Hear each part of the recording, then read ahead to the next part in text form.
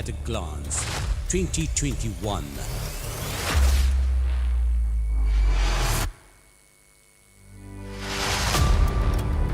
The Sabaragamu Affiliated University College, which was affiliated to the University of Sri Jayawardenepura, was promoted to a national university in Sri Lanka on 2nd February 1996. The Sabaragamu University of Sri Lanka was added to the list of the national universities as the 12th national university of contemporary Sri Lanka.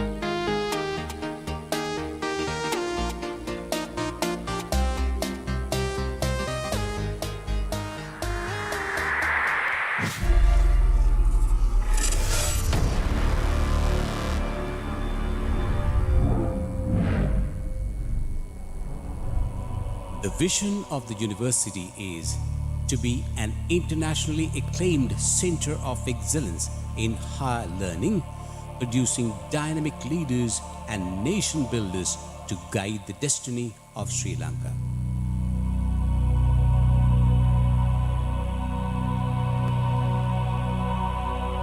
The university celebrated its 25th anniversary last year.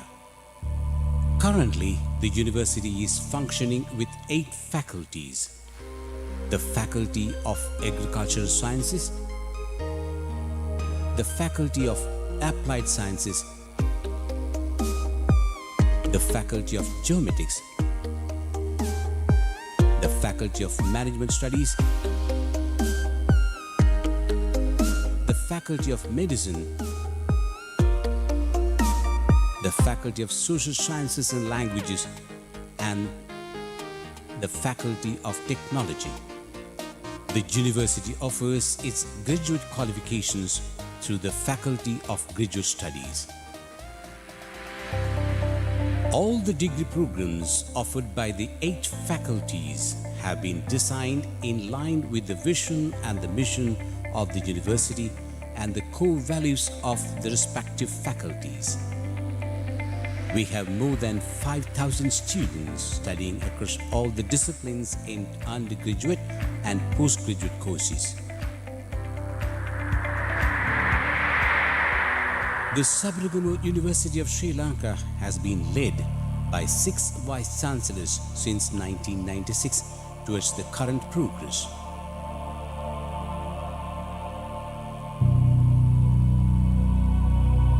At present, Professor Uday Ratnayaka, as the 7th Vice Chancellor of the Sabaragamu University of Sri Lanka, is leading the university towards its vision.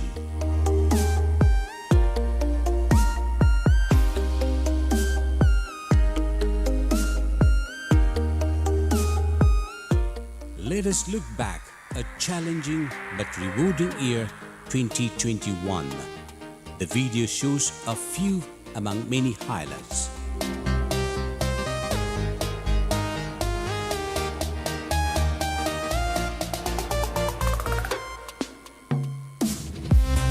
Educational activities, research and innovations, human resource development, development of physical infrastructures and superstructures, engagements and partnerships, governance and administrative systems. Educational activities. General Convocation. The 22nd General Convocation of the University was successfully held on 2nd and 3rd March in the university premises. CADEX 2021. This gigantic computer-aided designing competition was open for the technology and engineering students. The Faculty of Graduate Studies held the inauguration ceremony of Masters in Business Administration and Postgraduate Diploma in Business Administration at the Lake Serenities Resort and Spa, Ratnapura on 28 March.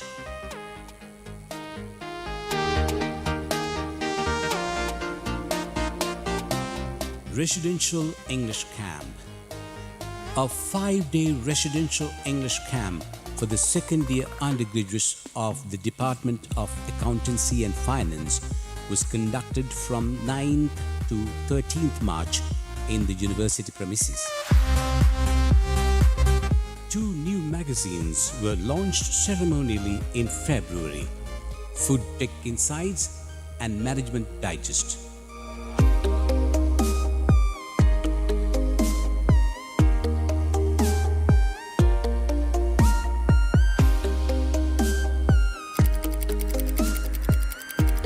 Research and Innovations.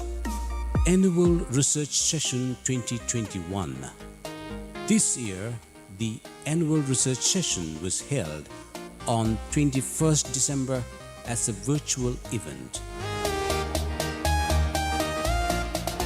ICARC 2021, the International Conference on Advanced Research in Computing, organized by the Department of Computing and Information Systems on the theme Towards a Digitally Empowered Society, was held on 23rd and 24th February.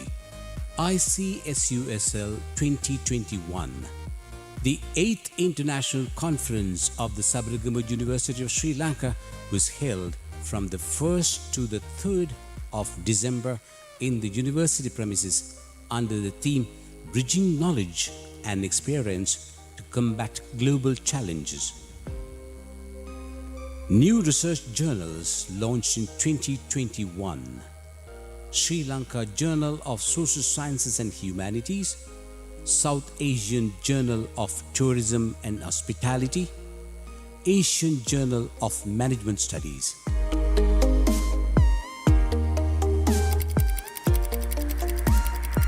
Human Resource Development. An outbound training for admin offices was held on 1st April to provide adventure-based experiences to enhance the leadership qualities. A workshop was conducted for the administrative officers and graduate trainees on procurement on 21st and 22nd April.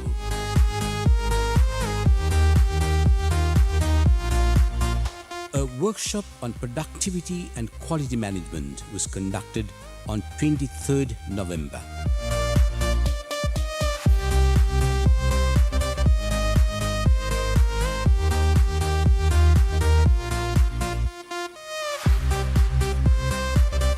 Many more workshops were conducted in the year aiming at human resource development.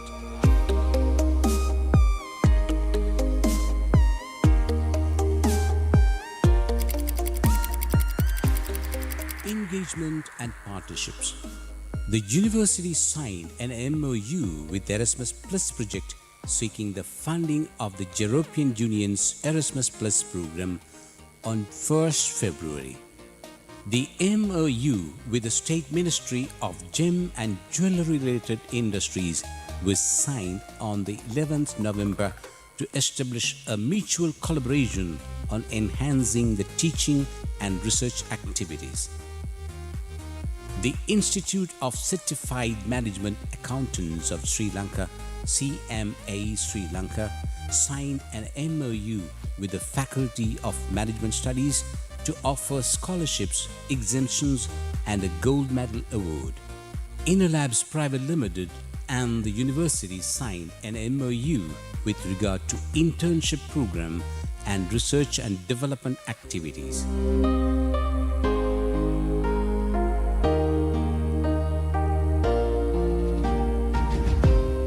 Several other MOUs or the licensing agreements were signed within the year.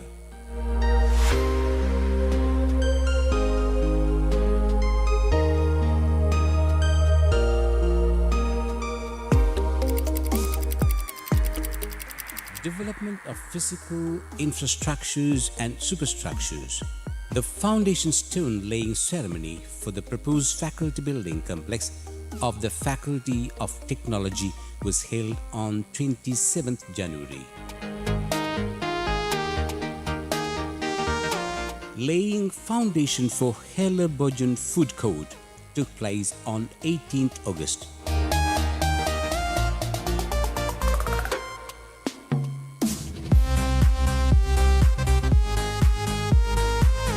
The opening ceremony of the new Gemological Research Laboratory of the Faculty of Applied Sciences took place on 5th April.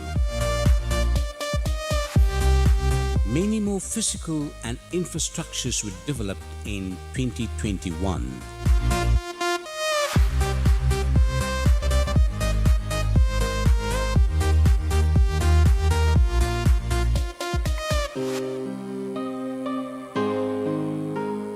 Currently, large-scale construction projects are underway in the university.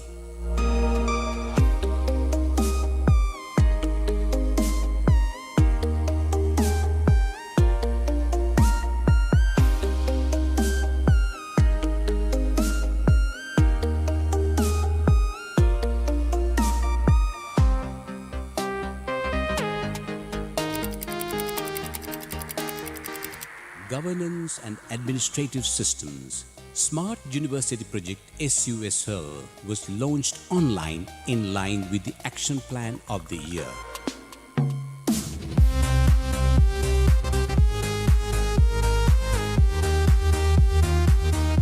Vice Chancellor and Directors Committee meeting was held on 2nd October.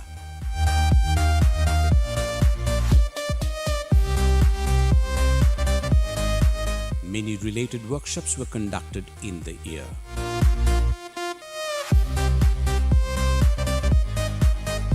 Workshop on meeting techniques, quality assurance in postgraduate studies, curriculum development in line with SLQF, and many more. The Strategic Management Planning Unit had a meeting to finalize the Action Plan 2021 on 26 November.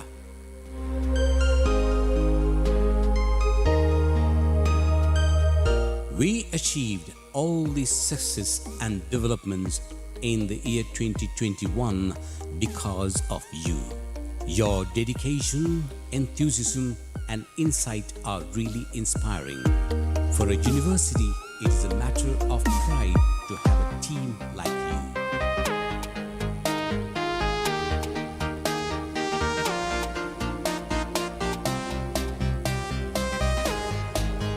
Thank you for your contribution towards the success of the university.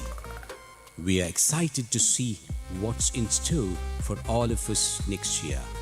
We wish you all good luck for the times to come.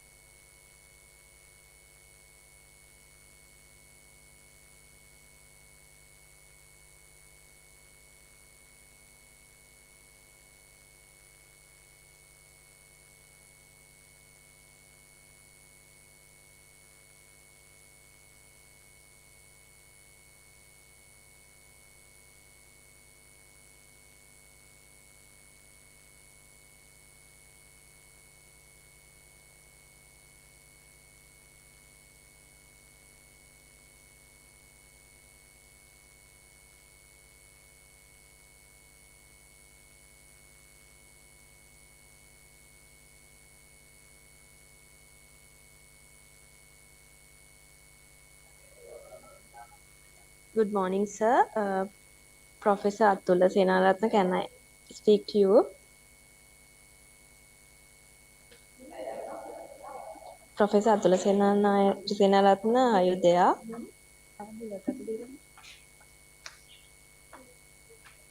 Yeah, I'm there. Yes. Can you hear me? Yeah.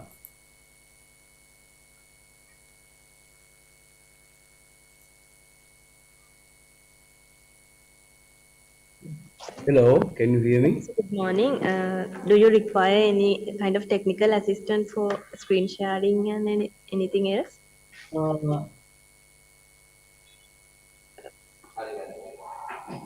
Uh, no, it's okay. I have my the presentation ready. So Oh, when you say you ask me to start, I can start. okay, so thank you, sir. This is at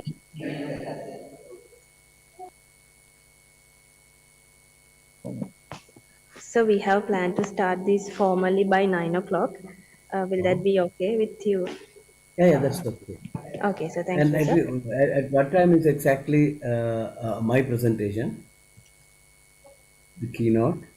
So it will be around 9:50. 9:50. Okay, so I'll be ready for that, Yes. and Okay.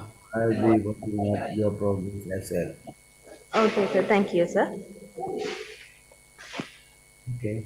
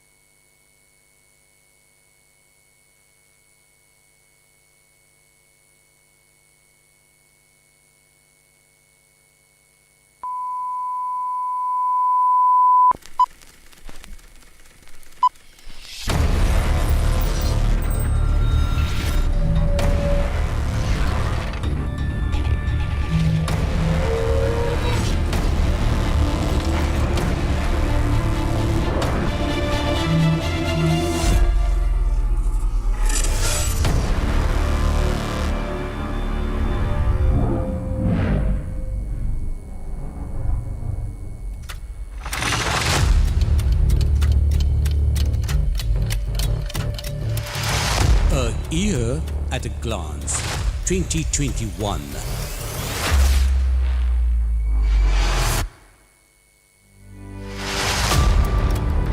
The Sabaragamu Affiliated University College, which was affiliated to the University of Sri Jayawardhanapura, was promoted to a national university in Sri Lanka on 2nd February 1996. The Sabaragamu University of Sri Lanka was added to the list of the national universities as the 12th national university of contemporary Sri Lanka.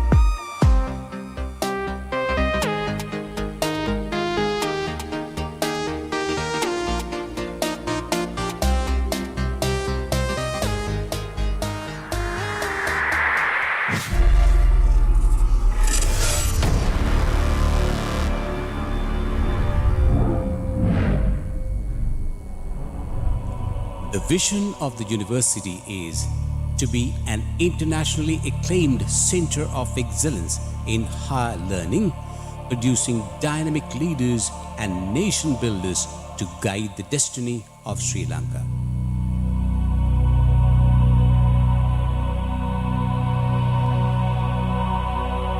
The university celebrated its 25th anniversary last year. Currently, the university is functioning with 8 faculties: the Faculty of Agricultural Sciences, the Faculty of Applied Sciences, the Faculty of Geomatics, the Faculty of Management Studies, the Faculty of Medicine, the Faculty of Social Sciences and Languages, and the Faculty of Technology.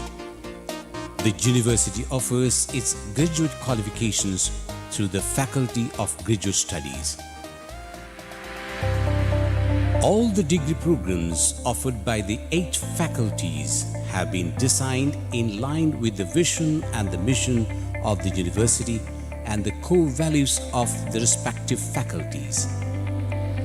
We have more than 5,000 students studying across all the disciplines in undergraduate and postgraduate courses. The Sabaragamuwa University of Sri Lanka has been led by 6 Vice Chancellors since 1996 towards the current progress.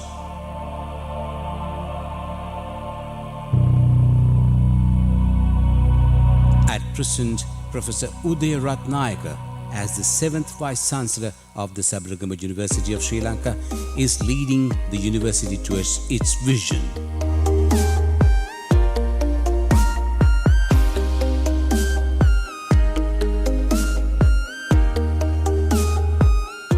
Let us look back a challenging but rewarding year 2021. The video shows a few among many highlights.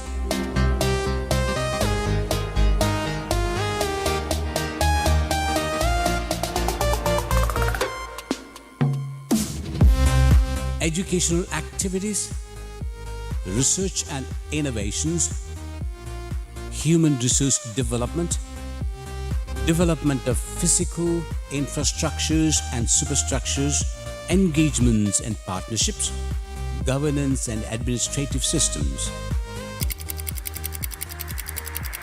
Educational activities.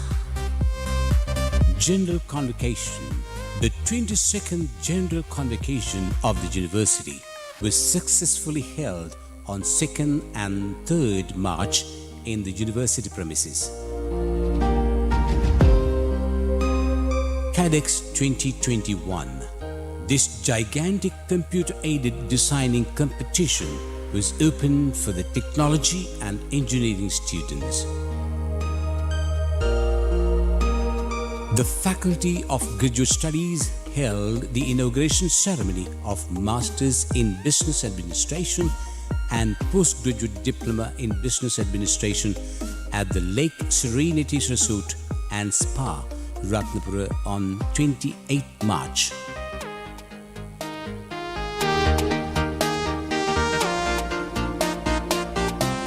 Residential English Camp. A 5-day residential English camp for the second-year undergraduates of the Department of Accountancy and Finance was conducted from 9th to 13th March in the university premises. 2 new magazines were launched ceremonially in February: Food Tech Insights and Management Digest.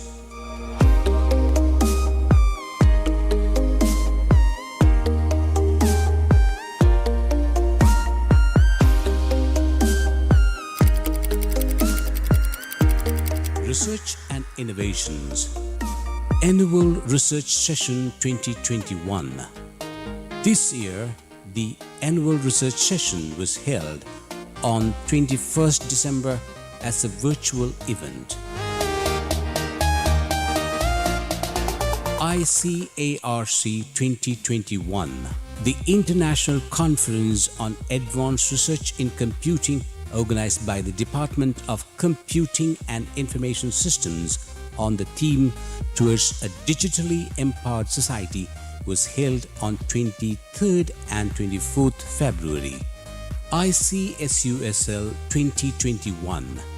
The 8th International Conference of the Sabaragamu University of Sri Lanka was held from the 1st to the 3rd of December in the university premises under the theme Bridging Knowledge and Experience to Combat Global Challenges. New research journals launched in 2021. Sri Lanka Journal of Social Sciences and Humanities, South Asian Journal of Tourism and Hospitality, Asian Journal of Management Studies.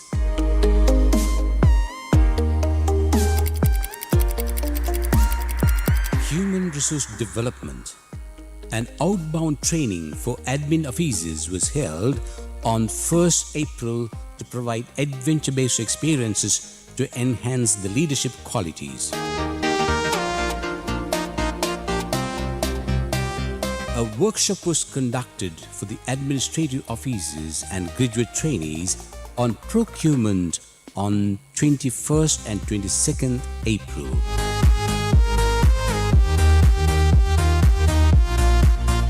A workshop on productivity and quality management was conducted on 23rd November.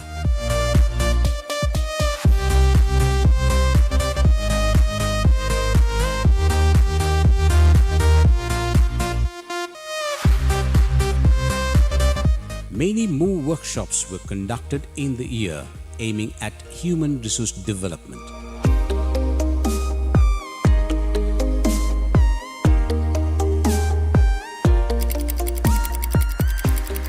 Engagement and partnerships. The university signed an MOU with the Erasmus Plus project seeking the funding of the European Union's Erasmus Plus program on 1st February. The MOU with the State Ministry of Gem and Jewellery related industries was signed on the 11th November to establish a mutual collaboration on enhancing the teaching and research activities. The Institute of Certified Management Accountants of Sri Lanka, CMA Sri Lanka, signed an MOU with the Faculty of Management Studies to offer scholarships, exemptions and a gold medal award. InnoLabs Private Limited and the university signed an MOU with regard to internship program and research and development activities.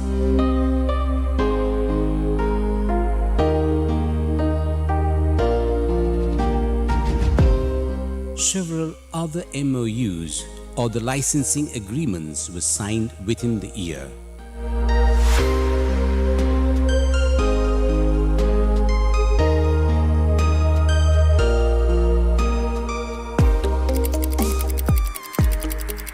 Development of physical infrastructures and superstructures. The foundation stone laying ceremony for the proposed faculty building complex of the Faculty of Technology was held on 27th January. Laying foundation for Heller Bojan Food Court took place on 18th August.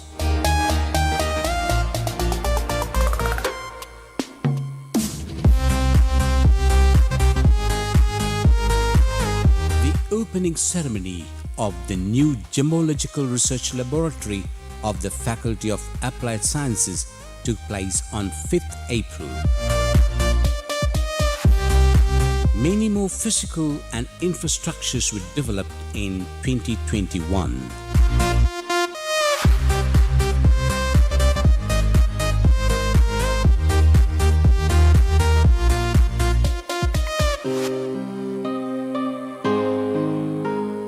Currently, large-scale construction projects are underway in the university.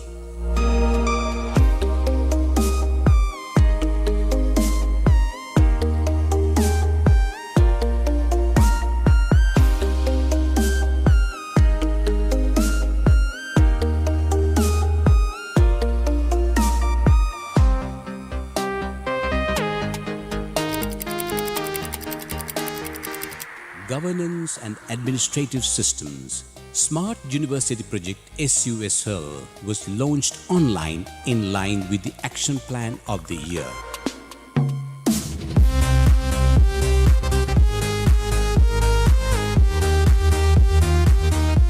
Vice Chancellor and Directors Committee meeting was held on 2nd October.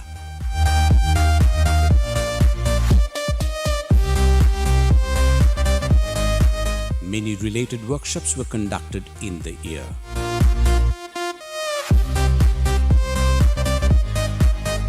Workshop on meeting techniques, quality assurance in postgraduate studies, curriculum development in line with SLQF, and many more. The Strategic Management Planning Unit had a meeting to finalize the Action Plan 2021 on 26 November.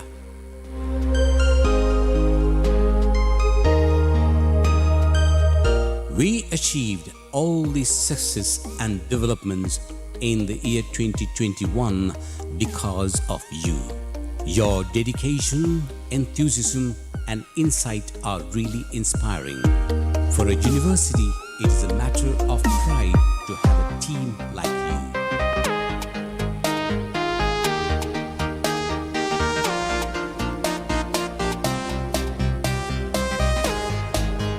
Thank you for your contribution towards the success of the university. We are excited to see what's in store for all of us next year. We wish you all good luck for the times to come.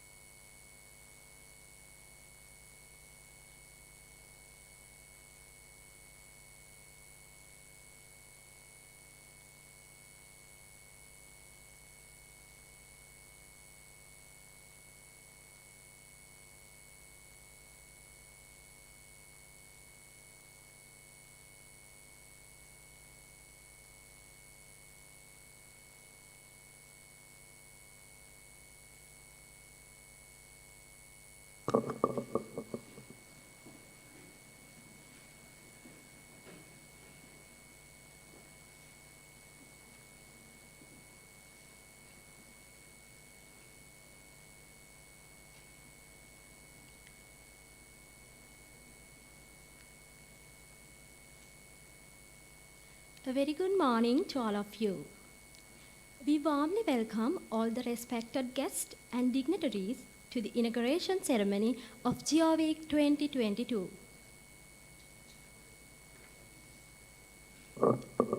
Let's proceed with lighting the traditional oil lamp. To do the honors, I invite Vice Chancellor, Sabragama University of Sri Lanka, Professor Uday Ratnayaka, Chief Guest and the keynote speaker, Professor Athula Senaratne, Dean Faculty of Geomatics, Mr. P.G.V. Aberathna. Dean, Faculty of Graduate Studies, Professor H.M.S. Priyanath.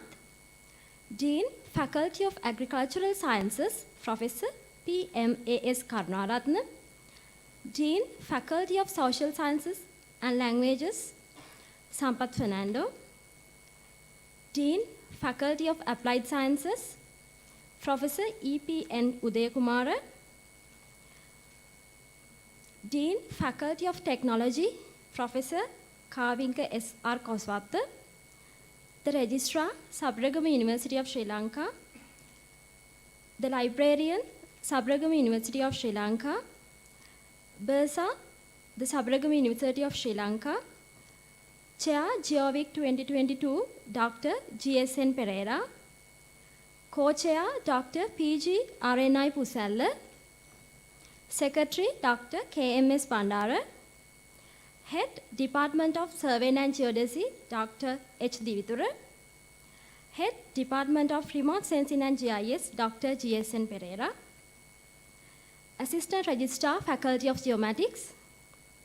A representative from the alumni and a student to light up the oil lamp.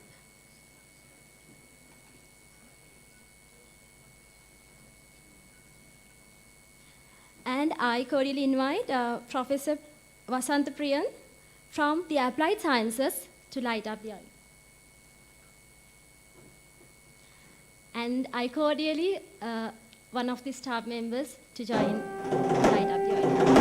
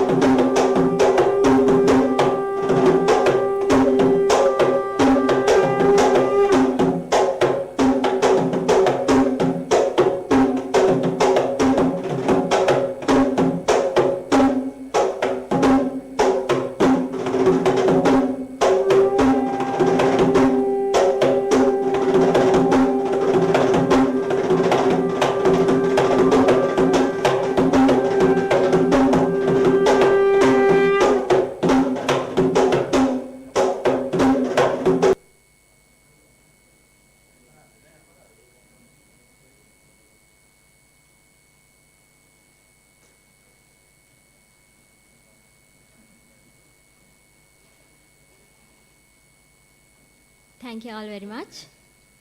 To commence the program, let's rise for the national anthem.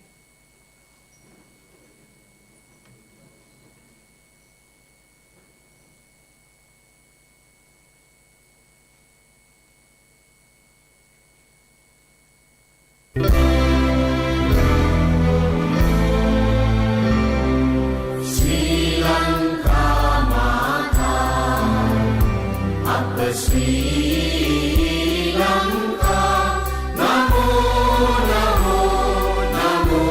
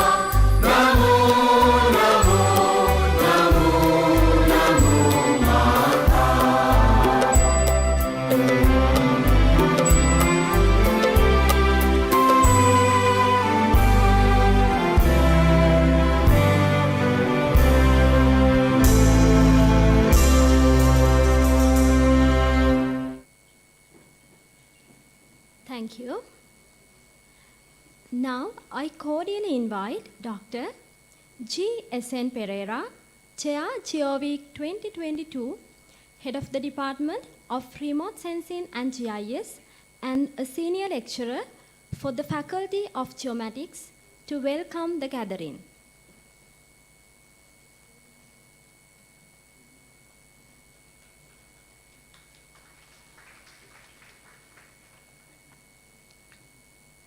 Thank you, Manvi. Excellences, distinguished delegates, dear colleagues, and dear students, and ladies and gentlemen. It gives me great pleasure and honor to speak to you and welcome you at the official opening of the GEOWEEK 2022. First and foremost, I wish to welcome the chief guest, Professor Uday Ratnayaka, Vice Chancellor of the Sabaragama University, Sri Lanka. Also, I wish to welcome the keynote speaker, Professor Atul Senaratne, former Vice Chancellor of the Peradeniya University of Sri Lanka. Also, I would like to welcome the founder, GEOWEEK, the Dean of the Faculty, Mr. Vipul Abeyratne. Not only that, I would like to warmly welcome Professor Kavinga Koswathage, the Dean of the Faculty of Technology, and Mr. Saman Uyangoda, the Registrar, Sabaragama University, Sri Lanka, and Professor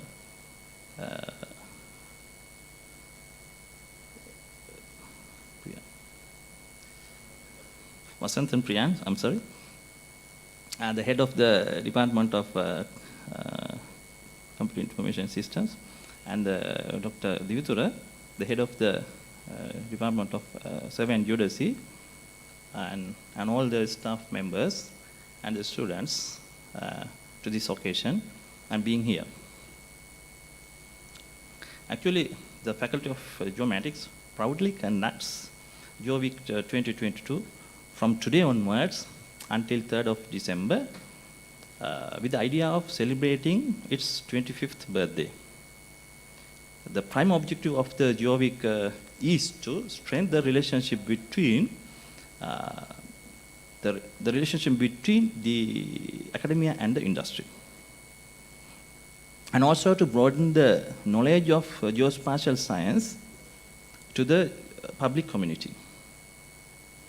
In fact, GEOWEEK is the largest geospatial expedition in Sri Lanka, which brings academia and the industry to one platform. This is an unrevealed event in this sector, and industry was looking for this for a long time. Actually, this was correctly understood by the Dean of the Faculty, and he initiated this in last year, in 2021, so that indeed the Vipula is the founder of the GEOWEEK. And ladies and gentlemen, I'm happy to say that Faculty of Geomatics organizes GEOWEEK for the second time, and this time with more physical intervention. Basically, GEOWEEK consists of a series of events, including GeoExpedition, which is the trade and educational fair. Also, several panel discussions, GeoSummit, the forum to discuss regional level issues in geospatial science. Indeed, this type of forum is still not available to this region yet, and this will be a sound initiation. GeoSim, the international symposium organized by the Faculty of Geomatics, and the industry experts talks, which is specially arranged for introducing the latest, novel, and cutting-edge technologies and solutions developed by the leading manufacturers in this world, in this sector, in all over the country, in all the world, to the local community. And the co-chair will summarize all the events which will be lined up within the GEOWEEK. Actually, since this is the second step, we may still have a long way to go. But this time we are able to bring trade and educational fair, especially to Colombo, in order to gain a large audience, large interaction, So, ladies and gentlemen, I'm happy to say that almost all the industry leaders, not only in geospatial sector, but also in all other sectors, construction and many other, have supported financially, even within this critical economic crisis which we are facing at the moment. This might be because of industry knows the value of GeoWeek, and they know it is essential to continue this event annually. On behalf of the Faculty of Geomatics, I must thankful to all the companies who supported us, especially to Softlogic Holdings and the Sulika Private Limited, and because they are the Platinum Plus and Platinum sponsors, respectively. The Hong Kong Institute of Surveyors contributed for a gold sponsorship for us. Global GIS Private Limited, Bumitech Private Limited, GIS Solutions Private Limited, International Construction Corporation, DB Ganggood Associate, Metropolitan Private Limited, and the are also in the list. They are our main sponsors. In here, I must thankful to Professor Kavinga Koswatagi, the Dean of the Faculty of Technology, for helping us to uplift the fundraising through his sound network. And thank you very much, Professor, for that. Since we noticed that last time our propaganda did not reach to the large community, this time, to gain more publicity, the extensive television coverage is given by several television channels, including Theatre TV, which was mainly handled by our co-chair. In addition to telecasting the events, all the events, the live telecasting is done through the social media, such as YouTube and the Facebooks. Both sponsors and the invitees, actually there are several exhibitors, and the sponsors, they also have the stalls, and there are several invitees, they also have the stalls. They will showcase their findings, technology, and many more, which will be an exciting experience for all. So we must also thankful to the exhibitors, the invited exhibitors such as Sri Lanka Army, Sri Lanka Air Force, International Water Management Institute, Disaster Management Center, Survey Department, and so on, for being here and being with us. This warm invitation for you all to join us, to visit us, and has a completely different experience. Don't forget to visit BMICH on 2nd and 3rd December. Once again, I'm most grateful to you for your participation and your cooperation that you are giving us throughout the event and throughout the organization process. Thank you very much.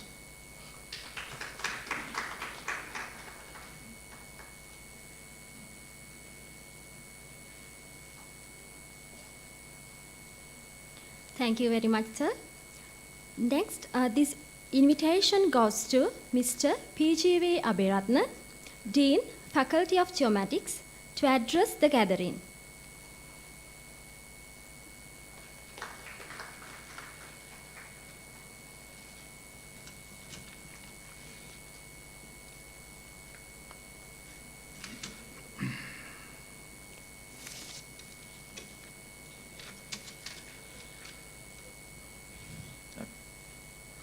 Good morning to all. Vice Chancellor, Professor Uday Ratnayaka, our chief guest of the GEOWEEK 2022. Professor Kavinga Koswatagi, the Dean of the Faculty of Technology. Professor Registrar, Professor Samannu Ganggood, Professor Vasantha Priyan, Professor Koswatagi, and senior colleagues of the faculty, administrative staff, and non-teaching staff and students, ladies and gentlemen. I must be thankful very much to the chair of GEOWEEK 2022, the co-chair and the secretary and all the organizing committee members for arranging this massive event conducted by the Faculty of Geomatics this time. So I'm privileged to be here as the Dean of the Faculty and one of early staff members of the faculty at this moment. So let me tell you some information, some thoughts about maybe the history of the Faculty of Geomatics or Department of Surveying and Sciences, the evolution of it at the time of celebrating our 25th anniversary. In 1997, this academic unit was started at the Sabaragama University of Sri Lanka as a Department of Surveying Sciences with the with the help of very senior academics from the survey department. This was the inception of this the story of the Faculty of Geomatics. So with myself and some of my senior colleagues joined afterwards somewhere in 1998 and 1999. And for the first batch, we had somewhere around 50 students, and most of the brilliant students of the first batch now has been working as senior lecturers and professors in the faculty by now. So this is the greatest achievement we had. So it must be mentioned at this 25th anniversary thoughts. So later on, the first batch, maybe they graduated some, I think in 2002 or 2003. And after that, so we are passing so many batches. So from the very beginning, if we recollect all the memories, it was very small department having very limited number of surveying equipment. So nowadays, we have very elegant equipment branch with many more facilities with compared to the inception. But the quality we maintain from the beginning up to now is at the highest level. So during this last 25 years, we had faced many challenges. One thing was to establish an academic institution in the field of surveying sciences. The surveying education of Sri Lanka actually had been conducted, or still it's being conducted by the survey department, and it was the only institution by that time the department was started to cater to the requirement of this need in the geospatial sciences. And of course, the time we started was the time that we were talking about geoinformatics or geoinformation. This was another concept that we grabbed very much. So we deviated from maybe individual practicing of surveying sciences into geomatics. So in 2004, we established this faculty and named as Faculty of Geomatics. So geomatics is actually from geoinformatics. So geoinformatics is one of most demanded data at the moment. We know now in even Sri Lanka, we have a lot of resources, we have a lot of people to do it, but there is something which we could be able to understand, that is information. Without information, especially the real-time information, and of course, if it is tagged to the geographical locations, we can optimize most of things. We know at one place, we don't have maybe some items or some consumable. For example, last time when I wanted to find some flowers, And I searched it from Colombo. Actually, no flowers could be found for some of the celebrations. But at the same time, at places near Trinco, they had many. But the problem was actually, they were unable to sell it, right? They don't have, to supply to give it. But at Colombo, they don't have sufficient number of, the amount of what they need.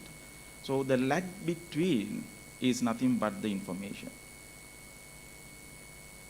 This time, of course, we are having many events in the GeoWeek discussions. One discussion is focused on how geospatial sector can help the economy of the country.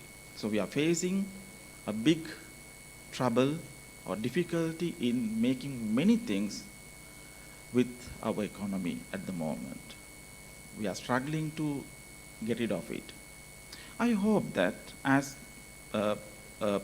resource persons and some academics and some industry, the people from industry who are working, especially in the field of geoinformatics, can play a big role in this scenario.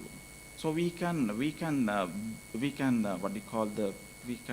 tag, or we can bring them together, maybe resources, maybe to the consumer, to the other side, with a very good network. We know how to do networking now. So that is called, for sure, geoinformatics. We share information. Let the people to analyze and make their decisions. So that is why we are planning this kind of event, as the chair said, in order to bring all the people, all the stakeholders onto one platform, one single platform. We can share our knowledge. Some people, of course, in some groups, they do not know that they could use geoinformatics. So this is, what we want to bring up. I know even small gardens where they are planting new variety of mangoes. I can't remember the name. Maybe the Vice Chancellor knows very well. But they are maintaining the log sheet for one single tree, probably manually, in analog way. But if we could give them the knowledge that yes, you can use this spatial, geospatial techniques for optimizing implementing their information system, so probably they would get it. So this is how we are planning to expand the industry, and of course, to disseminate the knowledge of geospatial, especially not for academics or not for industry, but the most important thing is, it must be reaching to the general public. So this is the most important thing. I do hope that this event, GeoWeek, an annual event, would help to reach our target. This time, of course, we have launched new items or some events. We have added to the GeoWeek agenda. One is actually the map reading for kids. So this is a very initial step we have taken, that to be making familiar how to use geospatial information at the bottom level. So people in Sri Lanka generally, they think that reading a map needs, reading the map readers are, we have some professionals for reading maps. They don't think that reading a map is their own work as well. So we have to break this barrier. We have to tell them that no, map or the geoinformation is one of parts of your life now. See now. So earlier, maybe before this, the pandemic hit the country, so most of these kind of events were conducted maybe on site. Everybody is here. So now this has been changed, kind of paradigm change maybe in education and this sector. Now nobody worries, right, to be online always, so to be on site always. They would like to be online, whether we like or not, we have to accept that reality. So we want to make this opportunity in order to gain the profit from it. So we have to be preparing for online teaching as well, even though the country would come to the normal situation. Our curriculum probably, must be open for that platform as well. So this is, the change that had happened due to this COVID period. Everything we are concerning very much in order to link all the stakeholders together. We all have our own role as academia, yes, as a pioneering institution in Sri Lanka at the moment, right? So we do produce most of graduates in the field of geoinformatics, and we have a big responsibility that to make the society in order to be using geoinformation. Familiarization of geoinformation is one of major tasks of ours. We cannot get rid of it. And I'm happy that we have stepped onto that level altogether. Up to now, we have gained knowledge ourselves. We have very qualified teaching staff here, having many, showing very academic interest in their field of expertise. No problem. Now we are ready to disseminate this knowledge to general public. So this GeoWeek is also focused to show all the stakeholders that the responsibility of this academic institution who are working in the field of geoinformatics, to show them that how we can contribute to the national economy. So without economy, I think that for a country, of course, we do not have a future. We experience it well, maybe during last 2 years. We know what had happened to us. To get rid of this one, it is our own responsibility. We have to be ready for it. We have to show them that the capacity that we are having, how we can contribute to you. Probably they would invite us, maybe. So this is the trend of the country at the moment.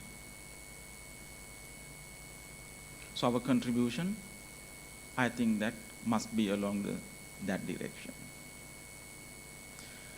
So finally, again, I'm thanking the organizing committee of GeoWeek 2022, so which is a multifaceted event, having many events inside of it, discussions, and most importantly, the academic conference will be placed on next Wednesday and Thursday. It's a totally online one, and all you can participate for it. The links and all the other necessary information will be available in the website. So, dear colleagues, so let me conclude in my words at the inaugural ceremony of GeoWeek 2022 by thanking you everybody who was supporting us to the event, make it success, especially the Vice Chancellor. Whenever I'm asking anything, probably I did not get any negative answer. He has always solutions. So this is very much appreciated, sir. And of course, the registrar always say yes. Bursa is giving many, his fullest support for this handling financial matters. So everybody, and the admin staff and the administrative staff and the non-academic staff and everybody, especially for my colleague deans. They are with us always, especially Professor Koswatage, my friend. Thank you very much. And Professor Vasantampriyan for all encouraging words from the beginning to the end. Professor Koswatage, you are the strength of us, all the academic members. I hope that this will be continuing maybe many more years to come at somewhat higher level than this one. So second time, we have added more things, and I can see that the progress of it. I do hope that the next one, that is GEOWEEK2023,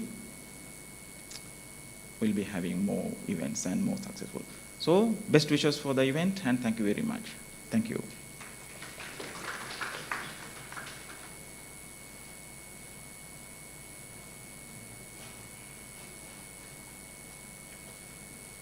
Thank you, sir, for sharing your valuable thoughts with us. Now, I would warmly invite Professor Uday Ratnayaka, Vice Chancellor of Sabaragama University of Sri Lanka, to address the gathering.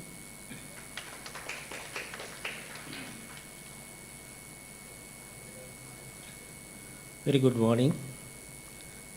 Satula Senaratna, keynote speaker, and from Vice Chancellor of University of Peradeniya, as well as very well recognized scientists in the field of geology, nationally as well as internationally. Dean of the faculty, deans of other faculties, registrar, and all other administrative staff members, and especially the academic staff members of the faculty, and students and other participants. I can consider this as a complete privilege to be here today, because this is one of the major events that we are having right now at the university. This event started last year, and it has now developed to a very big event from its initiation, and I know that this would continue and become a major event of the university as well as in the field of geomatic or geoinformation and spatial sciences. I am very happy that you consider all the stakeholders relevant when you organize this event, from kids map reading to the high-tech and intellectual engagement. Actually, the consideration on kids map reading is, I think, very good initiation for this country. Whenever we go to some other countries, we face many difficulties. Even after we have all these university degrees, postgraduates, everything, because of this inability to read maps. But I have many experiences. Some of the undergraduates who come from other countries whom I have met when I was studying for my postgraduates, they were there for different countries. They were traveling to new countries just with having a map on their hand. I was surprised how they managed, but they were very well managed with that, because in those countries from the childhood they have trained how to read maps, and they have very well trained about this science. In our country we don't have that, so your consideration on that is very much appreciated. And I would like to thank everybody who involved, because this time you are going to have many events, some of the events here in Velihulloya and some of the events in Colombo. So anyhow, this is GeoWeek Velihulloya. I am very happy that you keep that slogan as it is and continue. So please, I urge you to continue with the same slogan, because, and logo also, because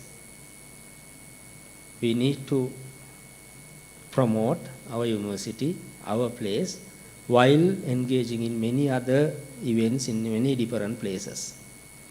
We can have it in Colombo. Next time we can have it in even some other countries, some of the activities. But still, it should be GeoWeek Beliholloya. And finally, again, I would like to thank all of you for your contribution towards the success of this event. And I especially thank Professor Atula Senaratne for accepting our invitation and joining with us as keynote speaker. And again, thank you very much and have a very fruitful GeoWeek 2022. Thank you.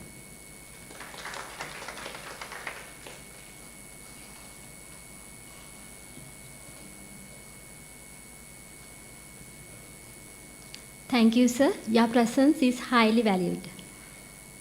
The next event is to brief the upcoming events of the GeoWeek 2022. I cordially invite Dr. P.J. R.N.I. Pusarla, co-chair GeoWeek 2022, to brief the upcoming events for our audience.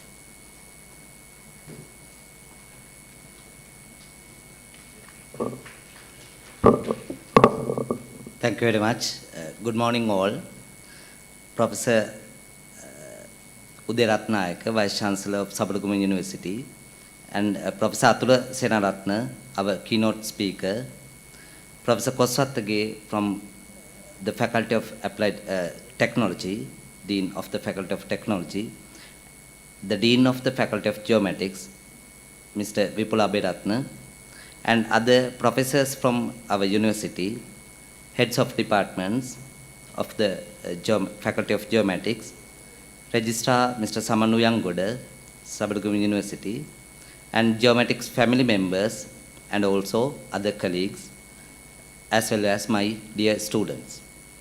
First of all, I am really happy for this opportunity to be here to give a brief about the plans of GeoWeek 2022 as the co-chair. This event is one of the most promising events organized by the Faculty of Geomatics, initiated in 2021 with the purpose of exposing the applications of geospatial science to the general public and strengthening the relationship between the industry and the academia in order to promote scientific exchange among researchers and scholars.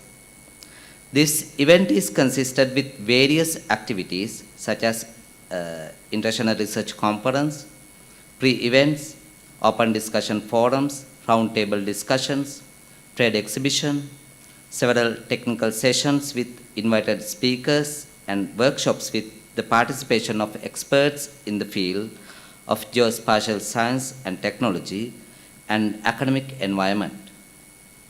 Under the concept of GeoWeek 2022, we would be able to complete a series of training workshops for the general public and the officers with the purpose of providing knowledge in the field to be used in their day-to-day life activities and solutions and applications.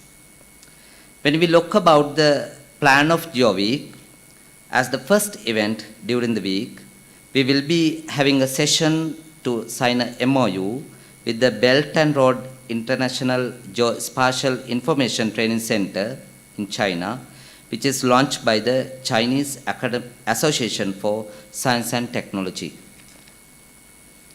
After this event, the time has been allocated for the project outputs of LBS2 ITS and GeoTech-HUB. These projects are mainly conducted by the academic staff members of the Faculty of Geomatics with the local and foreign funds and grants.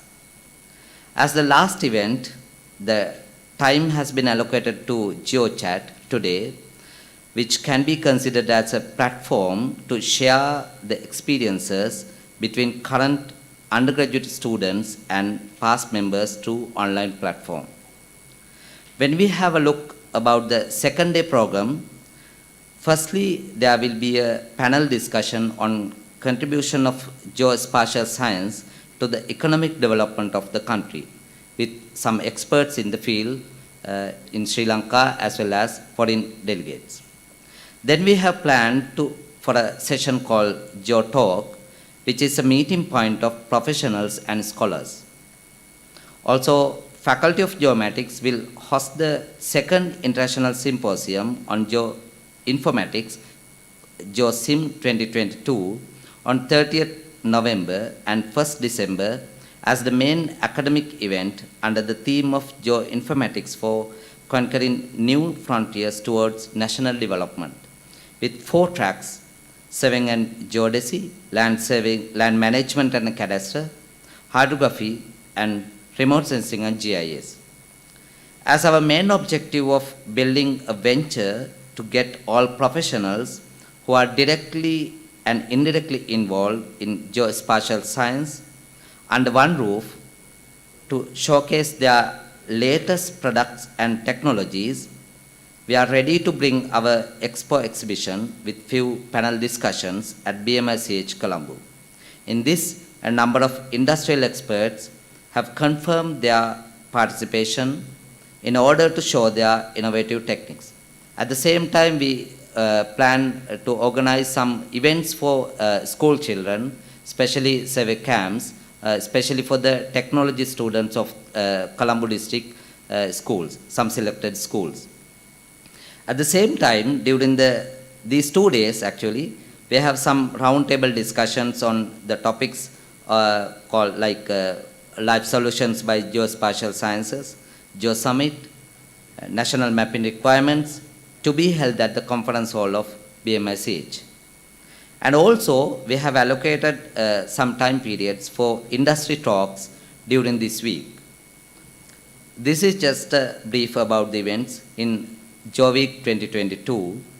I appreciate highly for the support given by various parties in order to organize these events in a gentle manner.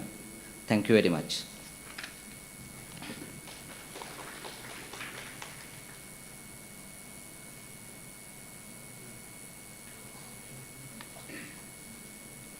Thank you, sir. It's an honor to be in the presence of the chief guest, the keynote speaker, Professor Athula Senaratne. I would like to tribute him with a small introduction. Professor Athula Senaratne holds a BSc in Geology from the University of Peradeniya and obtained his MSc in Environmental Technology from the Imperial College of Science, Technology and Medicine. He obtained his PhD from the Johannes Gutenberg University of Mainz, Federal Republic of Germany.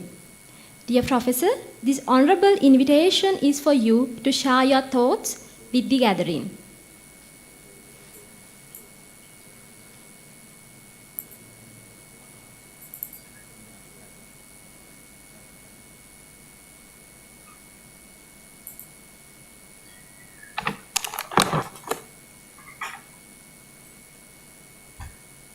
I hope you all can see me. Good morning, ladies and gentlemen. The Vice Chancellor, the Deans of the faculties, and the heads of the department,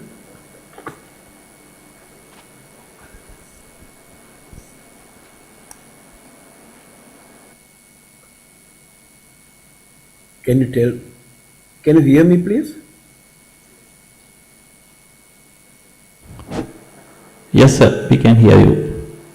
Okay, right.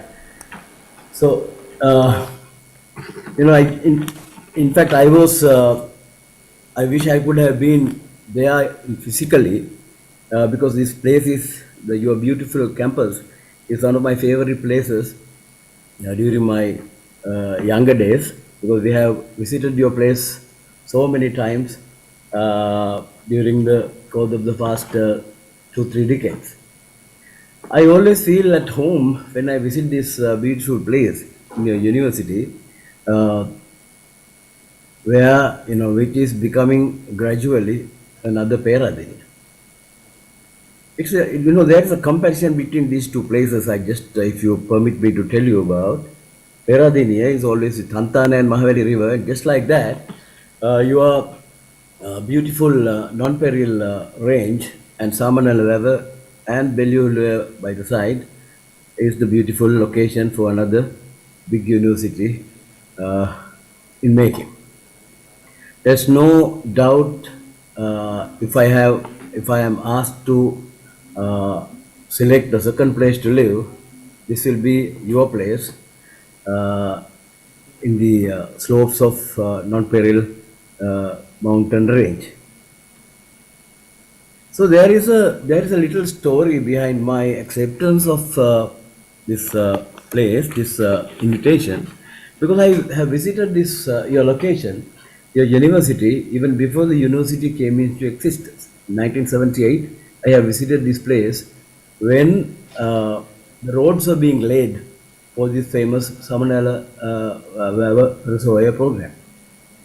And then I have visited later in 1979, 1980, early 80s, and then later as a member of the Peradeniya University academic staff and also a friend of one of your former vice chancellors.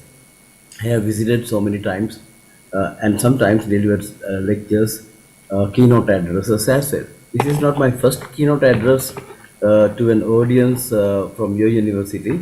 In 2018, if I remember correctly, I have presented another keynote on the hazard, natural hazards and the resilience. So if I move into the my presentation, it is like my early days in GIS. Those days, we haven't even heard of GIS, Geographic Information System, as it is. We were just using maps of different kinds and using aerial photographs and applying these tools in many of our research studies. When I visited the Imperial College of Science and Technology in 1981 for my master's degree, that was my first exposure into the geospatial sciences. In fact, it was a very primary kind of usage of spatial sciences those days. The basic principle that we have used was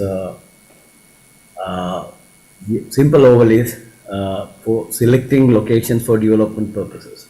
In environmental studies, where I studied for my master's is environmental technology, we had to use many maps, especially taking the environmental impacts in engineering projects. So where we used these overlay techniques very heavily. So that was my first exposure to geoinformatics. And later, the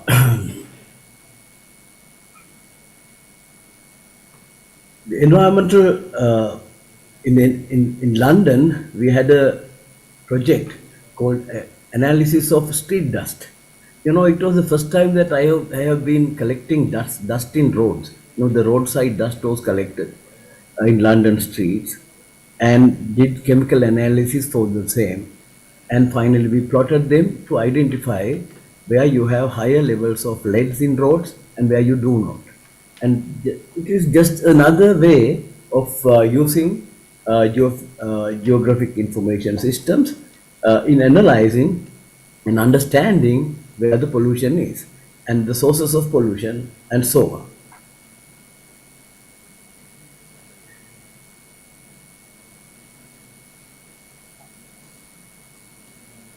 And later, in 1982, I have been trying to do something with the aerial photographs, those days available in our department, especially the areas where we have no access to. So I was thinking of Jaffna Peninsula because it attracted my attention. So I used a series of aerial photographs fixed on my wall and looking at it for some time, and finally I thought this Jaffna Peninsula has a history of formation. It evolved. There's an evolution pattern in Jaffna Peninsula. So I wrote my first paper on paleogeographic reconstruction of the Jaffna Peninsula which has happened during the Quaternary period. I have published it in 1982. And again, there's a paper looking similar, using similar materials like aerial photographs and satellite images in the later time. The name land gain in Jaffna, especially emphasizing the gain of land in Poonarine area, where the 70 plus years of sedimentation created the new land north of, between Poonarine, the little Poonarine Peninsula and Sangupiti lagoon area. So these are the things that we were doing in the history, directly using geospatial data, geospatial technique. But we didn't know at that time that there will be a great subject, a great set of tools coming in the future for use in different areas in scientific research. So this, as I see it, your science, the geospatial sciences, is not just subject. It is a multi-limbed robo, maybe having about 1,000 hands. It can be used in many different sciences. It is not limited to the sciences of the cartography and related work and mapping, preparing maps, etc. But it also goes into the space in large scale, and also you can bring it to the micro scale, like studying the human body or even small creatures living on the earth, because it's all about information. So information in the large structures or large planets or large areas. At the same time, you can make use of the images of tiny things, microscopic features, etc., identifying the reality of the material, living or non-living.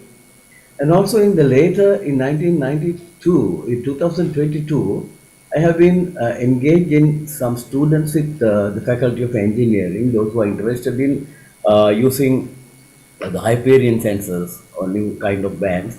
If you look at Sri Lanka map, you can see in this photo here,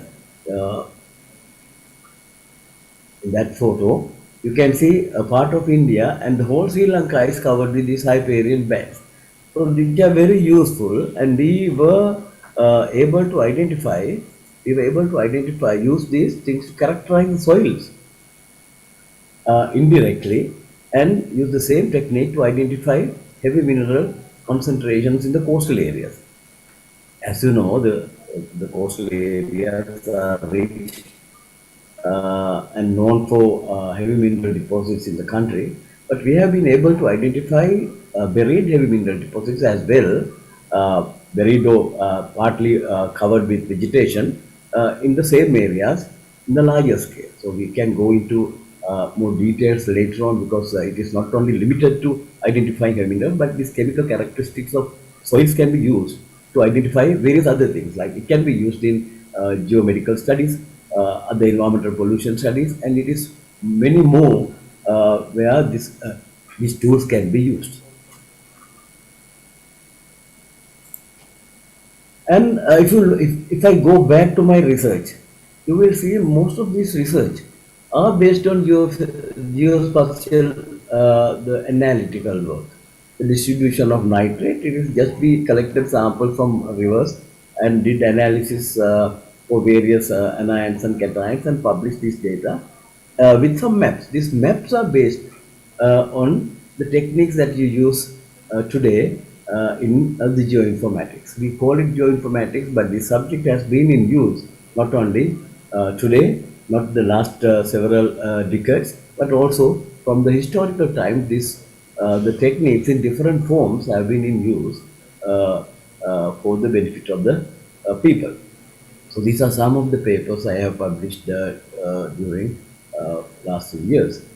Some are very old. In 1994, you can see the distribution of nitrates.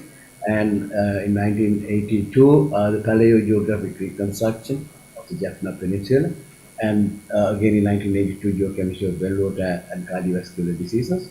It was the first paper written on health and water quality.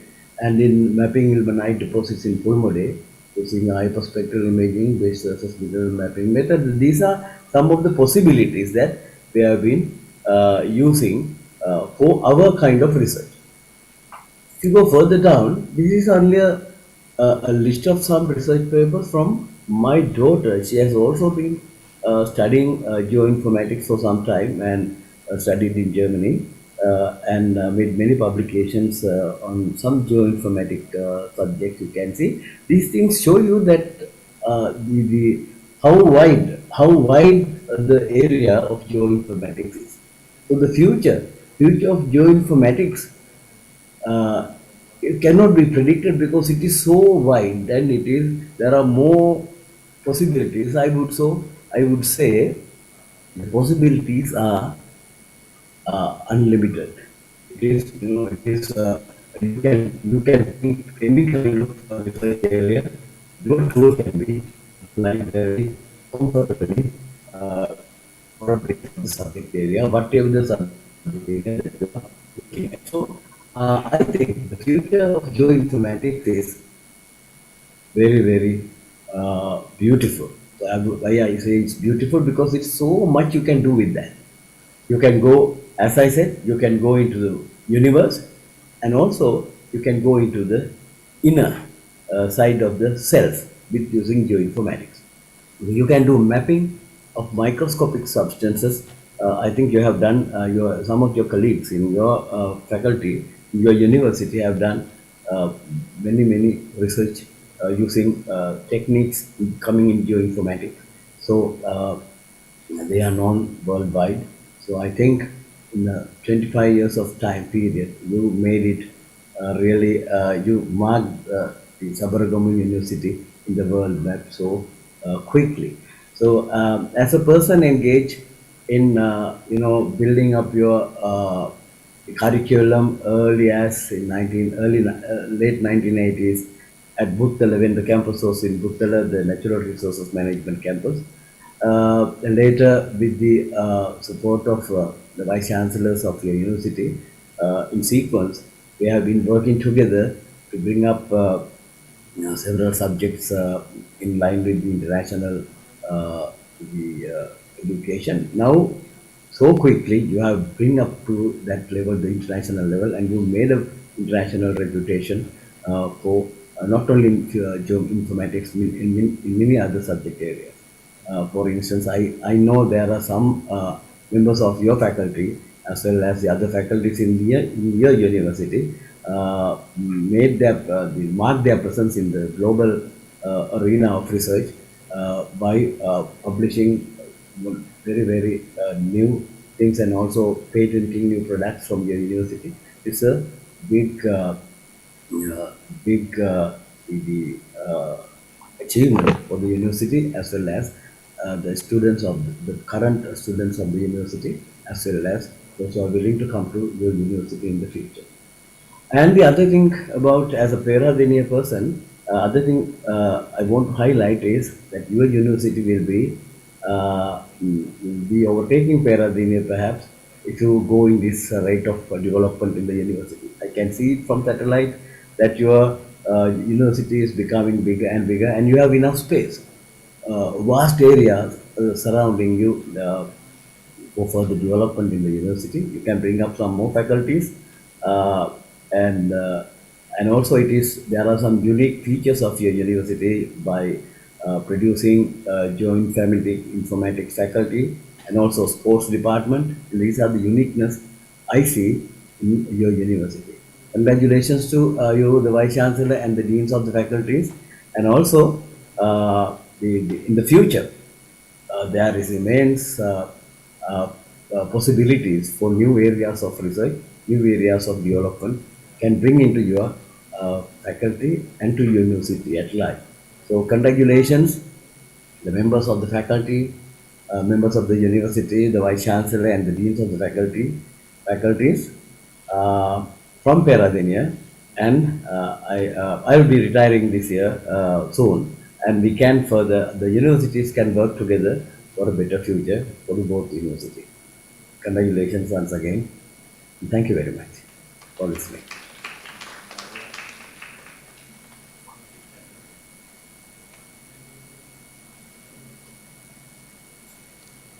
Thank you, sir, for allocating your precious time to share your expertise and your thoughts with us. As the formalities of today's program come to an end, let's recall everyone who contributed to making this event a success. Now, I would like to invite Dr. K.M.S. Bandara, Secretary, GEOWEEK2022, to deliver the vote of thanks.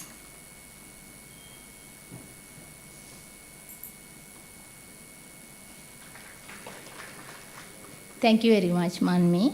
Very good morning to all of you.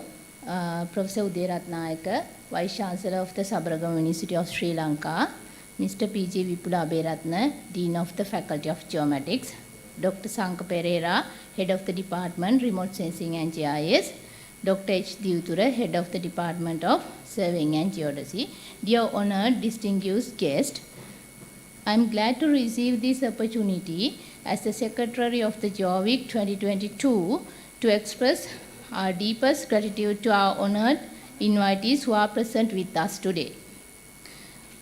We highly appreciate Professor Uderatnayaka, Vice Chancellor of the Sabaragaon University of Sri Lanka, for being present with us to grace this occasion. Dear Sir, we admire your encouragement towards the research and untiring effort to bring our university to be among the best in the country. Then, I especially thanks to the keynote speaker, Professor Athula Senaratne, former Vice Chancellor, University of Peradeniya, for delivering such wonderful thoughts, and we are honored to have your presence here as keynote speaker, Professor. Then I would like to take this opportunity to express our heartiest thanks to the founder of the GeoWeek, Mr. P.G. Vipula Aberatna, Dean of the Faculty of Geomatics, for the perfect guidance he has extended to all of us at this occasion. Next, I would like to offer our gratitude to all deans of other faculties for their presence at this occasion and for the continued supports towards the activity of our faculty. I especially thank all sponsors for their generosity and interest in the event. Dear sponsors, your financial contributions have taken care of us and enabled us to provide high-quality services during this event. Next, I would like to take this opportunity to thank Mr. Saman Uyangoda, Registrar of the Sabaragaon University of Sri Lanka, and Mrs. K.M. Purnima, Assistant Registrar of the Faculty, for the perfect logistics support they have extended to us to conduct this event successfully. We have been fortunate to be backed by the team of very motivated and dedicated colleagues of the faculty. I would then like to thank the organizers, especially Dr. Sanka Pereira, Chair of the GEOWEEK2022, and Co-Chair Dr. Indika Pusalla, and the planners who not only planned to organize this event, but also execute everything with so much passion and zeal. I also would like to express my sincere thanks to editorial unit and technical team for the wonderful support that they have extended to make this event successfully. They are highly acknowledged. Our thanks all to the academic staff members, academic supportive staff members, non-academic staff members, technical officers, administrative staff members, and students of the faculty, which I am sure help to enhance, enrich, and widen our knowledge on geoinformatics. Finally, let me wish each and every one of you, distinguished invitees, very blessing to continue your wonderful service. Thank you for all the excellent work. Thank you very much.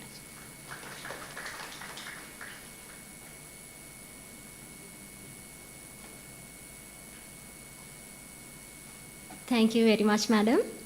With this, we mark the end of today's proceedings. Please rise for the university song.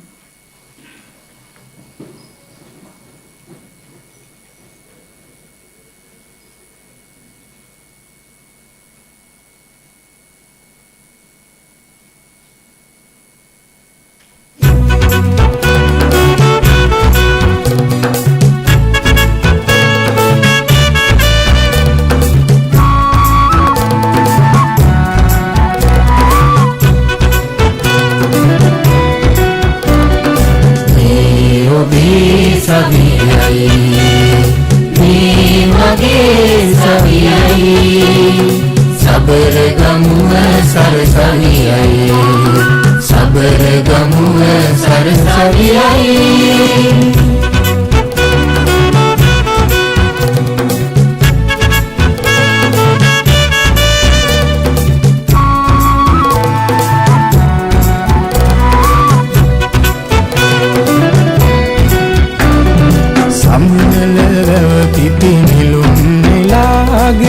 ගිරිකුළුවන රජමතින් ගලායන ජීවිතයේ කඳු මුදුන් සොයාගෙන ආගල කන්ද නගින්නේ ආගල කන්ද නගින්නේ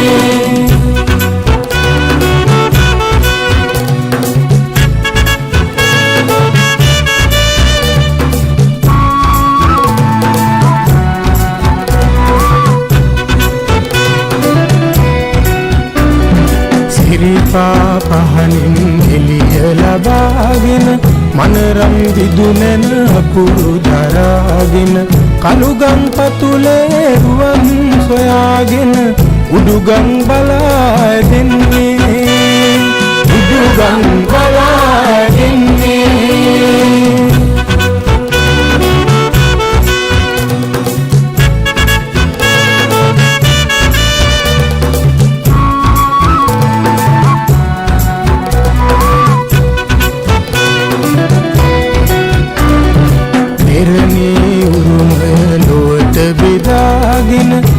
කගගින් රුදු අඳුර නසාගෙන ඔබෙත් මගෙත් හීනය කලලිවන දිනය උදාවන්නේ දිනය උදාවන්නේ මේ ඔබේ සවියයි මේ මගේ සවියයි Sabaragamuwa සරසවියයි Sabaragamuwa සරසවියයි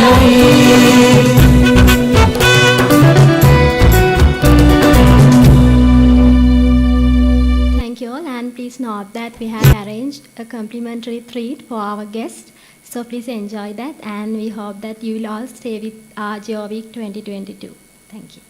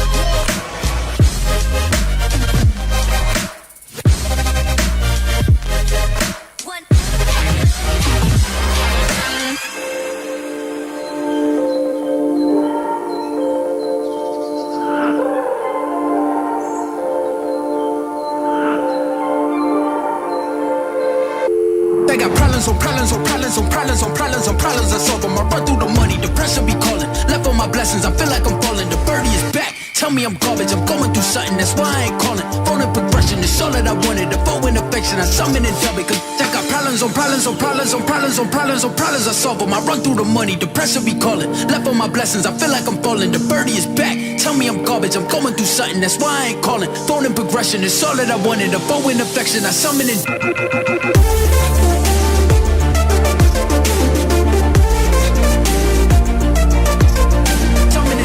dub it.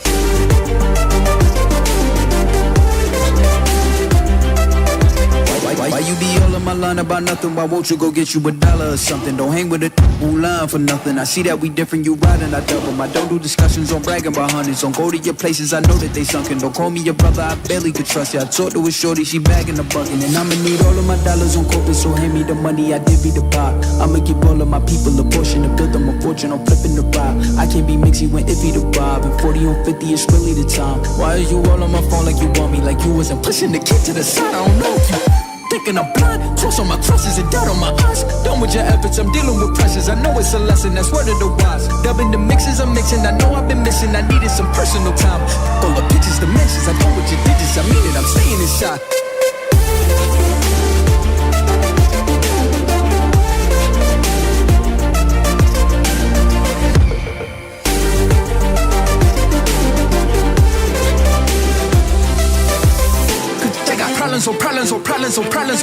Problems I solve them. I run through the money, the pressure be calling. Left on my blessings, I feel like I'm falling. The birdie is back, tell me I'm garbage. I'm going through something, that's why I ain't calling. Phone and progression, it's all that I wanted. The phone and affection, I summon it double. Cause check out problems I solve them. I run through the money, the pressure be calling. Left on my blessings, I feel like I'm falling. The birdie is back, tell me I'm garbage. I'm going through something, that's why I ain't calling. Phone and progression, it's all that I wanted. The phone and affection, I summon it up.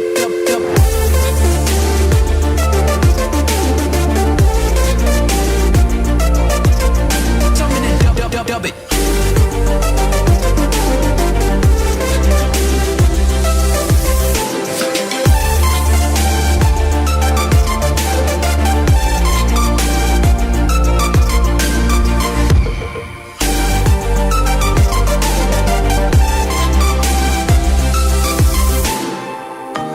Gotta get it right now. Yeah, push over the limits with you right now. Gotta get it right now. Yeah, push over the limits with you right now. Gotta get it right now. Yeah, push over the limits with you right now. Gotta get it right now. Yeah, push over the limits with you right now. Right now, get it right now.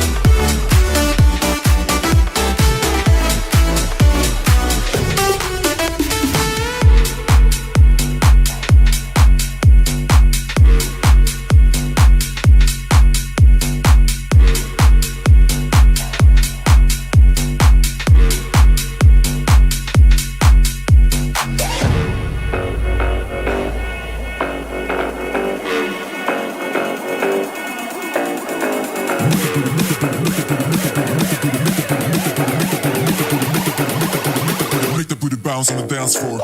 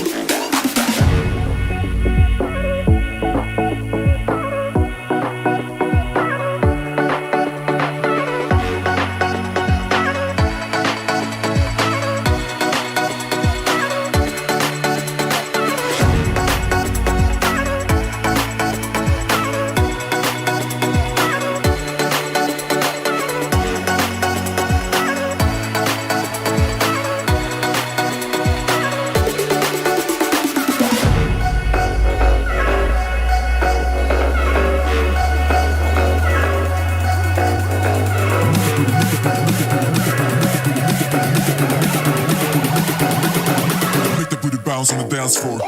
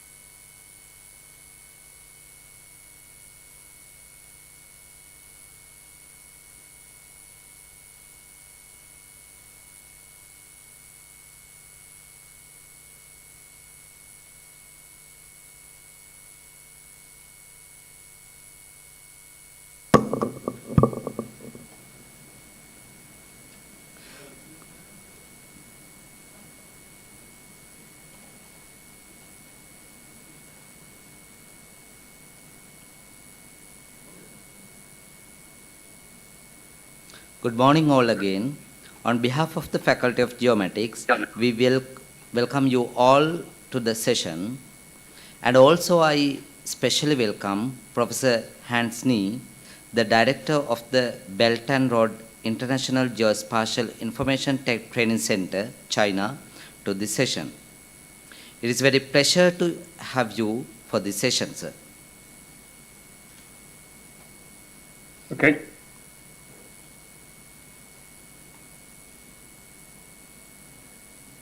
We will play the video first, sir.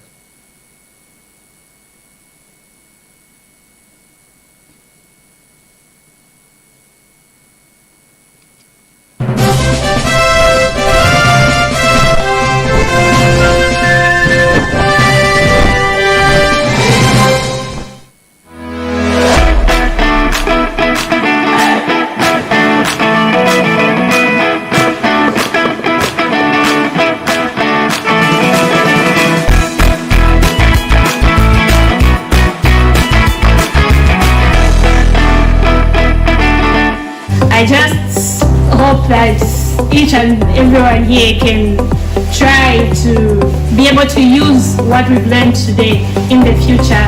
And I want to say thank you very much for the nice welcoming and everything. I want to say thank you. We really appreciate it.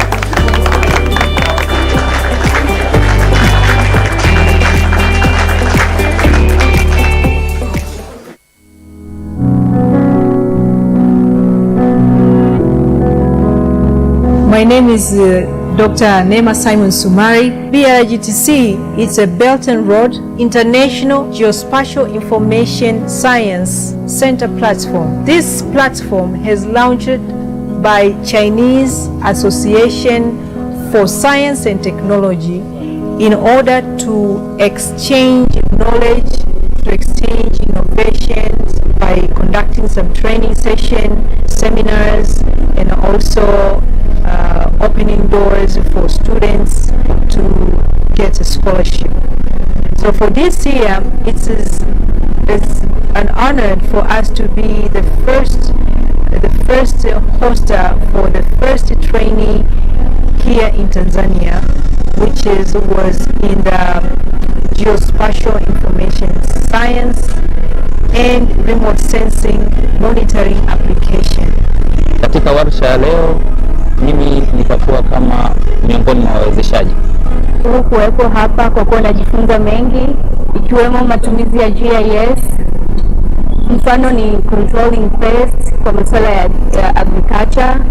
Pia kuna I've gained a lot through the interaction of our experts, through the interaction of our technical experts in GIS and remote sensing. It has been a good opportunity, and I just wish more students can get this opportunity to learn more and acquire more knowledge for the benefit of our countries. Thank you for coming to this training about the BRGTC. My name is Yang Chen. I'm from China. I hope in the future we can have more training to help people to learn about this knowledge. Thank you.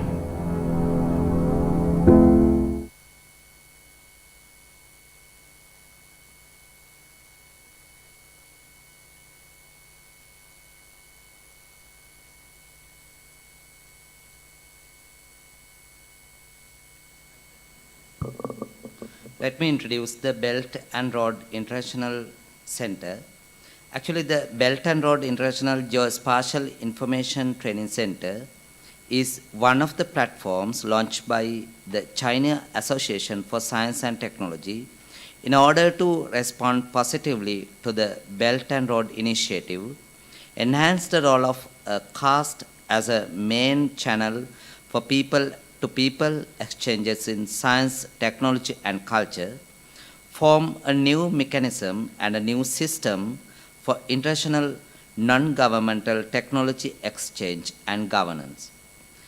BRGTC was jointly applied by Shenzhen Association for Science and Technology and Association of Science and Technology Professionals, Beijing Geospatial Information Town, China, approved and sponsored by the China Association for Science and Technology and operated by Beijing Geospatial Information Town.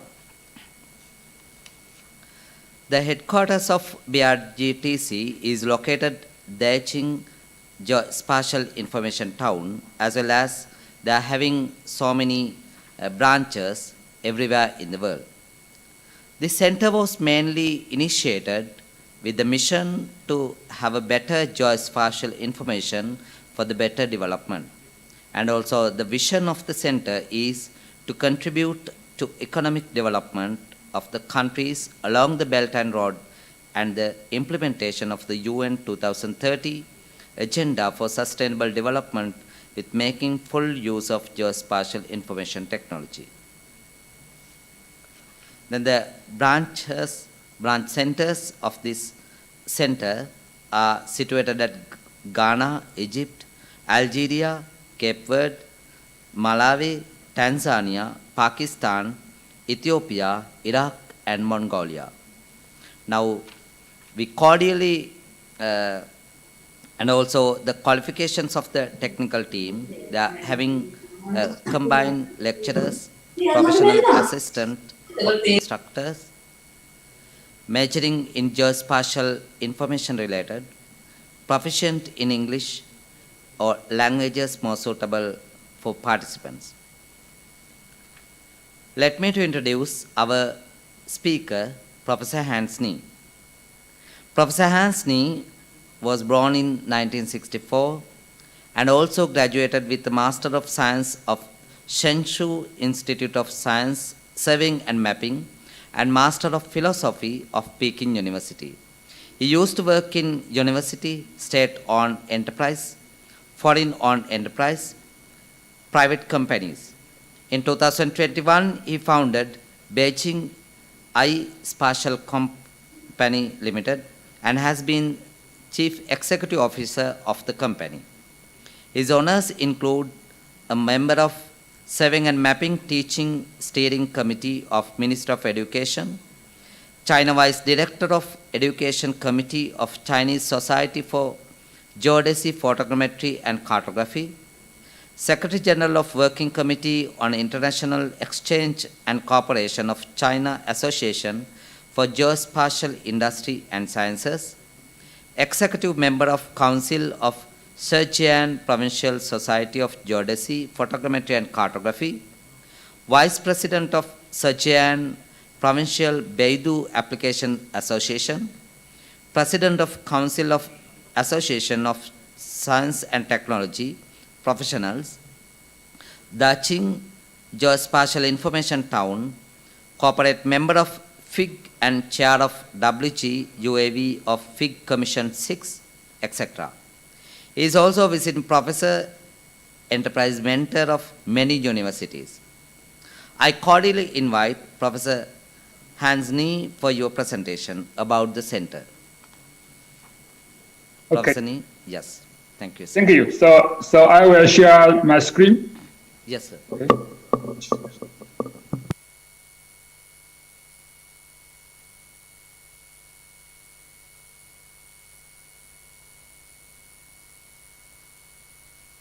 Can you see my screen? Yes, sir. Okay. Okay. Thank you. Yes. Thank you, Dr. Indika Pasira, for your introduction. And yes, distinguished guests, ladies and gentlemen, good morning. My name is Hans Nee, CEO of iSpatial Company Limited, China. I'm also serving as the director of the Belt and Road International Geospatial Information Training Center, as well as president of the Association of Science and Technology Professionals, Daqing Geospatial Information Town. It's my great honor to participate GEOWEEK 2022 and introduce the Belt and Road International Geospatial Information Training Center, abbreviated as BRGTC. The content of my presentation includes the overview, branching centers, facilities, teaching teams, and the courses, what we already had, as well as ongoing courses. The BRGTC, the Belt and Road International Geospatial Information Training Center, is one of the platforms launched by the China Association for Science and Technology, CAST, C-A-S-T, in order to respond positively to the Belt and Road Initiative, to enhance the role of CAST as a main channel for people-to-people exchanges in the science, technology, and culture to form a new mechanism and a new system for international non-governmental technology exchange and governance. BRGTC was jointly applied by Zhejiang Professional Association for Science and Professional Association for Science and Technology and the Association of Science and Technology Professionals, Daqing Geospatial Information Town, DQGIST, China, and approved and sponsored by CAST. So the headquarters of the BRGTC is located in Daqing Geospatial Information Town in East China's Zhejiang province. There are several pictures about Daqing. So the first picture is the location of Daqing. Daqing is actually located in the hinterland of the Yangtze River Delta. Yes, and the second picture is about the Geospatial Information Town. This town is located in the heart of the county, where more than 400 companies geospatial-related companies have settled down here. And the third picture is about the Decheng International Conference Center, where the first United Nations World Geospatial Information Congress was held in 2018. And this picture is about a very famous mountain, Morgansan Mountain, a very marvelous summer resort since 100 years ago, which is still a great attraction today. It has been listed as among the 45 best places worth visiting in the world by New York Times in 2012.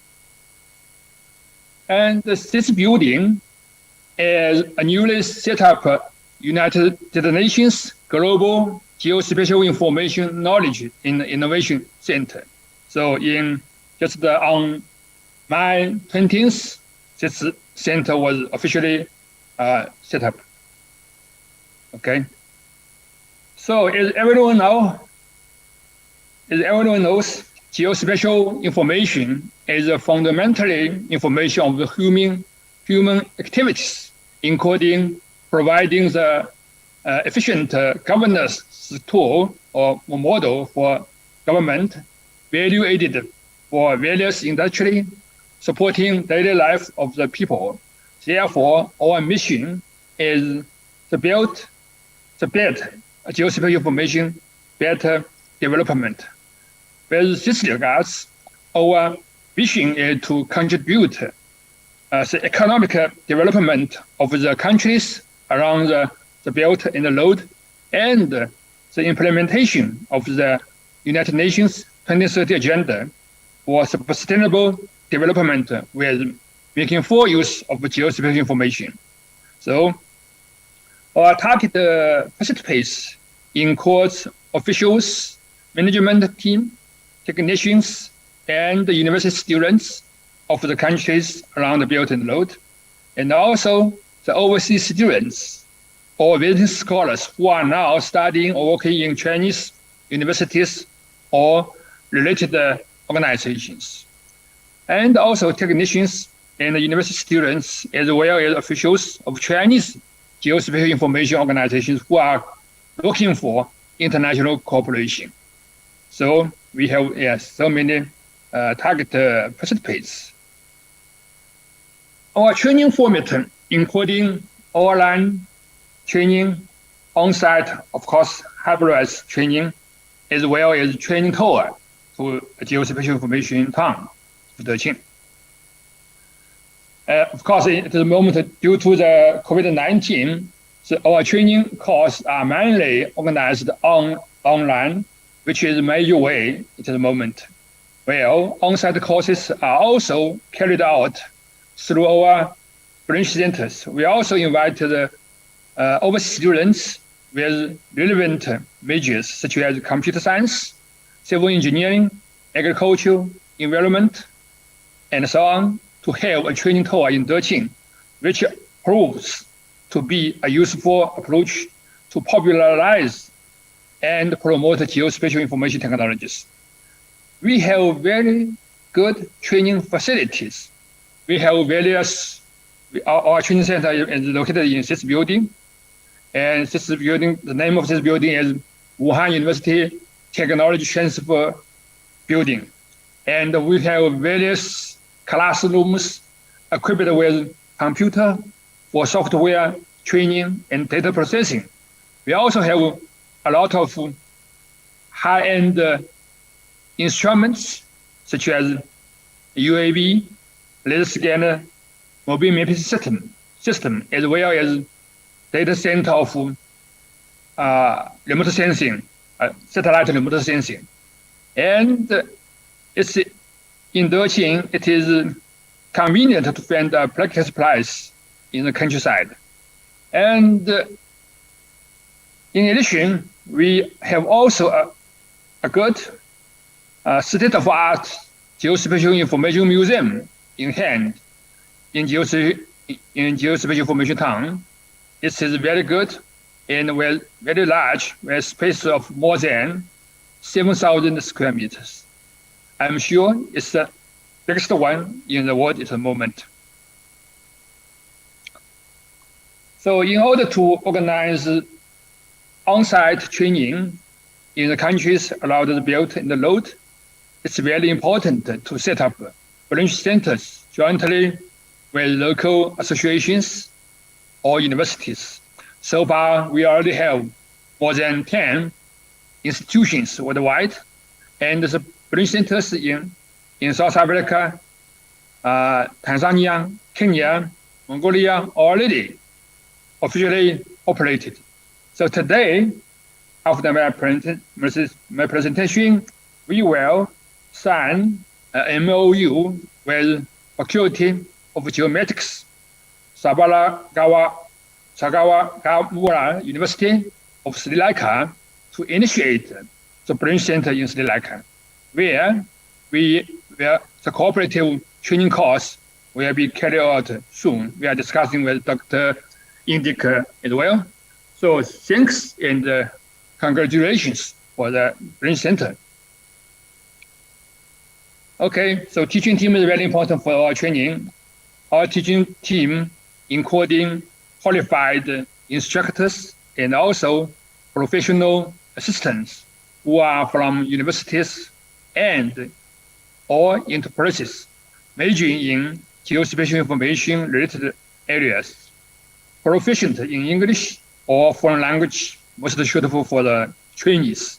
And they also are familiar with training skills, most of them from university as well.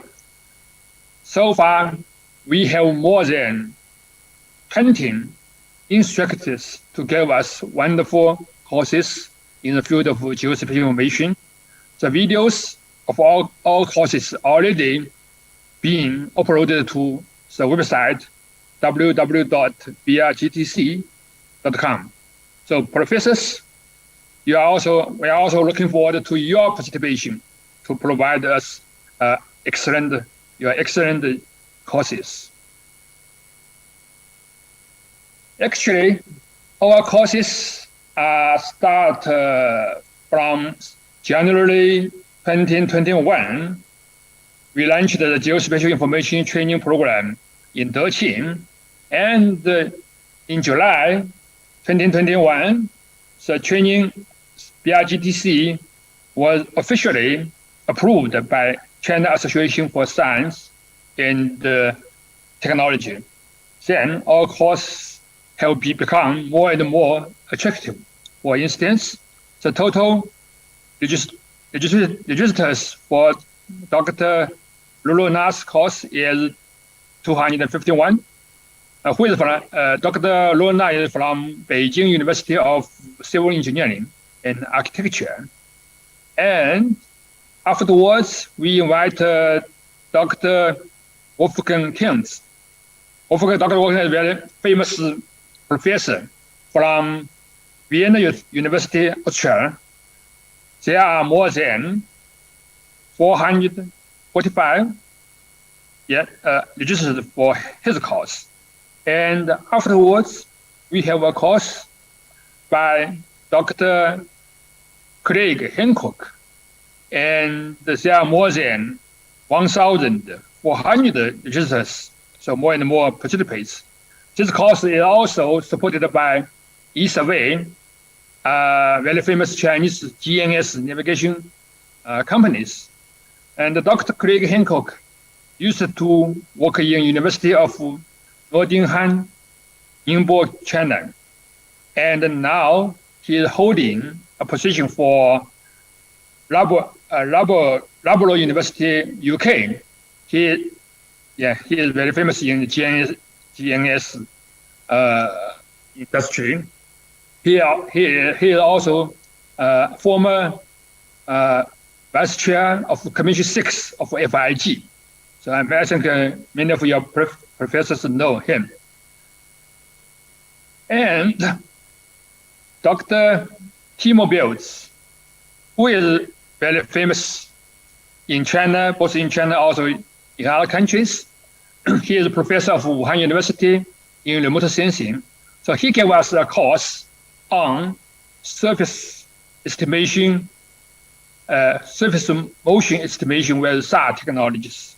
So the total registers for his course is more than 2,500, very attractive. And in early this year, we also invited some experts from company to give us courses. So this course is supported by PIEZ, a very famous Chinese public company in the field of remote sensing. So there are also more than 2,000 registered from 93 countries. Okay, and nowadays 3D modeling is an attractive topic. So we invite Professor Hongchao Fan from Norwegian University of Science and Technology gave us a course on it.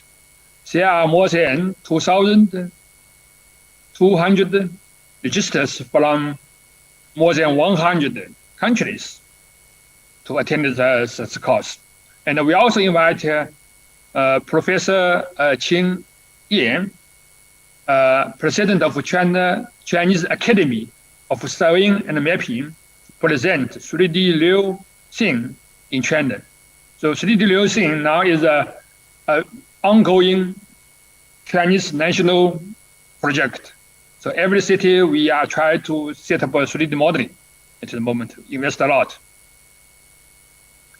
Okay, in July this year, we cooperated with our brain center, Mongolia Brain Center. For the Mongolia Brain Center, we cooperated with Mongolia Geospatial Association. Then we jointly organized a hybrid training course on agricultural remote sensing. So the instructor is Professor Jingfeng Huang from Zhejiang University. Okay. And we just completed a course, just last week, we completed a course on ocean remote sensing last week.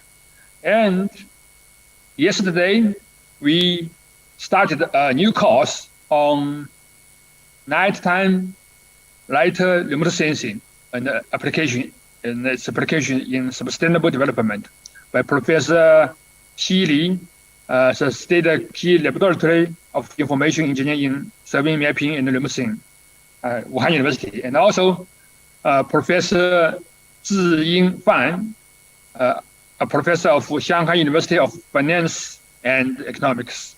So this yesterday is the first class for this course. It's very interesting. This course is very interesting and attractive worldwide. Okay, so today, from Beijing time, 7 p.m. today, we will start a new course called Hydrogeodesy by Professor Wagner from Hohai University, China. So he will give us a course, totally 16 class hours. So you are welcome to participate. Afterwards, I will send the poster in our WeChat box. Then you can register and participate. It's a free course. Okay, for on-site courses, we work with our branch centers. So first course, on-site course, was held in Johannesburg, South Africa, with support of the University of Johannesburg. It's very successful. The officials from the President Office of South Africa gave a welcome address in the opening ceremony of the course. And the second, just now you see from the video, the second course we were held on-site course we held in last December with support of Sokonia University of Agriculture, Tanzania. We also have a very successful on-site training course in Tanzania. And the Tanzania National TV station released this event for the training. So now, after training, we keep a very close relation for the cooperation, even for science and technology, for research projects, but also for some real service project as well. And just 2 weeks ago, we had a 3 days course, on-site course regarding structure health monitoring and geohazard monitoring in Kenya. So we invite 3 professors, one from UK, as I mentioned, Professor Dr. Craig Hancock, and also a local expert, Dr. Franks, and also a Chinese professors, Dr. Karen Dan, gave a training course on the monitoring applications. So, this is also about as I mentioned, the training tour is also a very good approach to promote geospatial information technologies. Normally, we arrange 1 or 2 days courses, mainly designed for overseas students or business scholars who are now studying or working in Chinese universities or related organizations. And we delivered fundamentally knowledge of the latest technologies of geospatial information, and also arrange our students to have a Deqing Geospatial Information Museum tour, and also to visit some companies in the town. So it's very interesting and attractive for the overseas students. Even after this training tour, many overseas students would like to change their major from traditional technology to the geospatial information technologies. So it's a very good approach for our courses. Meanwhile, we signed an MOU with the university as a geospatial information practice space for overseas students, something like that. Okay. So this is a course, the training tour last October.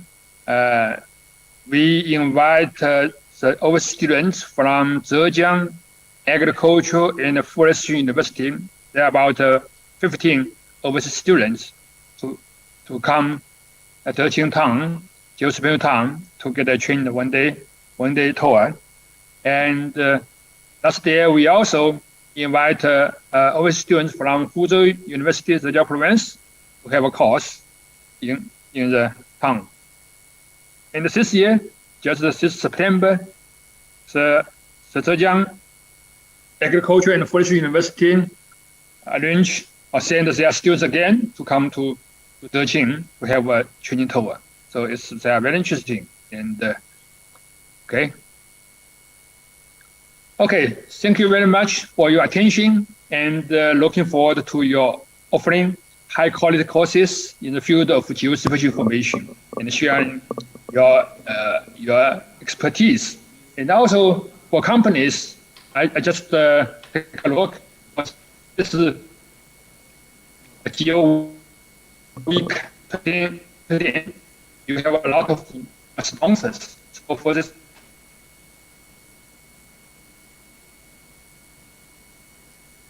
and solutions. So thank you very much. It's the website of our training center. It's my email address. Okay, thank you. That's all for me. Thank you very much, Professor. Actually, Okay. it is very proudly say that today the Faculty of Geomatics, Sabaragamuwa University of Sri Lanka is going to sign a memorandum of understanding with the Belt and Road International Geospatial Information Training Center, China, with the view to share the expertise, knowledge, and experiences in both centers. Thank you very much again, Professor Hansning, and also especially Professor Shen Shao for this great opportunity. And now I cordially invite Mr. Vipula Aberatna and also Professor Hansney to sign already this print out. yes, memorandum in between these two institutions. Okay, so I will sign and then show. Yes, sir. Yes. Okay, good, good. Sorry.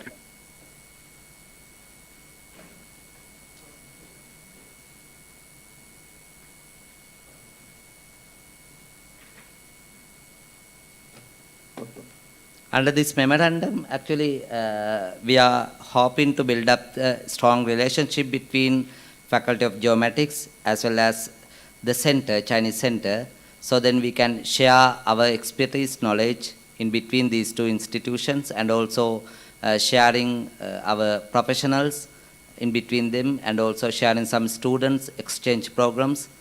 We hope to build up this relationship in the future. Yes. Yes, sir. Okay, looking forward to your visit. Yes. Once the COVID-19 is over. Yes. Yes. As well as actually we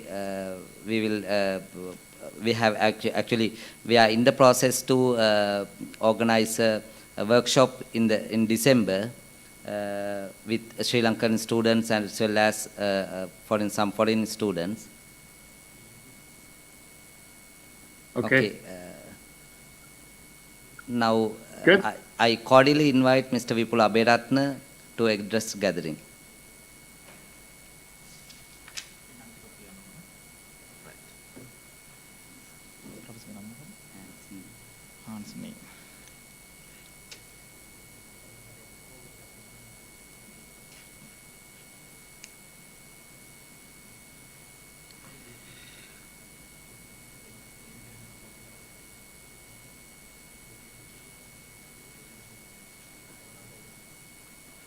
Yes, good morning to my Sri Lankan colleagues and good evening to our Chinese delegates.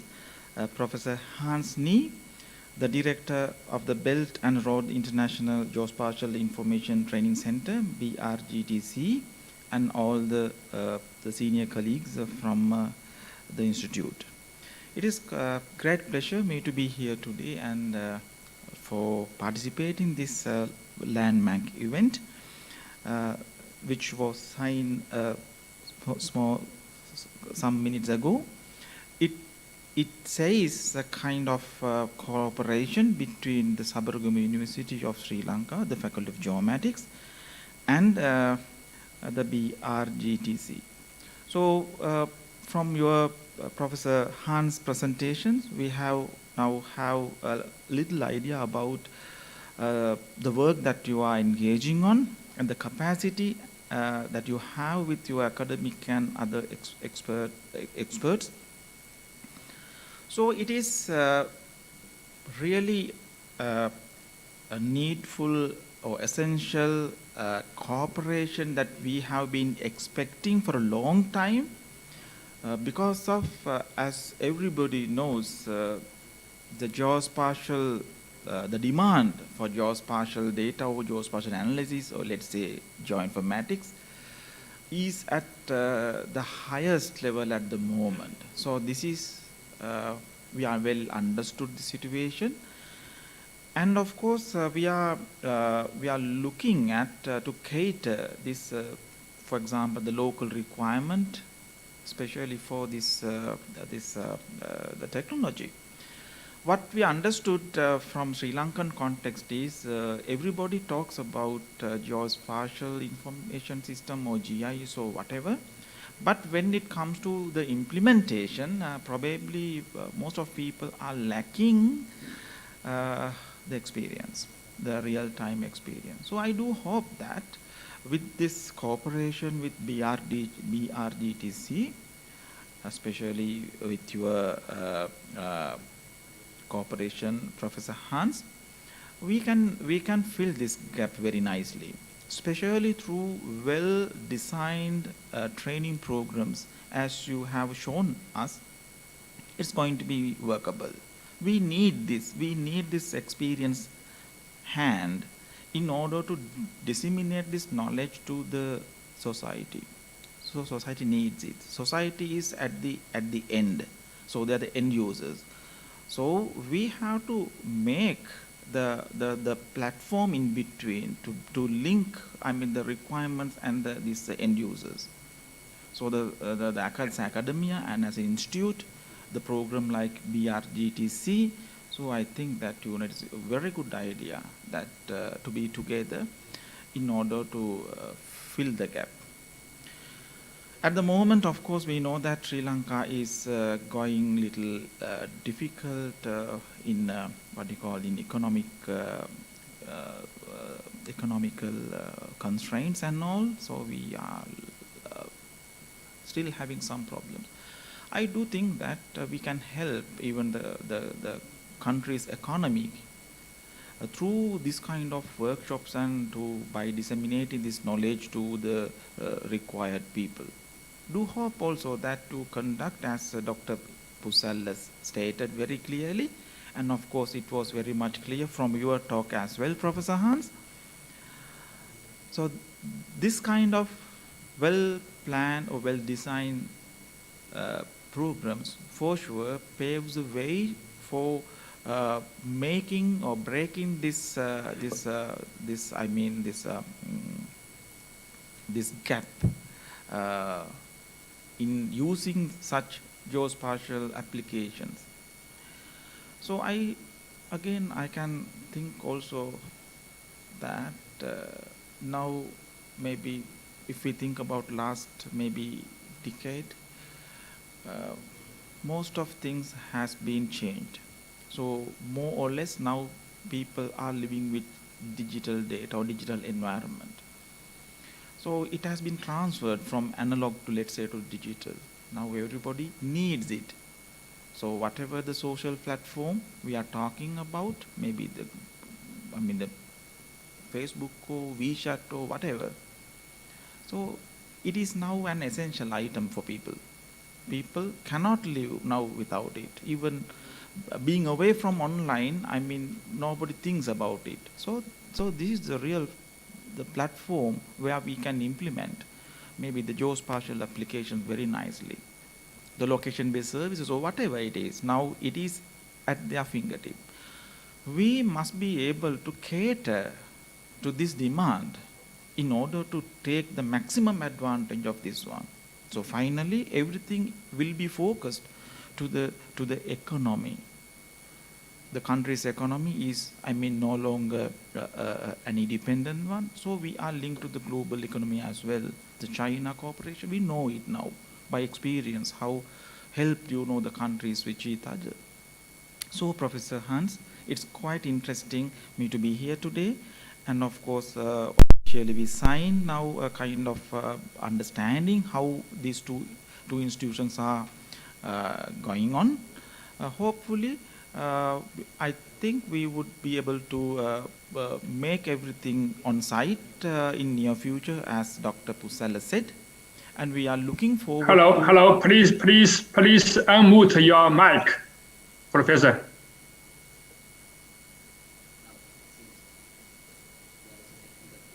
Right. Talk from the starting. Yeah. Sorry for that. The technical failure, or these problems are inevitable. Yes.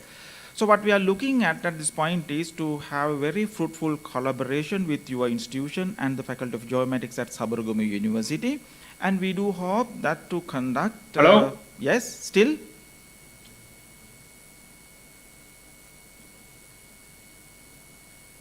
Just ask them whether I'm audible or not. Professor Hans... now it's okay. Am I audible? Yes. So... Okay. Let me start it again. Yes. yes. Just now, no voice. Okay. Now it's okay. Yeah. It's okay. Yes. So this is also including in the understanding. Yes. Yeah. So what I was telling you is, so this collaboration, of course, it is very essential, and we do hope that to make very fruitful collaboration with BRGTC, especially in order to maybe conduct well-designed workshops, training programs, and exchange programs, maybe staff, maybe the students, up and down. Yes, we always open our gates for you, right? You can come to my faculty at any time. Yes, you are welcome to the Faculty of Geomatics for sure. So then, just to conclude my little talk, so let me appreciate the effort has taken by Dr. Pusalla in order to link these two institutions together. And of course, I must be very much thankful you, Professor Hans, for your for the acceptance of this this joint work with Sabaragama University Faculty of Geomatics. Yes, my wishes are I can convey to the this MOU, and looking forward to go ahead with this agreed understanding between the Faculty of Geomatics of Sabaragama University and BRGTC. So thank you very much, Professor Hans and the team, and of course Dr. Pusalla, for the effort you have taken for making this joint venture. So thank you very much again. Best wishes for the collaboration. Thank you. Thank you. Yeah. Thank you very much, sir. And also thank you very much all for this the participation of this initiation between Chinese Center and Faculty of Geomatics. Actually, this initiation, using this initiation, we will share our experiences in between these two institutions, as well as some other technical and applications also. Thank you very much. Once again, I thank and I highly appreciate Professor Hans Nee to participate in this event and his nice presentation on this. Thank you very much, sir. Thank you.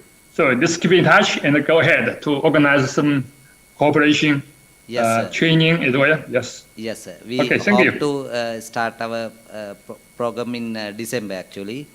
Yes. I will share with you some proposals and also things. Yes, yes. And China Association for Science and Technology also sponsors some kind of event yes, cooperation. Yes, sir. Yes. Let's go ahead. Right. Yeah. Okay. Okay, sir. Thank you very much. Right. Thank you. Okay, sir.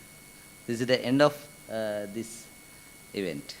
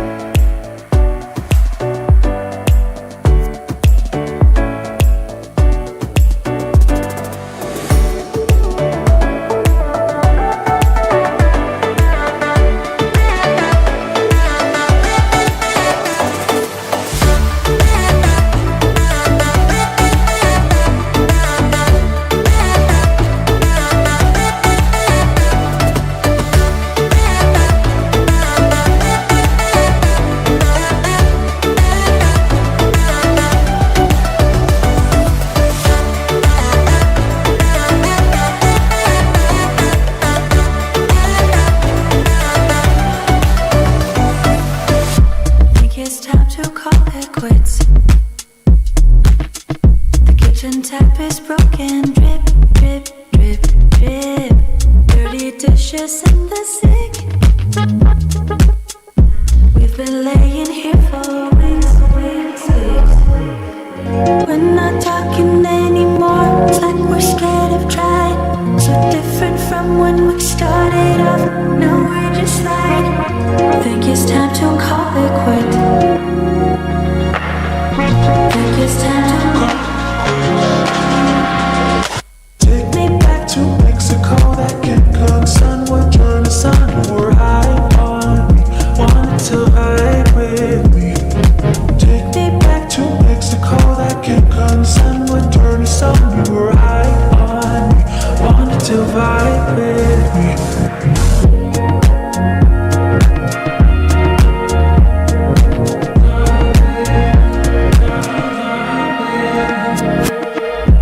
Loving you was such a bliss. That is something I will miss, miss, miss, miss. How do you feel for one more kiss? Loving you was such a bliss, bliss, bliss. We're not talking anymore. It's like we're scared of trying. So different from when we started off. Now we're just like, think it's time to call it quit. Think it's time to quit. Take me back to Mexico, that can cook sun, what turn the sun, we're high on me, wanted to vibe with me. Take me back to Mexico, that can cook sun, what turn the sun, we're high on me, wanted to vibe with me. Take me back to Mexico, that can cook sun, what turn the sun, we're high on me, wanted to vibe with me. Take me back to Mexico, that can come sun, what turn the sun, you were high on me, wanted to vibe with me.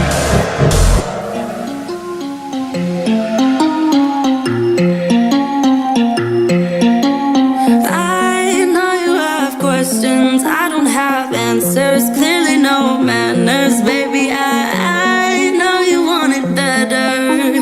Putting on the pressure. Cause pressure's gonna get the very best of me. I give a little something, doesn't come for free. Oh, I know you have questions, baby. Even if I try and try too hard, nothing's ever enough. Even if I try and try too hard, tell me what to do, say anything, yeah. Dive deeper, dive, dive deeper, yeah. Dive deeper, dive, dive with me, yeah. I know we could fly if we just try, if we just try. So come on, baby, dive deeper, dive, dive deeper, yeah. Dive deeper, dive, dive with me, yeah. I know we could fly if we just try, baby, try, try, try. You find it distracting, hold of our issues, rather die with you. We no longer talk when it gets hard, so it only gets harder. I know you are gonna get the best of me.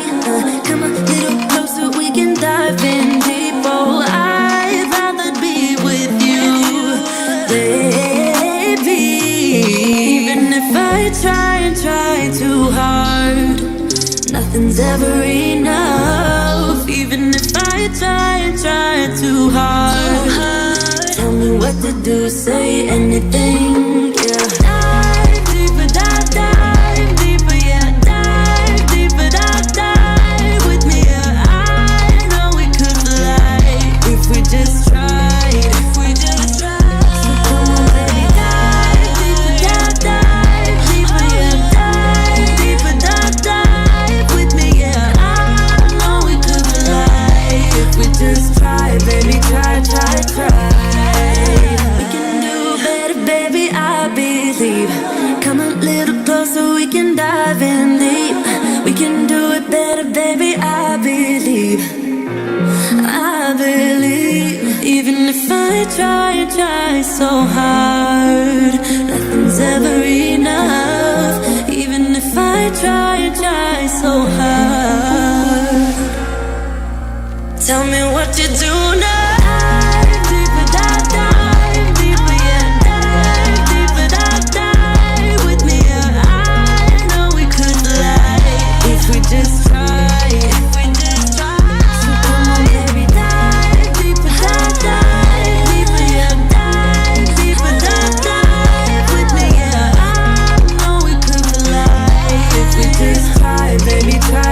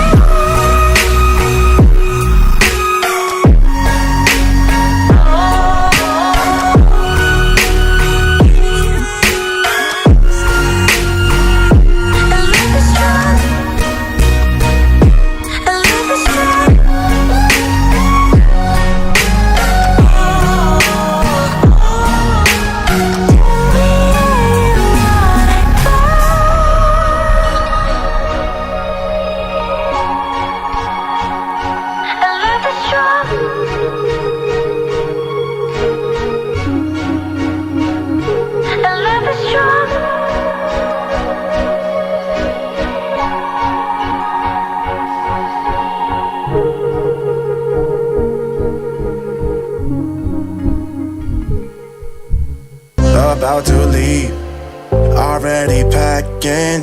Come with me, I'm not really asking. We'll get away to a place where we don't know. About to see the world in action, what we can be, life with no distractions. We'll get away, this is what we waited for. Take my hand, we'll make it somehow. We can't miss out.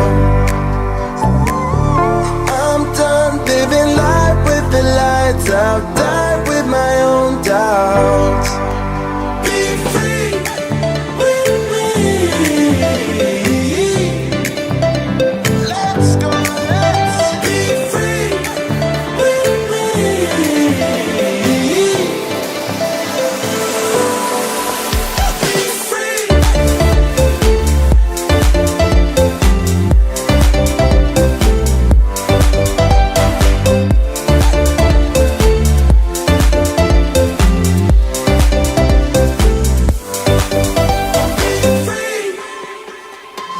Now looking back, eyes on the freeway, Bonnie and Clyde, a classic cliche. We're on the run, this is what we waited for. Take my hand, we'll make it somehow. We can't miss out. I'm done living life with the lights out, die with my own doubts. Be free.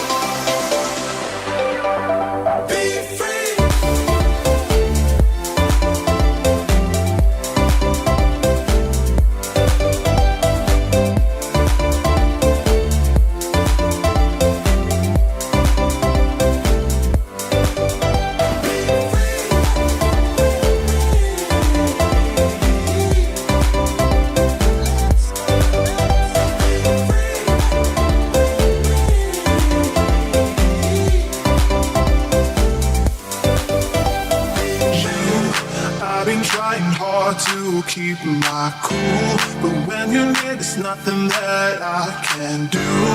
When you're walking in, I know it's true. It doesn't even matter how hard I try, 'cause when I hear your voice, my walls come down.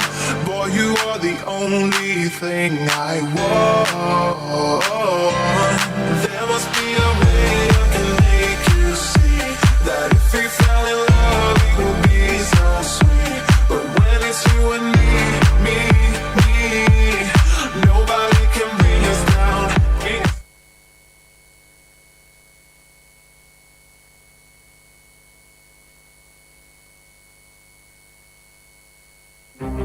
You may wonder who they are and what they do. Surveyors form the bedrock of our city. They are the first in line to formulate new development strategies and plans. They provide guidance on the use and development of land. A quick glance around our city reveals the contribution of surveyors on every hand. Surveyors also provide recommendations on the suitable development and use of different districts and advise on the construction budget and contractual arrangements as well. This could include things like the ratio of residential, commercial, and recreational facilities. During the development cycle, surveyors identify social needs, draft land use plans, prepare land documents, handle land disposal and allocation, carry out building designs, and estimate the cost. They oversee construction and control cost, act as agency and sales office liaison with corporate clients. They also play a vital role in operations, management and maintenance, and redevelopment. Since 1984, the professional members of the Hong Kong Institute of Surveyors have been contributing their skills and knowledge to the success and prosperity of our city. The results of their efforts are there for all to see.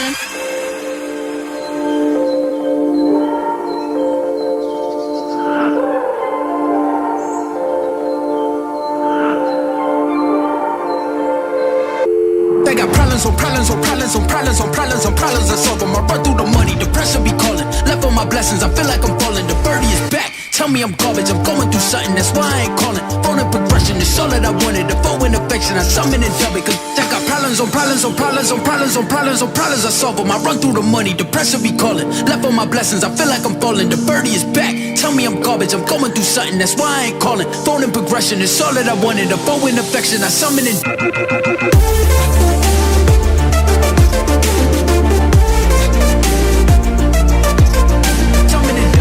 it.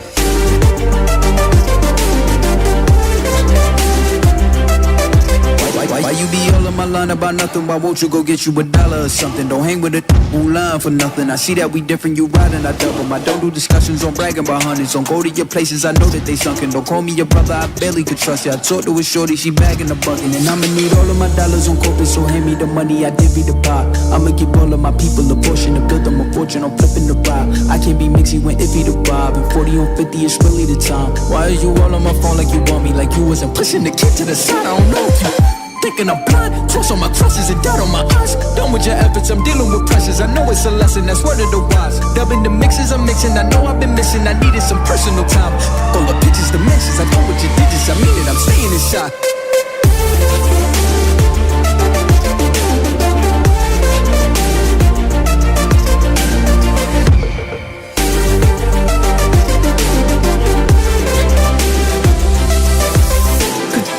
On problems on problems on problems on problems on problems I solve them. I run through the money, the pressure be calling. Left on my blessings, I feel like I'm falling. The birdie is back. Tell me I'm garbage, I'm going through something, that's why I ain't calling. Phone and progression, it's all that I wanted. The phone and affection, I summon and dub it. Cause I got problems on problems on problems on problems on problems on problems I solve them. I run through the money, the pressure be calling. Left on my blessings, I feel like I'm falling. The birdie is back. Tell me I'm garbage, I'm going through something, that's why I ain't calling. Phone and progression, it's all that I wanted. The phone and affection, I summon and dub.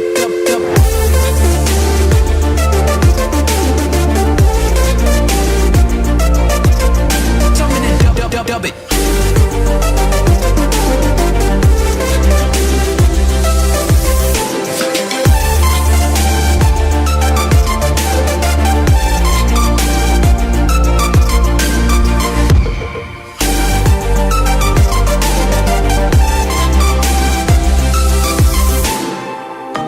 Gotta get it right now. Yeah, push over the limits with you right now.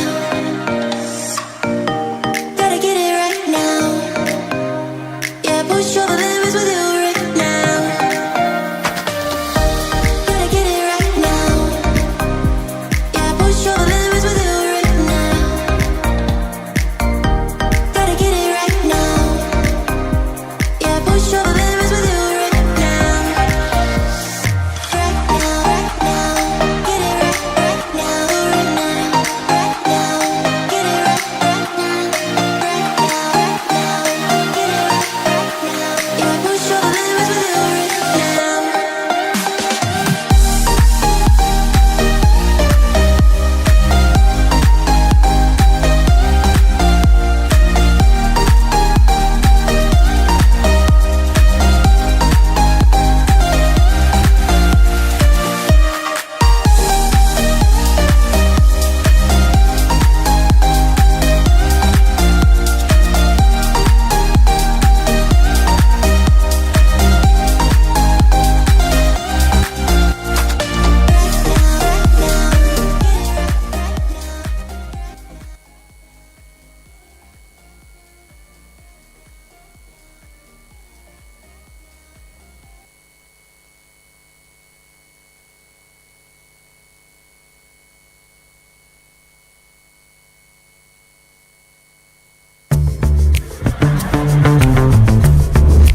Esri, the leader in location intelligence, is offering a totally new way to build apps for developers around the globe.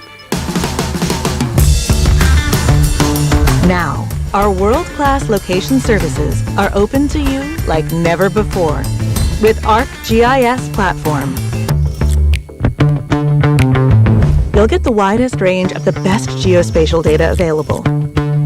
With ready-to-use maps you can customize for any need, like routing and directions, or geocoding and search. and high-powered visualization tools with spatial analytics that let you reveal patterns and relationships using any API you want. Plus, you can easily make the switch with your existing apps and only pay for what you need. You'll also get lots of exceptional APIs for maps to help you build groundbreaking apps fast. With ArcGIS Platform, Esri location services and maps are yours to build apps with, giving you the power to map a better future.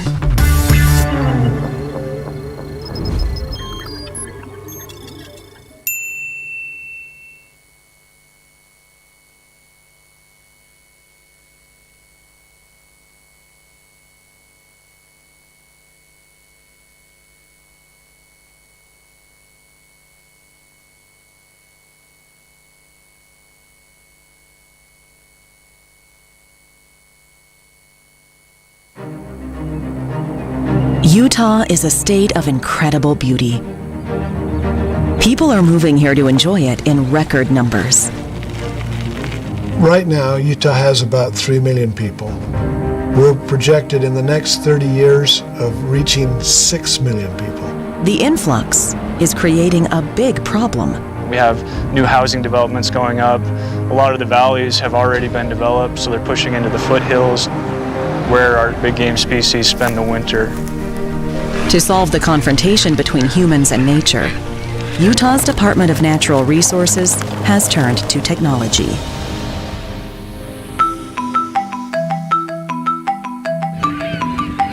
The edge of Utah's Great Salt Lake is a conflict zone. The lake is home to nearly 20,000 white pelicans. But next to the lake is bustling Salt Lake City International Airport. Planes have crossed paths with airborne pelicans with deadly results. So the airport asked Utah DNR for ideas to avoid these dangerous collisions, and they devised a plan to map pelican flight patterns. It starts with capturing a bird. First, DNR scientists bury harmless leg holds on this small island, a favorite pelican rest stop. Then they retreat and wait. Hey, it looks like we got one.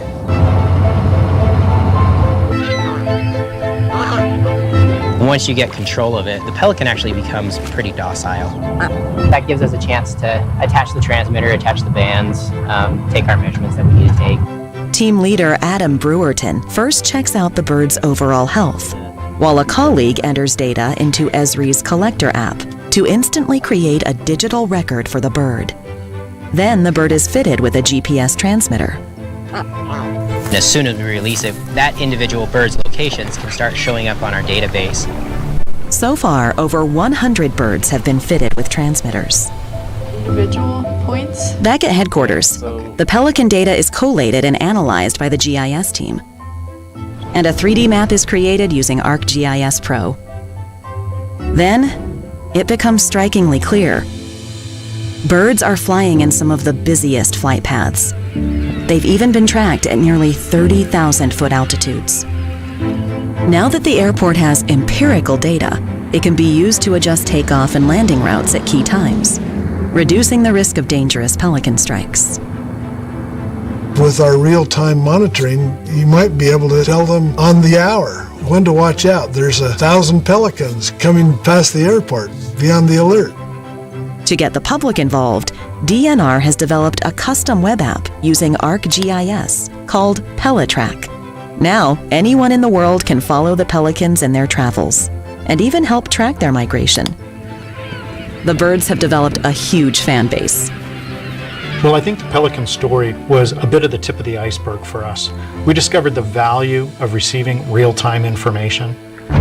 But more important than that is we begin to see the value of new capabilities at DNR. Another area of potential deadly contact between humans and animals is on Utah's busy roads and highways, which frequently cross deer and moose migration routes. It's not well understood that we may kill as many mule deer with cars as we do with guns. To solve the problem, a mule deer is restrained with a harmless net, then fitted with a tracking collar. Thousands of animals have been fitted in this way. Using the collected data, ArcGIS maps reveal the animals' seasonal movements, pinpointing spots where they're most likely to attempt to cross a highway. This data is shared with the State Department of Transportation. They'll put fencing in to keep the animals off of the road and then put crossing structures to move the animals across the highways. Crossing structures like this soon to open wildlife overpass, as well as over 50 tunnels. They adapt to the locations of these wildlife crossings over time so they can still make the movements they need to. And that combination of mitigation measures typically reduces wildlife vehicle collisions about 90%. DNR also relies on ArcGIS to restore damaged natural habitat. Another concern as we grow in population is having adequate water. I literally had a sleepless night worrying how are we going to plan for and take care of the growth. We've been in a continual drought. We're getting continual fire, so we started our watershed restoration initiative. The initiative is restoring degraded land to a more natural condition. Thirsty, unwanted plants and trees are removed and replaced with native grasses that restore the soil and keep it hydrated.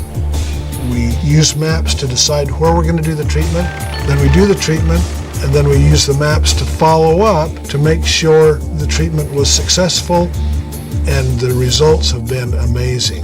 We've created lands that are resilient to fire, over 2 million acres of improved landscapes. Esri's ArcGIS platform has become an essential tool for Utah DNR. There are real challenges that we're facing, but it's very easy to reach the right conclusions when your map tells a very clear and concise story. We can't do our job without the insight that GIS delivers. Our impact is greater now. ArcGIS is a game changer for us. And it's helping humans and nature live together safely in the state of Utah.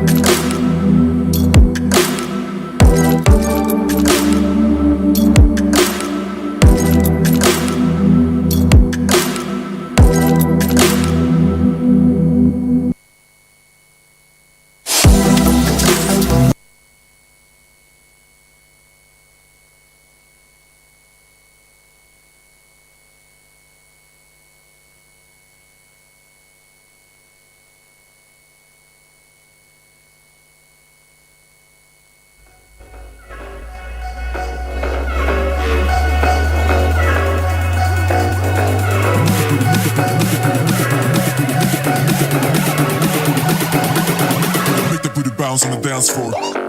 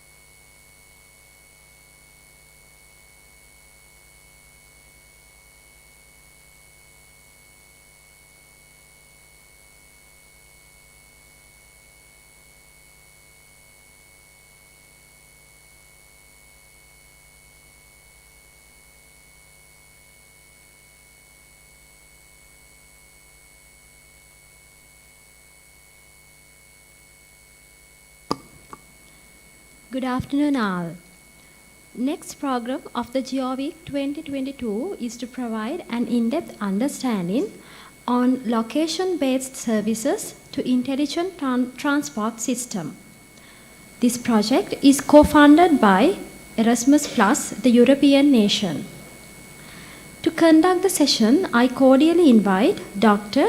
Nishamani Ranasinghe, a member of the project and a senior lecturer for the Department of Surveying and Geodesy. Madam, the session is over to you.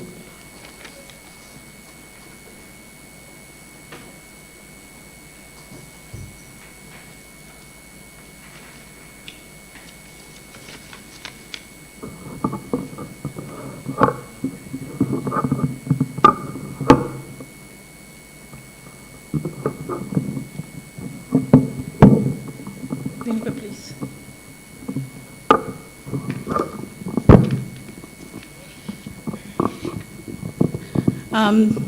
Thank you, Manmi. Thank you very much. Good morning, good afternoon, good evening, everyone, depending on your local time. The LBS to ITS location-based services to intelligent transport system project is funded by the Erasmus Plus program of European Union, focusing on the curriculum enrichment delivered through the application of LBS to ITS.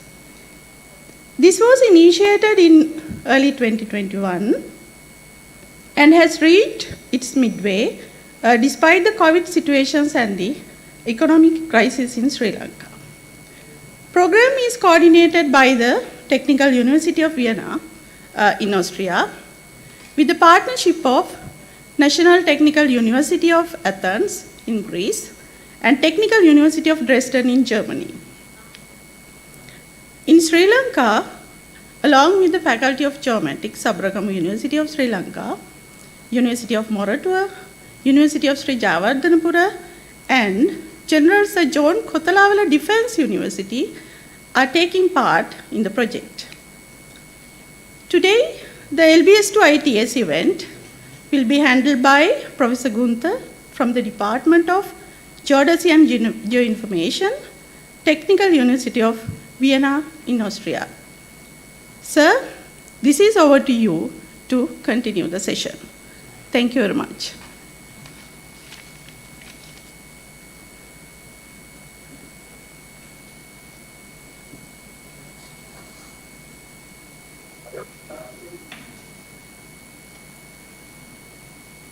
Good afternoon to Sri Lanka. It's early morning here, and we start with the presentation soon. And I invite the coordinator, Jelena Gabriela Majic, to start with the presentation. Thank you. Thank you very much. I'm very honored to be able to present to you guys in such a big number. Jelena, we can't hear you very well. Oh no. Let me see what I can do. Do you hear me better now? The sound is very low. No, Gunther, we can hear you. Yes, but Jelena is speaking now. Can you hear me better now? So the voice is not very sound, Jelena. Okay. Now? So from your end, can you raise up the volume, Jelena, please? Yeah, I'm raising it. Can you hear it now? Yes, it's better, but still very low. Yeah, very low. Okay. Is it maybe better? Sorry? Is it better now? Yeah, it's a bit better. Let's try. Okay, so we'll do this without headphones. Please, if you cannot hear me again, let me know so I can make some change. So I will share my screen again and repeat that I'm very happy to be here. So actually, Gunther was the project coordinator until recently. However, now I have taken over the project, and of course Gunter is still very much involved and working with all of us, which we are very thankful for. So as the professor introduced, this is... Excuse me, Jelena. Can you please closer to your device? Yep. Sorry, yeah. Now, better? Not yet, Jelena. Okay. I don't know what to do. Give me a second.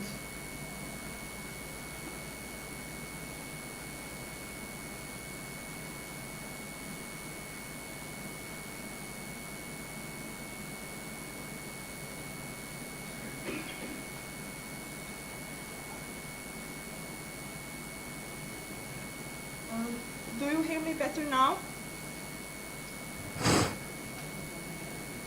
No, not nothing really. different, yeah. Nothing different.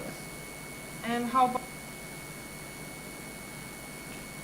now? Is it better? Still not. Yeah, still not very, it's still quite low. Okay. We are working here on my end.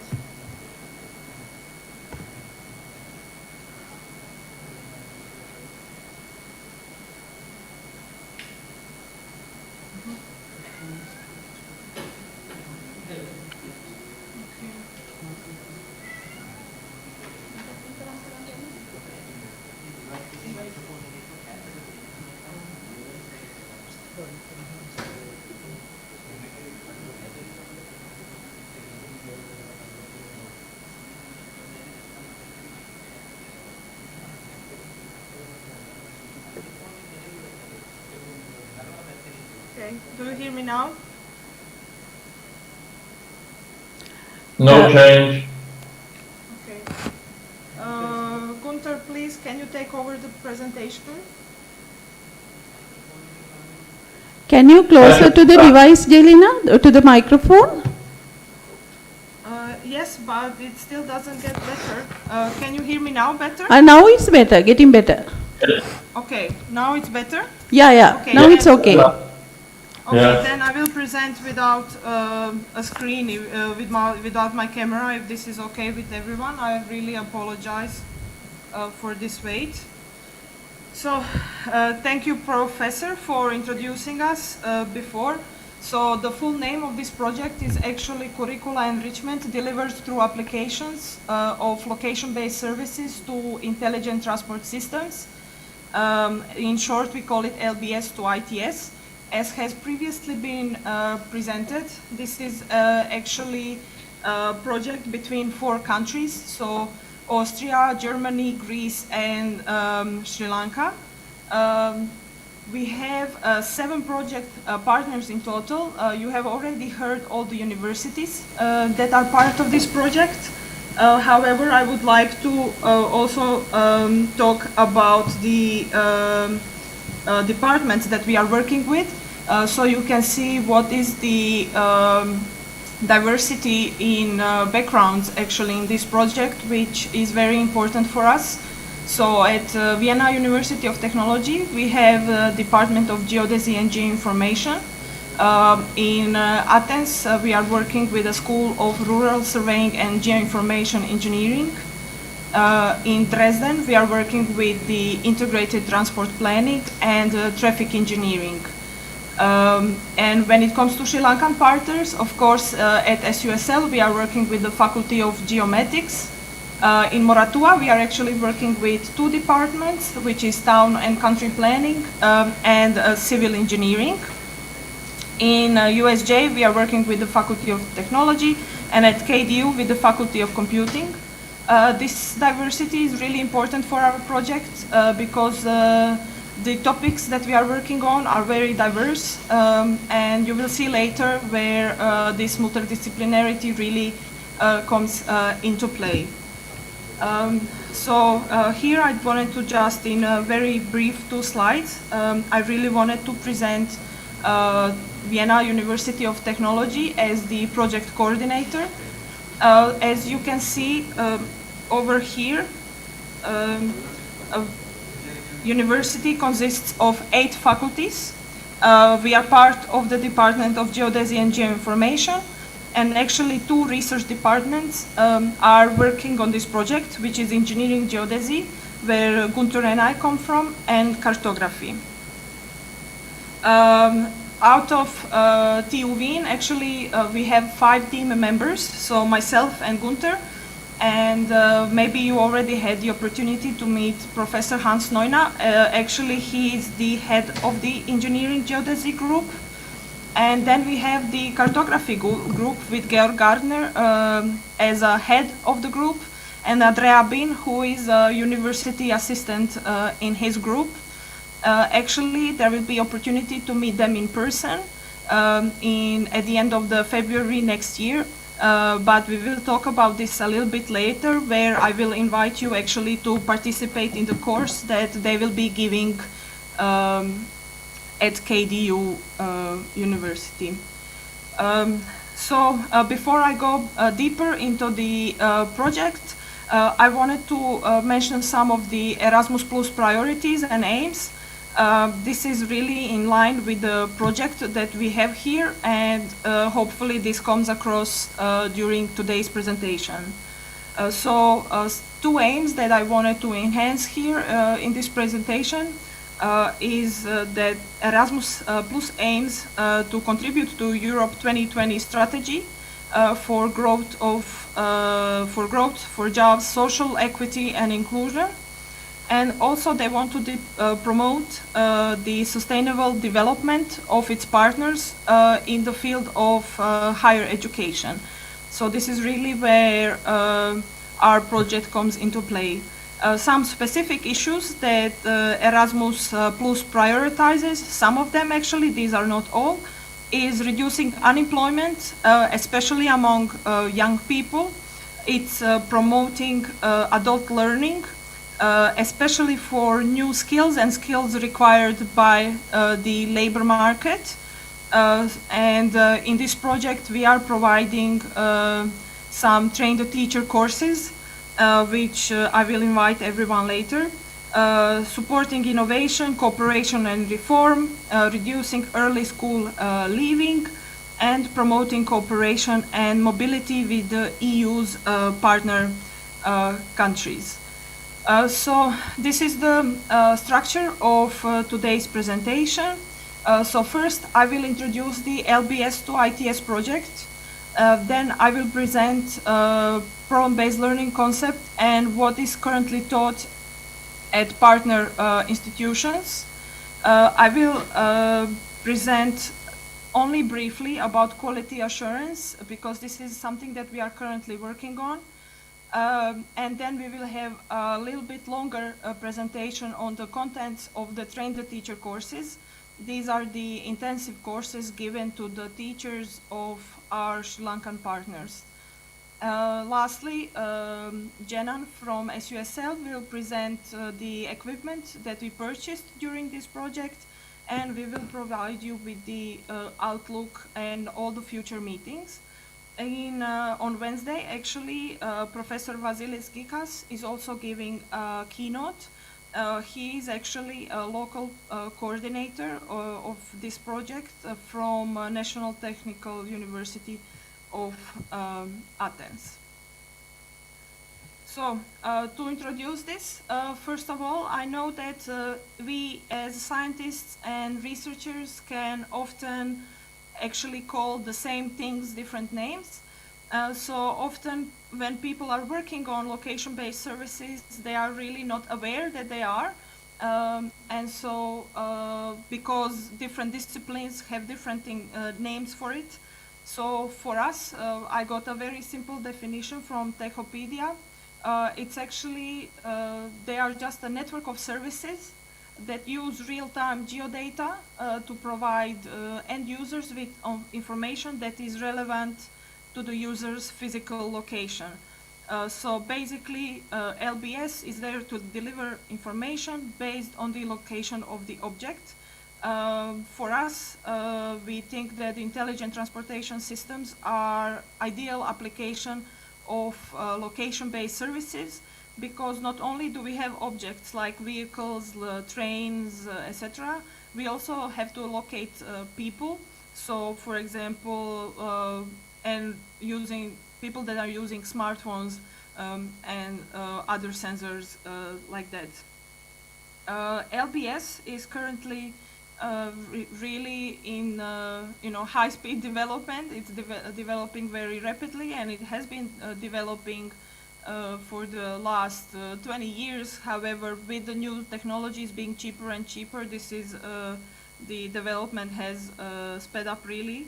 And so with this development, what we think is needed is actually that we need to train the next generation of skilled professionals who can leverage these new capabilities. So the idea of this course, of this project, is that we, in collaboration with our Sri Lankan partners, we train the teachers, and which we are doing now in the phase 1 of the project. Phase 2 of the project is starting actually, let's say, next year. We still need to finish some of the work from the phase 1, but then we are really going into the actual curricula development that will then be given to students in pilot courses that our Sri Lankan partners will offer at their institutions. So, of course, the topic is very clear of this project. Why do we want to work on such topic in Sri Lanka? But of course, this is valid for other countries as well. I mean, all of us are facing transportation challenges that are related to social, economic, and environmental concerns around road safety, pollution, and transport inefficiencies. So to be able to educate the next generation of engineers that will then go out into the workforce and work on these things is actually the main goal of this project. It's maybe a long-term goal of this project. So some short-term goals or aims of this project is actually to offer curricula enrichment that delivers to the application of LBS to ITS. Some major aims in education in these domains include geodesy, geomatics, dealing with positioning, navigation, and timing, and sensors. Location-based services including cartography and GIS, and also smart transportation and mobility.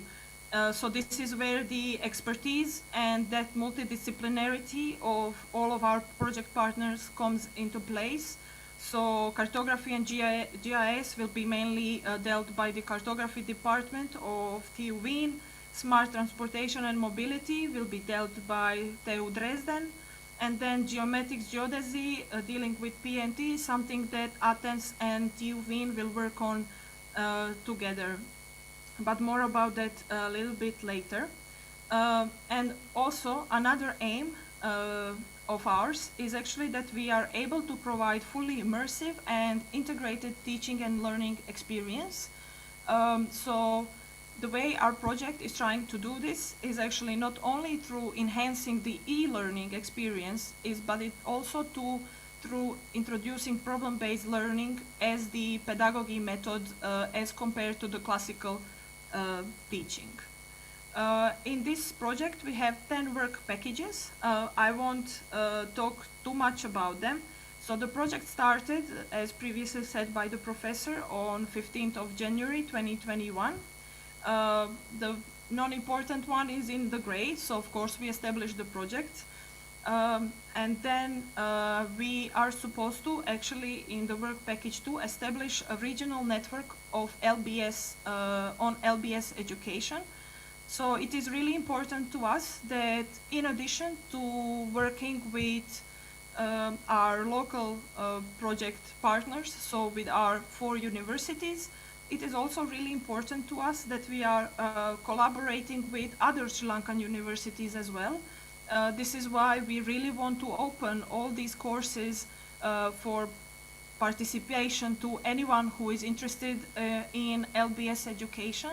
I will later show you some of the meetings that are upcoming and that you are completely free to contact me and say that you want to attend, and we will make this possible for you guys. Another thing, this is a work package that's actually led by SUSL, the host of this event, and they are making a database of all the educational institutions that are working on LBS, so hopefully you can help us with this.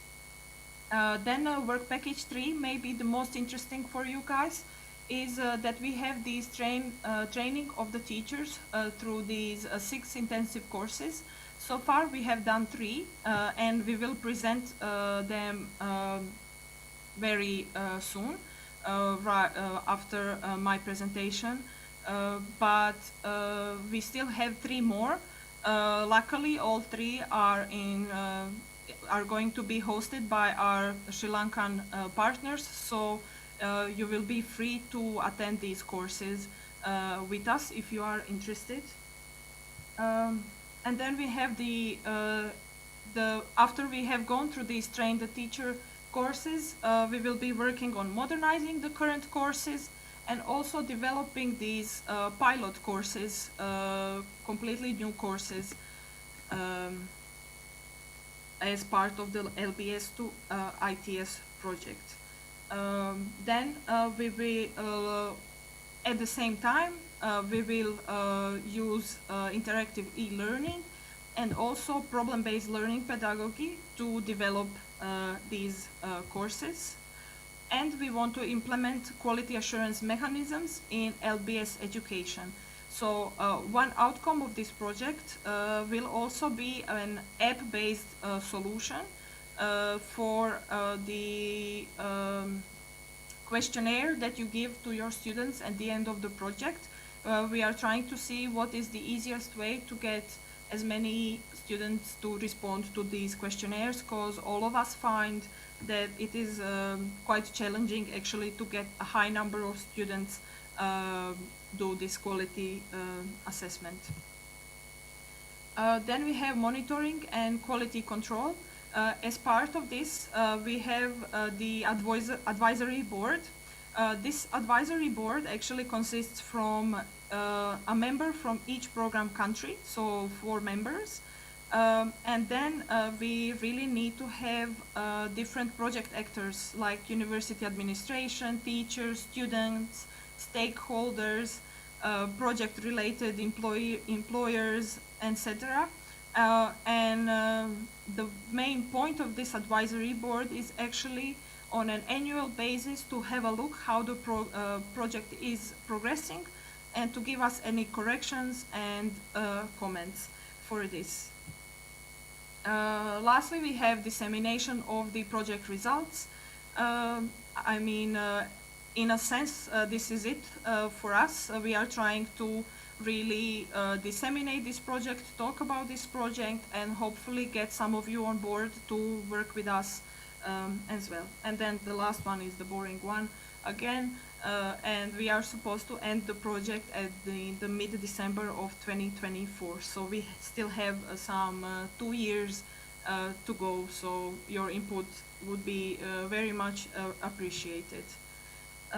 When it came to deciding which topics we will work on in the Train the Teacher courses, but also which topics we want to modernize in our new courses, we did a courses survey. So all of our local partners filled out a questionnaire on the courses that they are giving related to LBS already. And there was a rubric where they had to put name the topics that require further development that they are hoping to get from the LBS to ITS project. So 24% of the courses are interested in modernizing or adding topics on transport planning. As you can see, 3 main topics here, like logistics corridors, regional road and railway infrastructure networks, and sustainable urban transport planning. 17% of courses were interested in topics of smart cities, so mobility and smart infrastructure. And so, again, 17% were interested in further developing LBS, so in intelligent transport systems, application for environmental impact identification, social media analytics, individual carbon footprint reduction strategies, and land use and accessibility interaction models. For PNT, 9% of the courses were interested, so I could have put PNT and LBS in a way together. However, I really wanted to make a differentiation. So here we are talking about topics like multi-sensor positioning, alternative positioning, navigation and technology, smartphone positioning, and low-cost sensors for positioning, such as the sensors that are mounted on the smartphones. And lastly, other three topics quite important were visualization, data spatial analysis, and interdisciplinary study projects. So based on this, and we have 6 train-the-teacher courses. First one being transport system planning for smart cities. This was held at University of Moratua. Then we had estimation theory and processing of spatial data. This one was sadly, due to the crisis in Sri Lanka, it was held online, so we did not get to meet our partners in person. And then just recently, not even a month ago, we had data and models in transportation. This course was given in Dresden, Germany, so our Sri Lankan partners traveled to meet us in Dresden. We will hear more details about these 3 courses very briefly. And then the 3 upcoming courses, as you can see, first one being LBS and multimedia cartography. It will be held from 20 to 24th of February at KDU. Then we will, in April or May, we will hold alternative PNT technologies, and this will be hosted by SUSL in Belihulua. And our last train-the-teacher course will be held in July. So this will be on smartphone positioning techniques for indoor and outdoor localization, and this will be hosted by USJ. So we are trying to really be active on social media, and we are still working on our website. Please, if you can, follow us on Twitter. So if you are interested, you can get some updates on the project. Maybe you can contact us via Twitter or Facebook. We are also on ResearchGate, where we try to where we put all the papers that we have published that are related to this project. And here on the right, you can see one of the posts that we did on Twitter when this Train the Teacher course in Dresden ended. So I would like to use this opportunity, because I really have a lot of you here, to invite you to collaborate with us. So this doesn't have to be something active in a sense where you make some work for yourself. It could be even just by attending any of these workshops.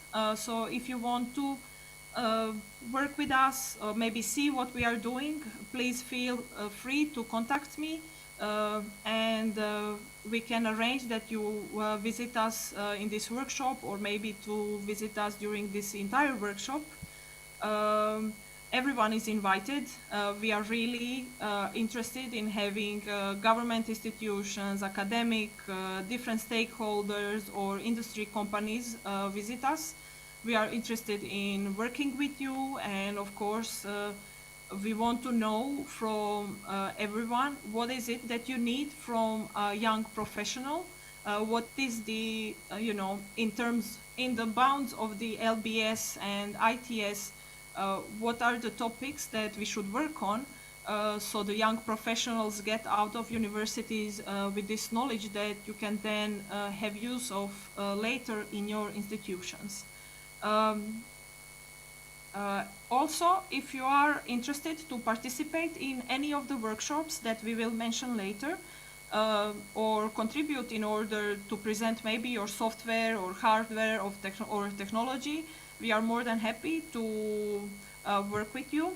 So far, we have had a very good experience with Suleco, and we really appreciate all the help and the cooperation we have had with them.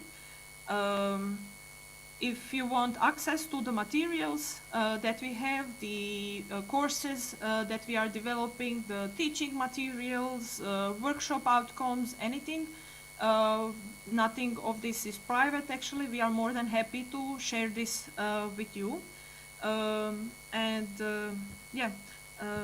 This is it. So these are my contact details, and I have also put the details of Professor Gunter Rescha. If you are interested in any of this, please just send me an email and we can start talking. So, I don't know if we should do any questions right now, or should we wait for the end of the presentation. If not, I can start with the next presentation right away.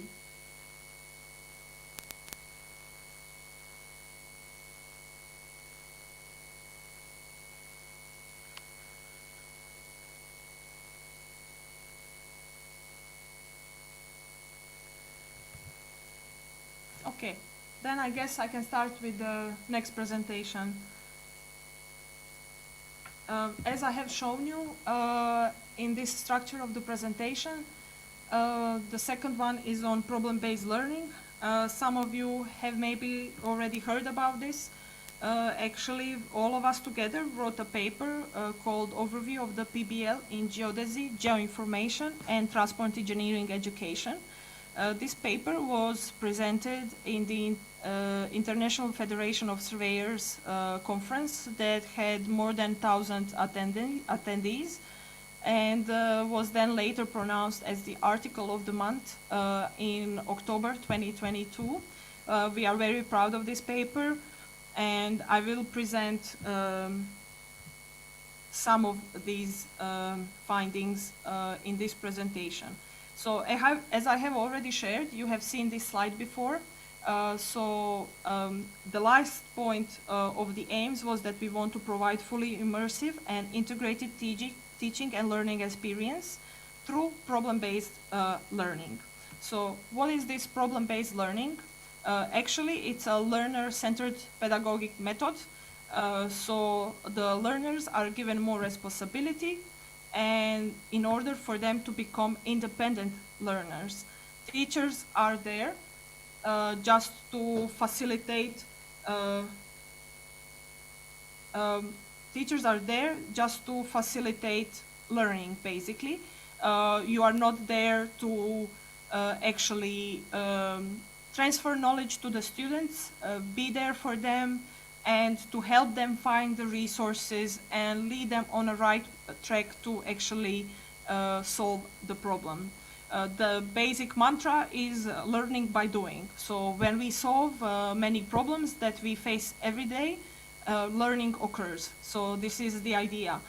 Problem-based learning is based on real-world problems, and this, of course, stimulates learning, integrating, and organizing this learned information so that we can ensure recall and future applications. So this is really important, and this is why we really like this pedagogy for this course, for this project, is because we want to create lifelong learners. So when they get out of the university, we want them to be able to learn anything new. I really, in the last bullet point, you can see that problem-based learning is not doing projects. So this really needs to be, these problems that the students are solving really need to be based in the real world and not a project in a sense where you give them the methodology they have to apply and like what's the problem, what's the methodology and everything, and they just have to follow the steps like the cookbook. Of course, these projects are still useful to learn some basic concepts, but the problem-based learning itself should be based on the real-world problems. So based on the literature, I have synthesized some of the cycle steps. So for example, first, the students are supposed to actually to define their own problem. In the real basic problem-based learning, students do this. However, in the literature, I have found that often these problems are actually defined by the teachers. In the second step of the PBL cycle, students are supposed to be self-aware enough to know how much they know. So they have to go through the a priori knowledge and they have to see how much is it that they already know, and if the problem given to them can be solved based on the knowledge that they already have. Of course, this can be any discipline of the background they have. So this is where that interdisciplinarity really comes into play again, because students are not bound to just one discipline. Then the students analyze the problem. They have a look at what needs to be done in order to solve the problem. And based on this, they define themselves learning objectives. So what is this theory that they have to learn in order to solve the problem in the end? Self-study section is actually really important. So this is the heart of the problem-based learning. Basically, students not bounded by a single discipline are able to learn from the available literature. So here, you as a teacher have to be available to them if they have questions, not to answer, exactly with the solution.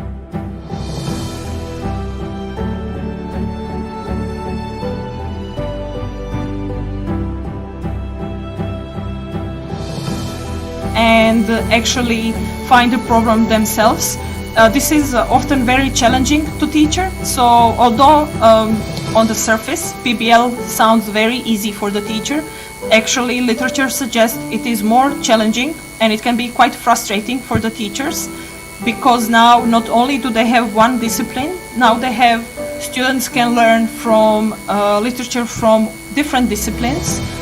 So they have to cooperate more with the students instead of coming to the lecture and just transferring knowledge to them.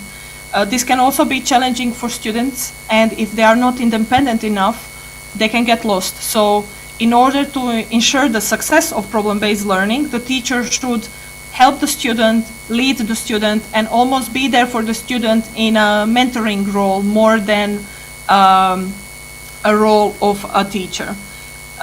So after this self-study, of course, we have 6 and 7, which are basically we solve the problem and then we present the problem and we are assessed.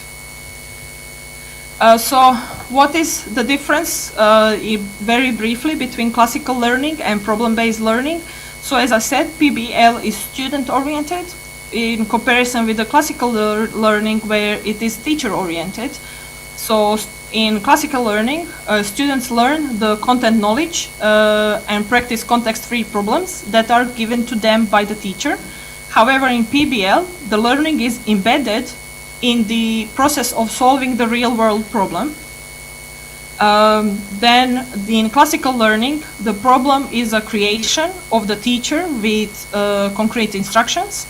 But in PBL, actually, it's a creation of a group of students. As I have already said in literature, this difference is a little bit blurred because a lot of PBL courses actually still have teacher defining the problem for the students. And then the biggest maybe difference in terms of the assessment is in the classical learning, usually through written and oral examinations, we are assessing the students' ability to reproduce the knowledge that has been told to them by the teacher.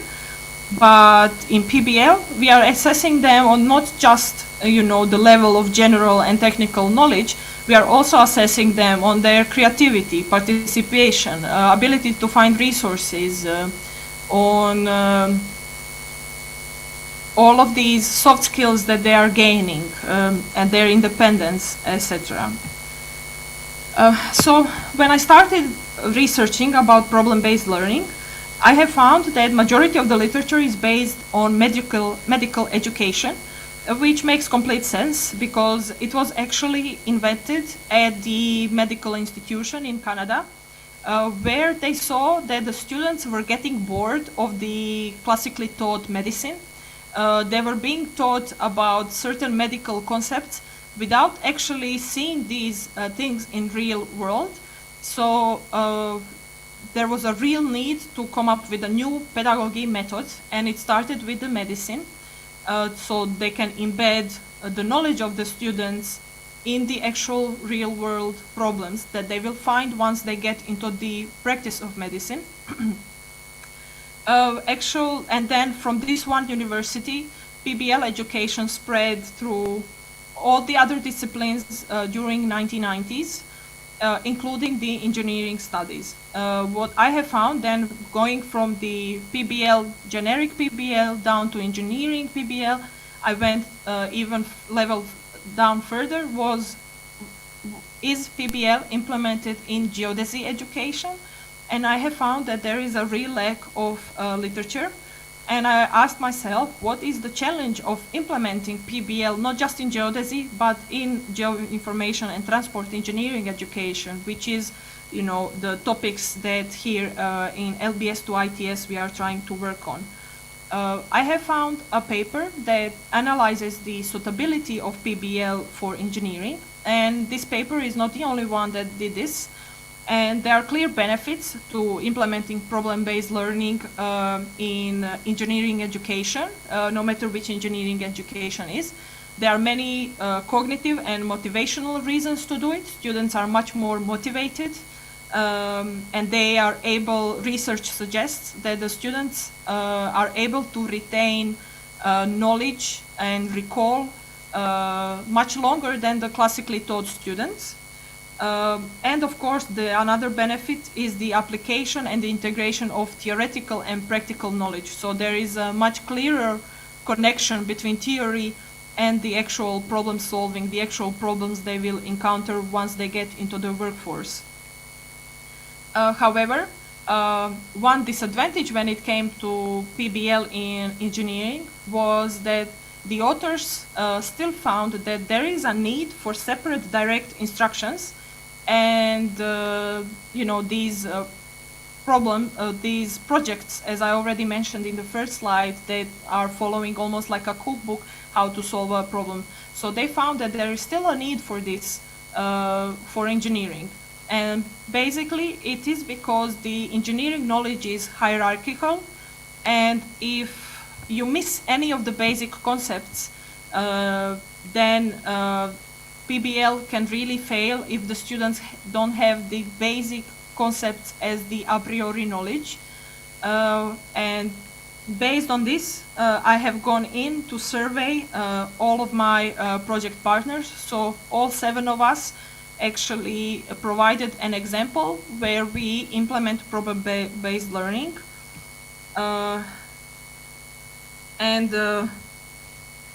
I have found that all courses still required a combination of PBL and classical lectures.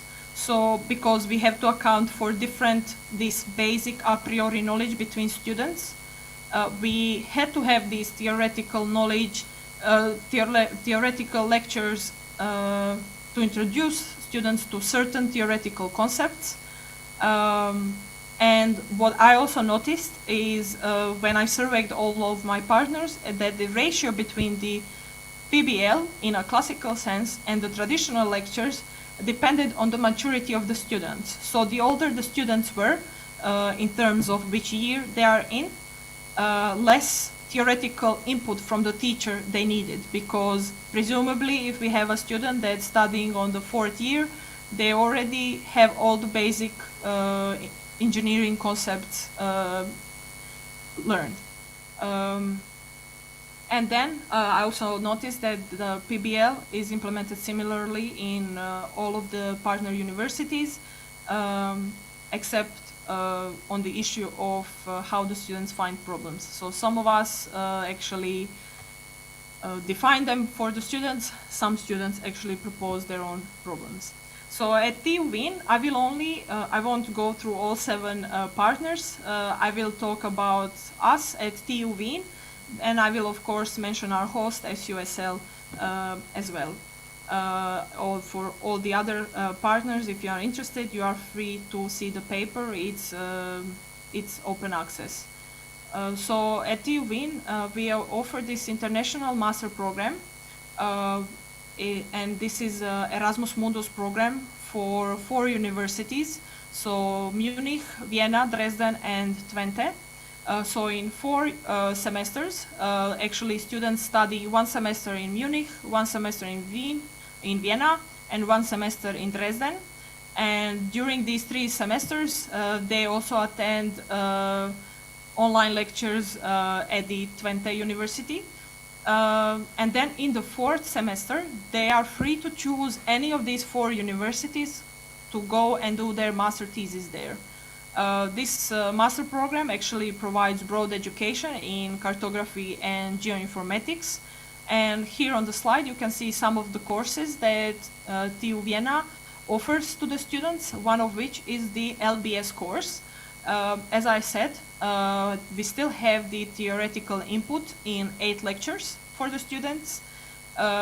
Students in the groups of 4 then follow the PBL cycle steps to successfully finish projects. Students have a set of topics that they can choose from, or they are invited to come up with their own topic as well. In 10 years of this master program and this course, there have been more than 80 successfully finished projects, and I have given 5 examples here on the topics that our students are working on. So real-time traffic map using floating car data, tracking road conditions with smartphones on bicycles, etc. And then when it comes to PBL at SUSL, just like TU Vienna and all of our universities, they also do not fully implement PBL methods in one of the classes. They will implement PBL in a more purer sense with the development of the new courses, pilot courses from the LBS to ITS project. But this will still probably include some theoretical knowledge for the reasons I have already stated. An example where PBL is implemented to an extent is GNSS for surveyors. This is the course that's really talked about in this paper. So they have theoretical lectures, and then they also have project that follows the PBL cycle steps, but on a smaller scale. So they have a 15-hour field program. Here they try to synthesize real-world problem. However, on a smaller scale, it is very challenging that the students do the design, implementation, and completion within 15 hours. So the project is designed very smartly in a way that all groups have one task, and each group has a separate activity to conduct and complete the overall project for the entire class. So some of the conclusions actually for LBS to ITS projects, based on my research of PBL and based on the survey of the partners I have done, all the pilot courses based on PBL pedagogy will probably have theoretical lectures included as well. Based on the workshop on PBL that we have in September 2021, Gunther, Professor Reche, and I, and Professor Gikas, actually came up with the concept of problem-based e-learning.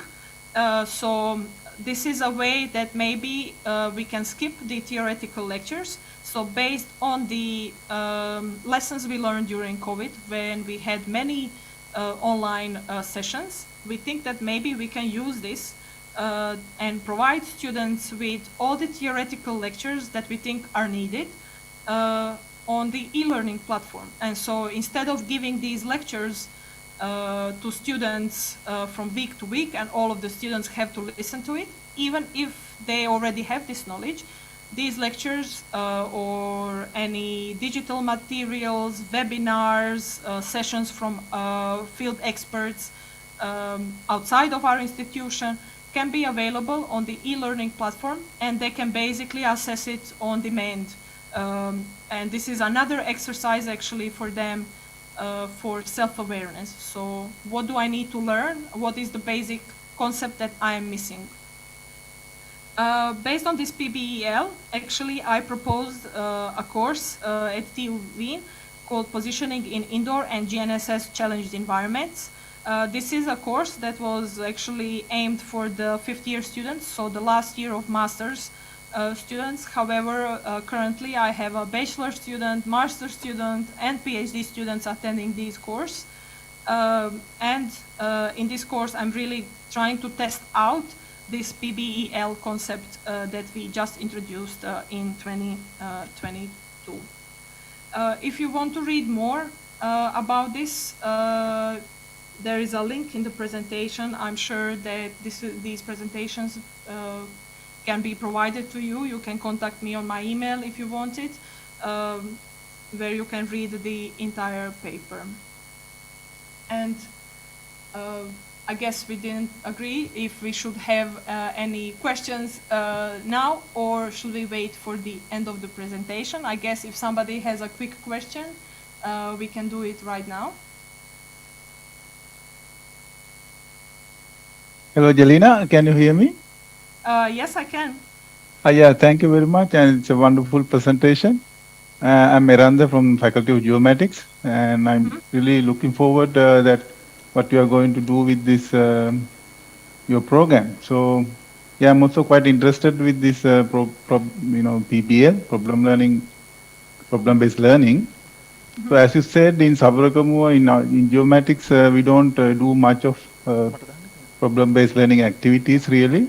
But apart from that, despite we have a research project at the end of the program, so but that's in a way that we can consider as kind of a problem-based learning. But yeah, it's not really embedded into our curriculum day-to-day modules. So that's one aspect that we really looking forward from your end to support in our curriculum designing and all that. So I'm pretty sure that we will be supporting in that.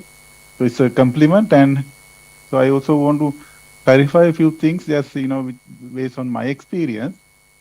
So as when you're teaching for the undergraduate, like in our scale with our in local context, so it's how far this PBL activities can really boost the how the undergraduates will capture that but as you said, you must have a basic knowledge, theoretical knowledge to follow or to complete PBL activity successfully. So that is one thing, and the other thing is the time frame as well as the resources. So that's again challenging thing in our part of the world. So can you add something for that, just for the clarification? Yes, of course. I mean, we have the similar challenges as well. I think PBL, as I said, has many advantages, but it has many disadvantages as well. And especially when we are talking about in the context of engineering education, what all of us are interested here in. And actually, it is difficult to me to imagine how we can fully implement problem-based learning, for example, for a bachelor student in the first year. Because presumably this student has no basic knowledge or any concepts related to the discipline that they are studying in. So actually, when I surveyed all my partners, there was a clear connection between the need for theoretical lectures and the maturity of the students. So the more mature the students were, the less number of these, the lower number of the lectures was.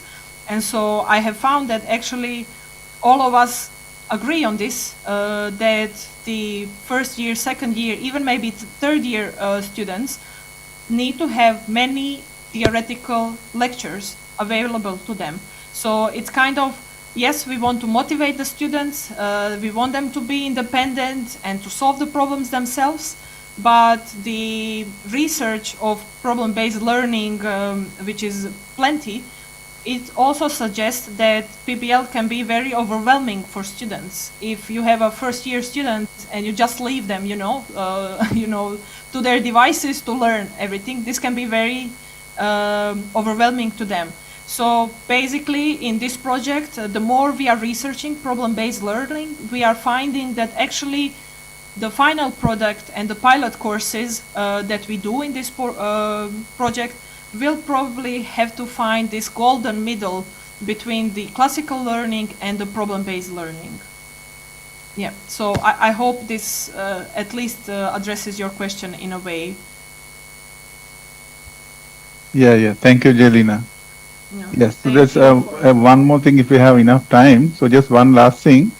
Like, when it come to the PBL in the large group of students, so definitely we have to go for the groups, right?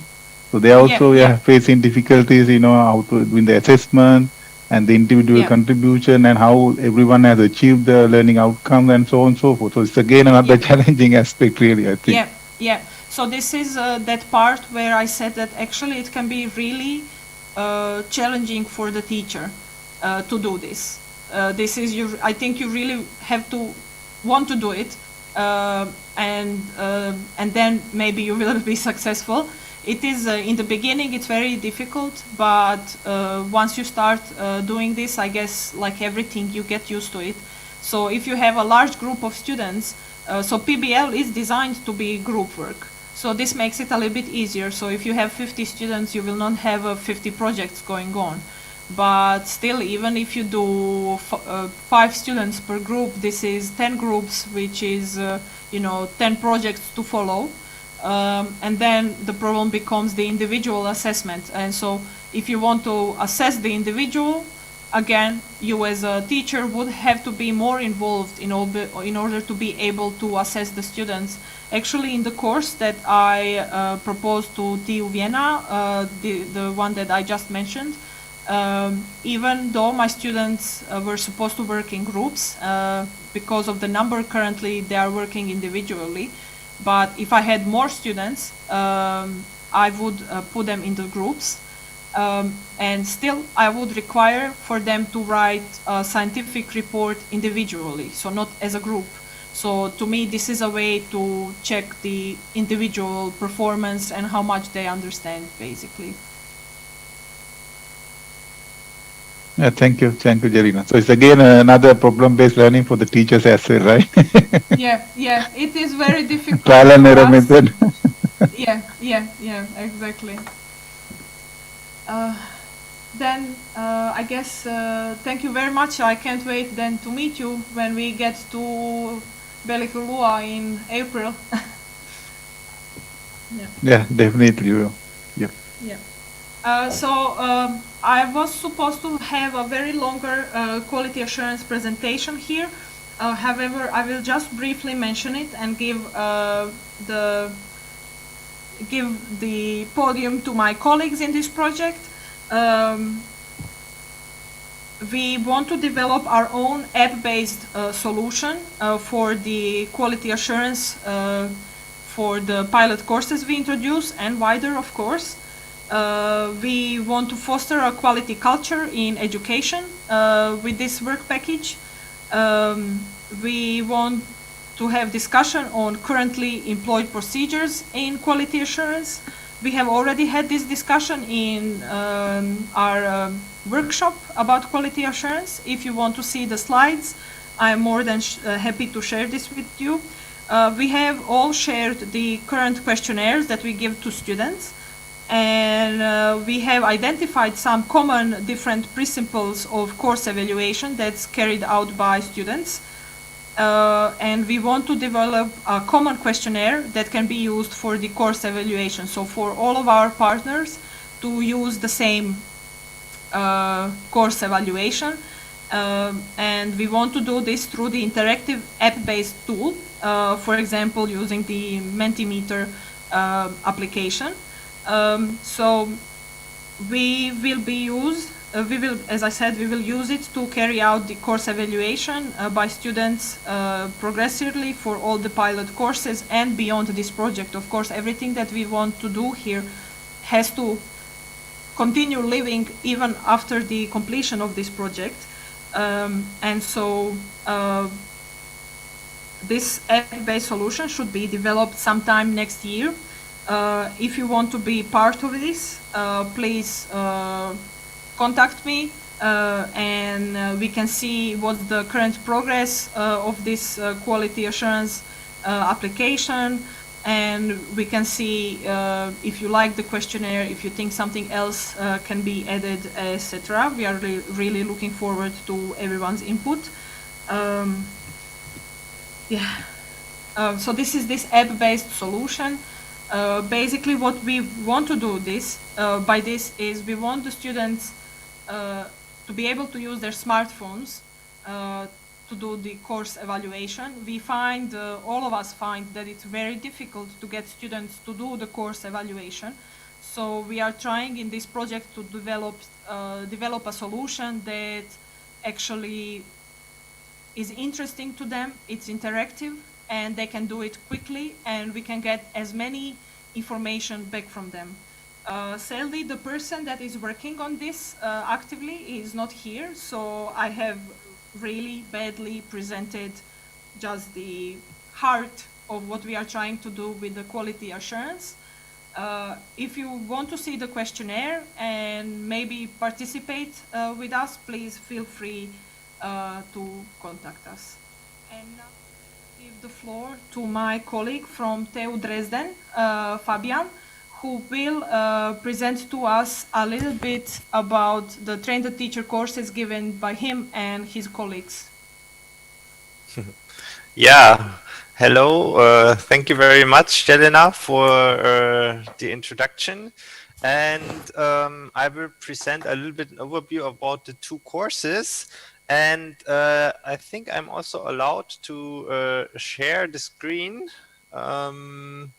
which I will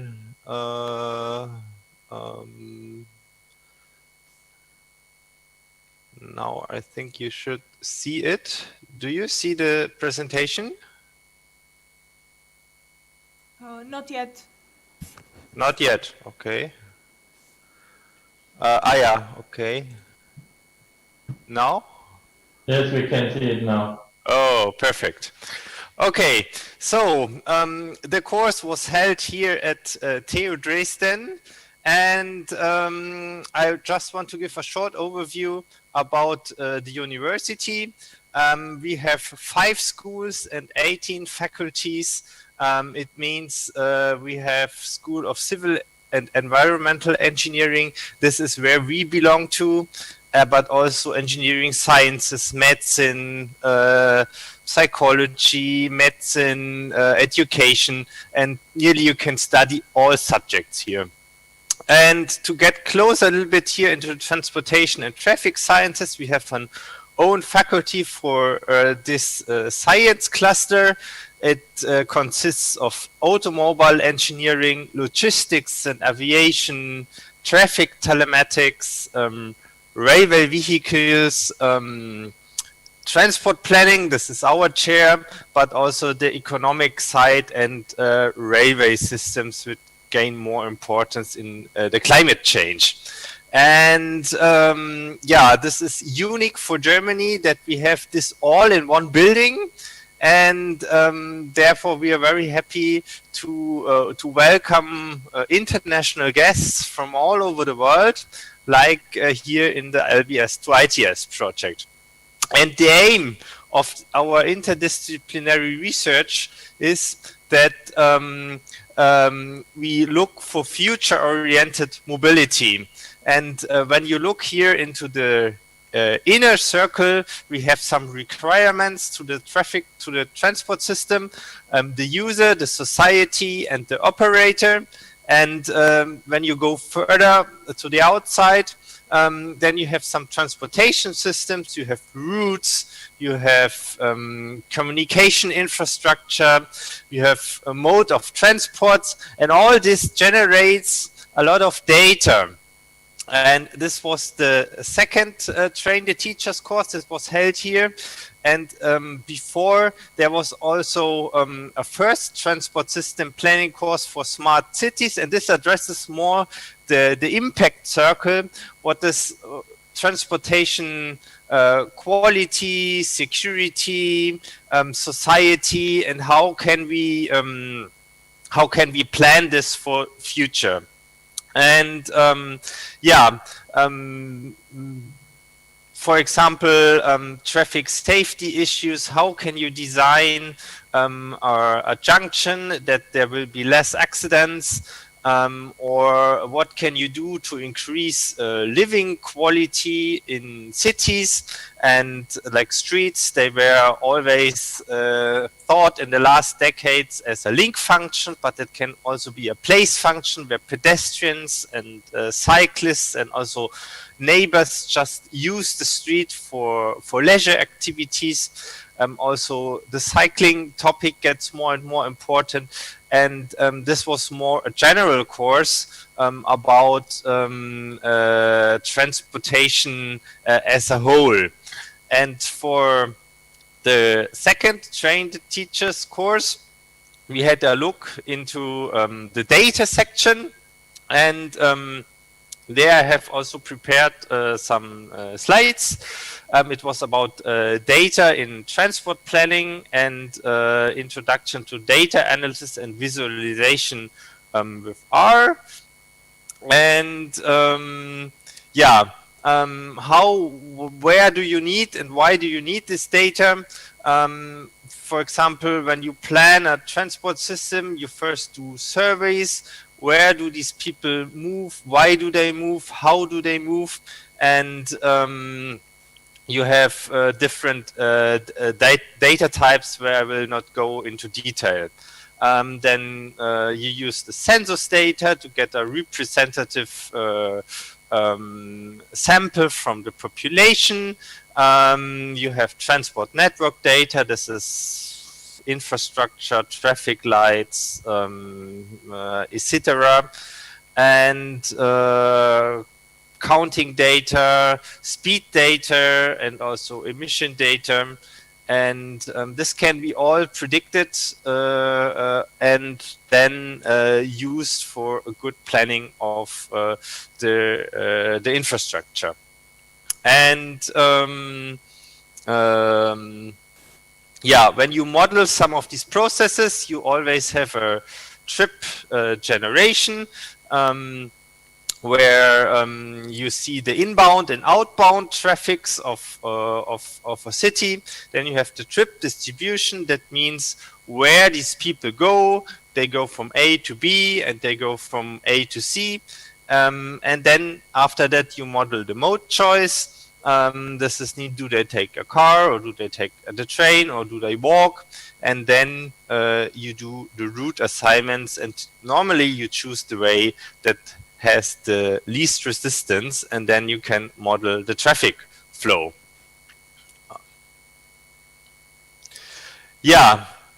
Why do we need this?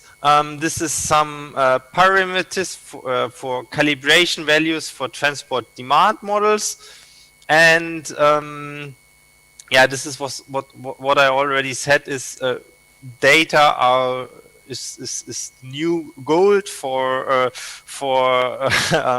the transport planners, and we can always use this data to improve the transport systems, also with the LBS to ITS approach, and also to run different scenarios in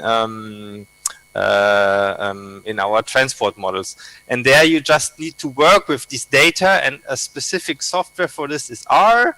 And the course participants, they got an introduction to this script-based language, and about the different packages of R, and for example, how you import data, how you tidy them, and how you can manipulate them and then visualize them with some graphs. And this was then done in the next course for where we run an agent-based simulation. And I don't know if I'm able to show a short video about a transport network, but I will try. I just have to look this one, no, it's the other one. Okay, we'll see a short video about the data that was then used.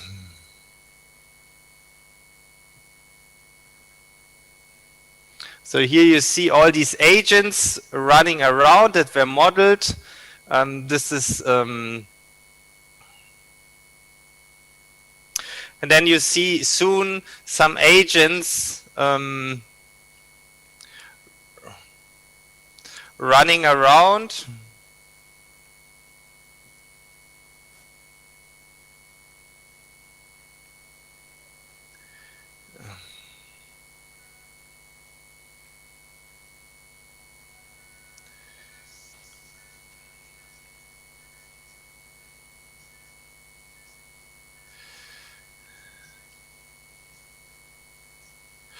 Okay, just to give you an idea about this, about these agent-based models, and I will go back to the presentation. This was called the MATSIM project. It's a multi-agent transport simulation and uses some software that's implemented in Java, and you have some agents. They have their daily plans, and they drive through the transport network, and you have different assumptions in this model. I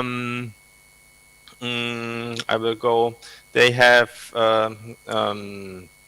yeah, like the daily plans, you have some inputs, you have the traffic simulation that was run by some codes, and then they learn when using the by using the transport.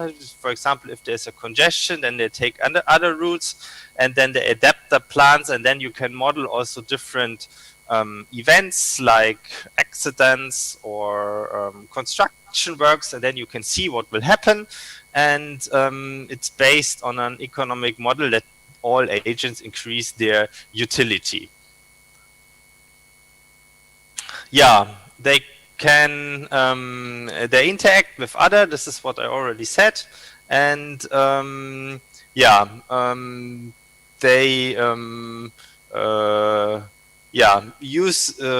We try to just model these the daily plans of these people, and this is what the course participants also did for a very small scale to analyze their data, and I hope they liked to have a look into some characteristics of this transport network, and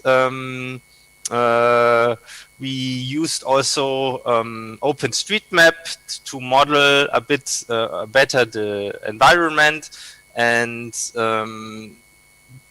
this was just a short outlook what this model can do, and you can use it also for example, for emission or for climate change data, what happens in transportation. Here I have some photos from the course with the Professor Gericke and the lecturers, and also a group picture of the campus of Faculty of TU Dresden, and a picture from the farewell dinner in the outskirts of Dresden, and also it was accompanied by an excursion into a national park. And yeah, I'm hope it was a bit clearer what was the topic of the two transport courses. Thank you. Thank you, Fabian, for presenting this. So as I said, this project is very interdisciplinary. So we are happy very much to hear from Fabian. Does anyone have questions for him?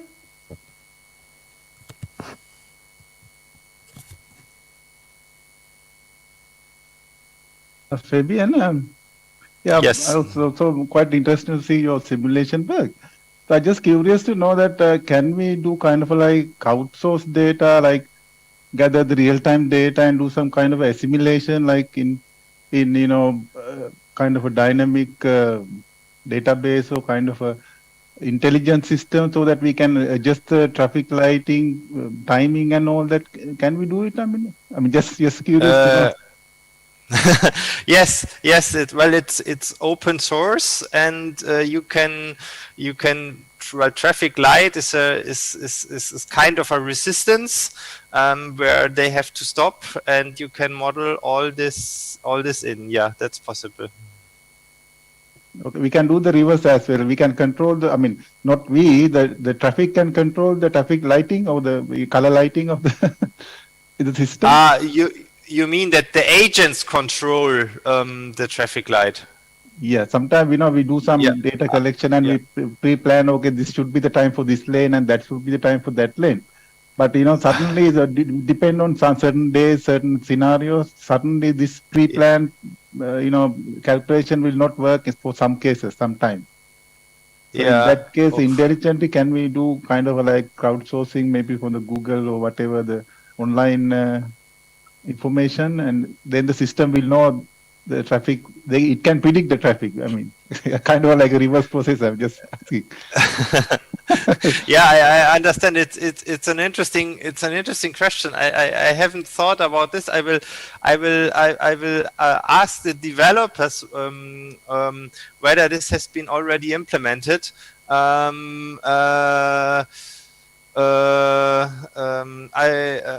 Maybe you can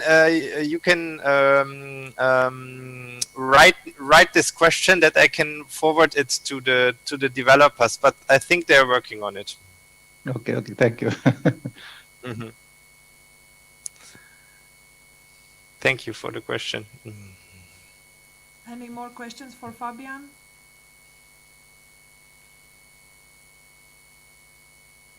Okay, I guess that is it. Thank you very much, Fabian. Thank you. And now Jenan, so he's a PhD student from SUSL. Many of you probably know him. He will present the third Train the Teacher course that we already held during this project. So Jenan, can you share your presentation?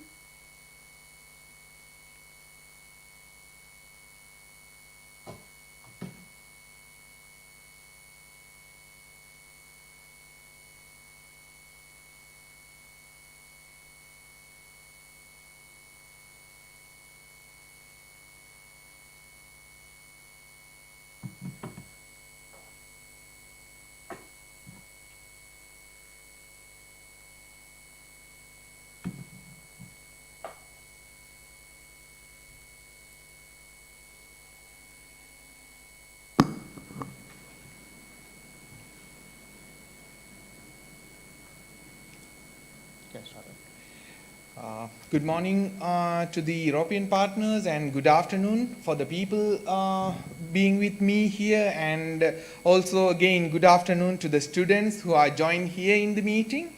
And I'm Jenan from Faculty of Geomatics. So today I will be presenting an overview of the estimation theory course, being a partner or a member of this LBS to ITS course, representing the Faculty of Geomatics from Sabaragamuwa University of Sri Lanka. So this course is one of the 6 teachers training course. Actually it was proposed by us with the main intention to upgrade the competencies of the staff through these 6 intensive training courses. So we can use these new technologies like the location-based services, position navigation and timing applications, and also the intelligent transport systems. So this is one of the 6 teachers training courses, and this was organized by the Technical University of Vienna, Austria, and this was conducted by Professor Hans. And we conducted this particular course during the month of October, but we had a lot of critical problems going on around the world. So we had to think about those problems, and we actually had like 3 separate sessions of 4 hours, and we had to consider regarding the time availability of these participants, of the local participants from the local universities, and also there were some electricity issues going throughout the Sri Lanka. So I'm really thankful for the partners from European Union, because they had to participate during like very early morning, like 4:30 in European time, and really thankful for Professor Hans and the coordinator of this course to do that kind of things. And Professor Hans really did a very good job, because being a PhD student, it was a great opportunity to learn from the experts in the field, and he covered like the main topics like basics in statics. So the main thing he covered was the measurement deviations regarding the errors. And for that he covered the theoretical parts and the reasoning for every point of where the measurement deviations occurs. He came up with the reasonings for each one, and he covered the theories as well.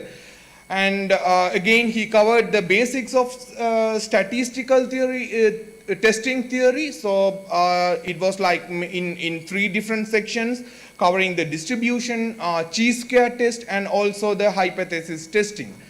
The parameters estimation was also covered. So the mainly only the 2 main theories regarding the estimation models were discussed, and also the robust estimators were discussed as well. And again the Kalman filtering techniques were also discussed. So he mainly focused on the structure of Kalman filter and how we can solve the Kalman filter.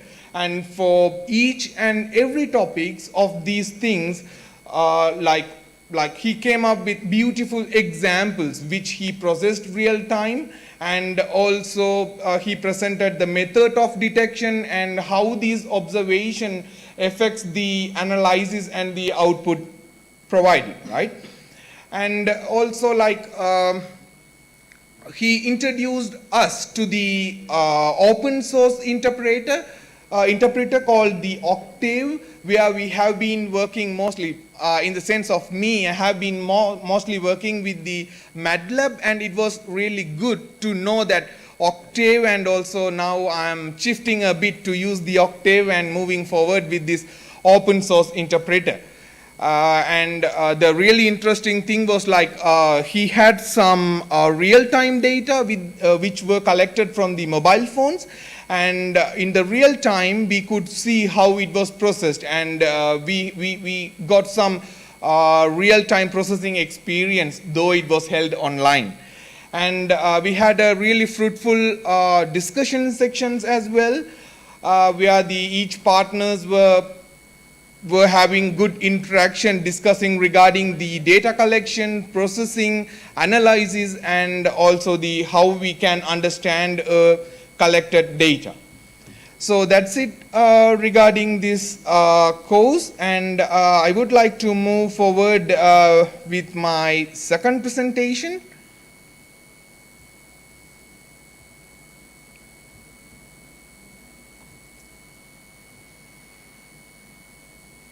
Yeah, so this is regarding the GNSS equipment that we purchased through these LBS2 ITS projects, and I hope I can make this one a bit interesting because I actually work with the GNSS stuffs. So when we purchasing this GNSS equipment, we considered several things, and we had long, really interesting discussions with the coordinators and partners, and also the equipment suppliers who were there within Sri Lanka. So the first thing we considered was the performance of the equipment. So we considered two main things. The first one was the performance of the equipment, we considered how the hardware, the quality of the hardware and the capability of the software. So when we considered the quality of the hardware, that will decide for how long this equipment will last long when we give those equipments to be used by the students. So there will be around like 100 or 150 students who will be playing around with these equipment each year, and this should have a good hardware quality.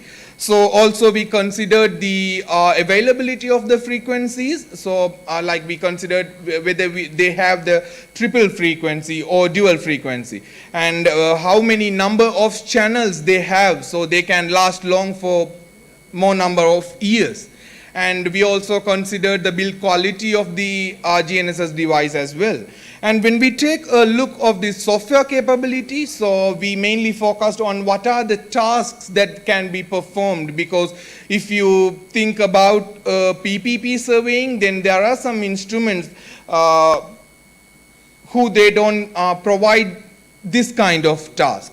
So we thought about that, and also the output types, because we use the equipments for several kind of things, because like we use it for sea navigation, so we require the NMEA output that we can play around and do some researches with the undergraduate or postgraduate students.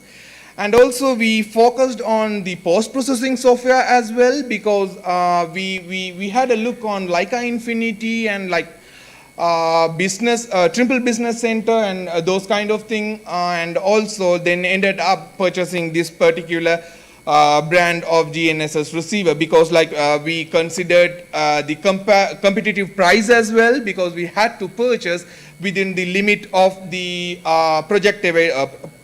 the availability of the fund through the projects. Okay, so this is a bit quite interesting, because these are the things we further considered. So I have marked from 1 to 5 these 5 reasons. So the satellite signals, which the satellites are there around like 20,000 kilometers away from the Earth, and they emit the electromagnetic signal which penetrate through the upper atmospheric layers of the Earth. And this ionosphere is a guy who can interact with those atmospheric, with the penetrating signals and create some delay, or can terminate, or can just deviate the path of this satellite signal, which will increase the positional degradation on the Earth. So this guy, the sun, he is fierce, so he can emit the electromagnetic particles and make this ionosphere naughty. So he will differentiate this ionospheric signal, and the positional degradation on the Earth when we use the standalone GNSS will increase. So the scientific community came up with a solution which we can call DGPS, as shown in the point 3. But here as well, here we will be using a base receiver, and also we have a rover receiver. And when this distance in between the base receiver and the rover receiver increase, the positional degradation on the rover receiver increase as well. Then there is a problem. As a solution, again, we came up with a number of, we increased the number of base receivers, which we call the continuously operating reference stations. We call that CORES. But here again, the problem exists, because the cost for establishment of these CORES stations and maintenance of these CORES stations are a bit high. So though the positional accuracy increases when we use the CORES, the problem that we are addressing with the cost, and also the cost can cover only a limited amount of area. So to settle up these problems, again, the research community came up with a solution called satellite-based augmentation system. So this was really interesting, because we provide those corrections same as CORES, but these are model-based correction, which these corrections are emitted from the space. That's what we call the space-based augmentation system. So here, I would finalize 3 things that considered during the purchase. First one is numbered as 3, it's DGPS. The second one is numbered as 4, the course corrections, and the third one is numbered as 5, is SBAS corrections. So as an undergraduate student, we hope that the students should understand the differences when they use the course correction, when they use the DGPS, when they have to use the SBAS corrections. So the purchase of the equipment are based on these three things.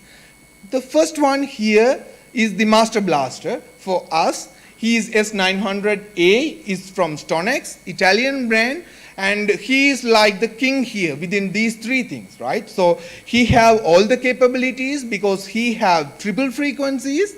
He have the capability to work with L1, L2, and L5, and he have 800 channels. It's like really immense when you compare with both these 2 receivers. And he have the capability to work with course corrections, SBAS correction, and also he have an IMU which the students can experience in the field as well. And he also have the capability to work with multi-constellation satellite system, right? So he is like a complete package for us. And the second one, S70G, he's a bit like, he don't have all the qualities of this man. So he have like dual frequency. So obviously the amount of channels is a bit low. And he have the capability to work with course corrections, but not the SBAS corrections. And he don't have an IMU, and he only have a 4 constellation concept. But still, he have the capability to work with the Beidou, which in Sri Lanka we have a high amount of satellite tracking capability in Sri Lanka. And the difference is the first guy is a geodetic receiver, and this guy is a geodetic tablet receiver. And the third guy is a bit more have like more low quality, not the quality, but he have the low capability in the sense, yeah. So he have only the single frequency and only 72 channels, and he have the capability to track work with the SBAS corrections, but he can't track course corrections. So let's see, like when a student want to work only with the SBAS corrections, then he can use this S70 receiver. When a student want to just play around with the course corrections, then he can use this receiver. And if we want to work around with all these 3, want to check all the systems, then yeah, we have the capability to now move forward with S900A, yeah.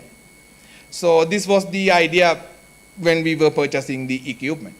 And this is the Master Blaster, as I said previously. This is S900A, A in the sense for Atlas, but for the time being, we don't have any corrections from the Atlas satellites for Sri Lanka, for any Asian countries. And we had this controller, and also the post-processing software was Cube A, which we have already started to use.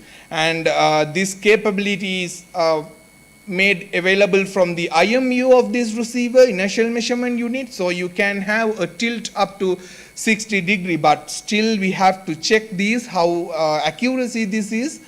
So we will be doing with some of the undergraduate students soon. And this is at 2 a.m. at Belihuloya with nice weather, around like 17 degree. And this is our group of students who were doing some researches. This is S900 in nice background in our playground in SUSL. And this was the team who was working with the statics observation. So they were playing around with the equipment. And this is for the kinematic observations. So these are some results from the ongoing studies. So this is ionospheric variation. So we are trying to use these equipment for mostly the validation of this model. So we have been using the course network to model the ionospheric variation over Sri Lanka. And here you can see the variation from 12 o'clock in the noon and high variation in 4 o'clock by the evening. So these equipments will be used to validation of the model and to play around how this model is improving the accuracy of the position. So these are the studies now going on with these equipments. So this is one of the study of the undergraduate student. So he will be using this equipment as well. And here we actually use the Kalman filter to analyze how this system is working when we use the Kalman filter for the standalone GNSS observation. So what we did was we established a number of points in the ground, and we just have plotted the variation when we use this equipment with the Kalman filter.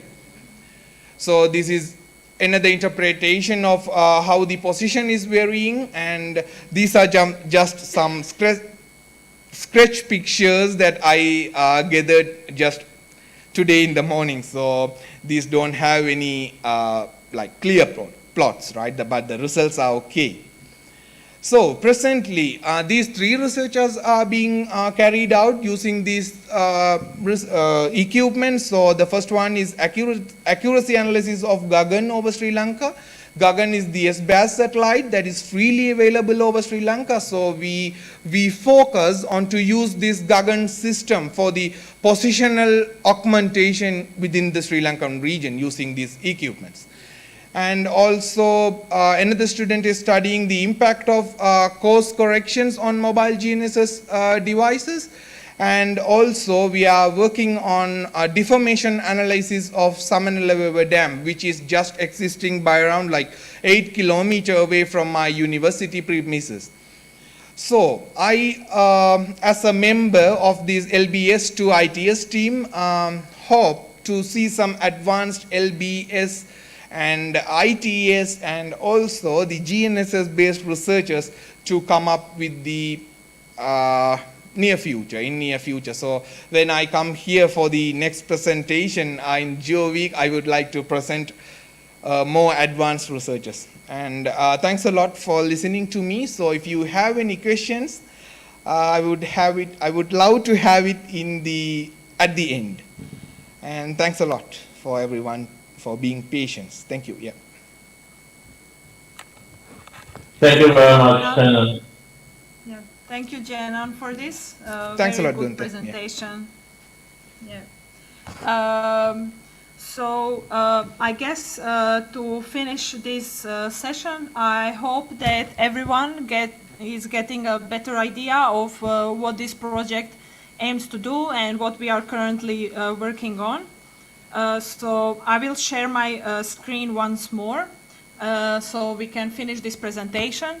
I also wanted to give, so now you heard from Fabian and Jenan about what we have already done in terms of the Train the Teacher courses, but I wanted to provide a brief preview for the course that we will have in April about PNT. Okay, sorry, let's see if I can.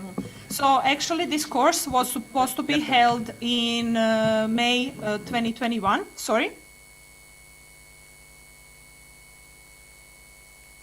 Yeah, so this course was supposed to be held in, actually not May 2021, but 2022.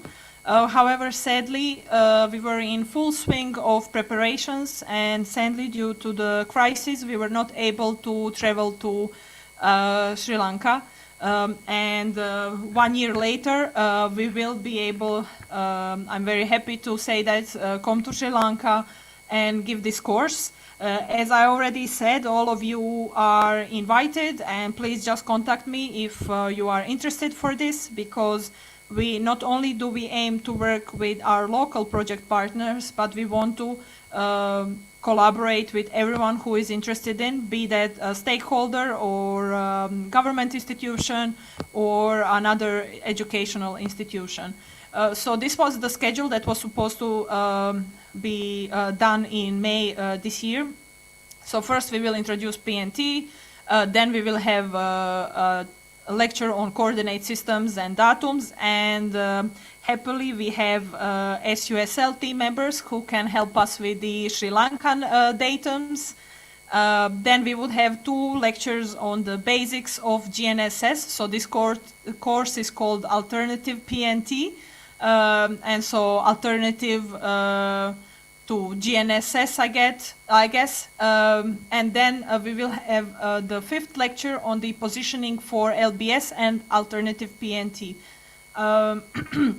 As you can see, that majority of this course is actually based in the practicals, because we really want our teachers to come there and really be able to see all the literature, all the theory that we give to them, that they can apply it straight away. As you can see here, this is a very important session for us, of course, because our team is very multidisciplinary. We have to consider that we have to give them the basics to process GNSS data, but we really want to have a special, more advanced geodetic session for SUSL, and of course any other geospatial scientist who already has this basic knowledge to attend this special session where we will work on more advanced things. So I will just briefly run, so we have time for the questions. As to what is PNT, if somebody is not familiar, it's positioning, navigation, and timing. It commonly describes services that GNSS provides. However, nowadays we really look at this as many technologies that actually support navigation, even in the environments where we don't have GNSS. It is really one of the goals will be to for our partners to be able to differentiate between these 3 things, between positioning, navigation, and localization. Positioning is the most basic one, is to determine our own coordinates, so X, Y, Z, or phi, lambda, ha, or whatever the local coordinate system is. Then we have the navigation. We are determining a route to the desired coordinate from the current coordinate. So of course we still have to have the positioning aspect to this. And lastly, we have localization, where we actually determine the receiver's user location within the actual environment. So again, positioning goes through all of these. Some of the challenges is actually that we want to deliver GNSS-like performance anywhere, anytime, under any conditions. And actually, when we are talking about safety and liability critical applications, we really want to exceed this GNSS performance. Where do we need to exceed this GNSS performance, and where cannot we cannot actually have trust in GNSS? Is a very big example of this are urban environments, so somewhere where we would have intelligent transport systems. 4 main reasons for this are reduced satellite visibility, deteriorated satellite user geometry, line of sight multipath, and non-line of sight multipath. And a common solution, so the alternative PNT to this, is the multi-sensor solution. So trends that we have noticed, actually it is a lot of work is currently being done in cooperative positioning, where we are using multiple users with different types of sensors and platforms to position themselves. And we are also now, when we have indoor navigation and positioning, we really want to be able to transition between different environments. So going from the garage or from the outdoor environment, we go indoors into the hospital for tracking hospital equipment, or any other application basically where you require indoor-outdoor transition. We don't have time for this, but hopefully you can see all the methods that we will mention in this course. So if you are interested, you are really welcome to attend this course. Of course, we have the signals of opportunity. This has been a very big push for PNT actually, because now we can, even the signals that are not meant for PNT, we can use them for PNT and help the accuracy and the positioning. So this was a very quick rundown of what we aim to do in the PNT course in Belihulua in April or May. We are still to determine the dates, but this will be decided very soon. And so the last thing left is actually the outlook. So what is waiting for us in the future? So before the PNT course, actually, we have the LBS and Multimedia Cartography course. This course will be given by our own TU Vienna lecturers. So we have Professor Georg Gardner, Andrea Bin, which you already have seen, and also Markus Jobst, who is an external lecturer at TU Vienna, but his main job is actually in Austrian Mapping Agency. So this will be a very good opportunity for our project members and anyone else interested to actually meet somebody from the government institution as well. On the right, you can see some topics that they will cover. So they will define an LBS, I'm sure much better than I have. And they will go through all of these applications, context awareness, cartographic, geographic information systems, positioning techniques, augmented reality, and etc. Other upcoming meetings, I have already talked plenty about this one. Then we will have a curricula course module development workshop sometime in June 2023. This is possibly going to be virtual, but if you are interested, we can keep you in the loop. And then the last Train the Teacher course will be held at USJ. So it will be on smartphone positioning techniques. So our PNT course and the smartphone positioning techniques, of course, and LBS and estimation theory will really be connected in a way in modules. So in terms of the outlook, the second phase of our project is actually just starting. We are really in this second phase. We really have to rely on the input and comments from the stakeholders and other educational institutions. We are really interested in your opinions as well and what you think is needed. We are now slowly finishing these Train the Teacher courses and we are starting with the curricula development and preparing for the pilot courses. I would like to mention again that we are really happy to share all our resources with you.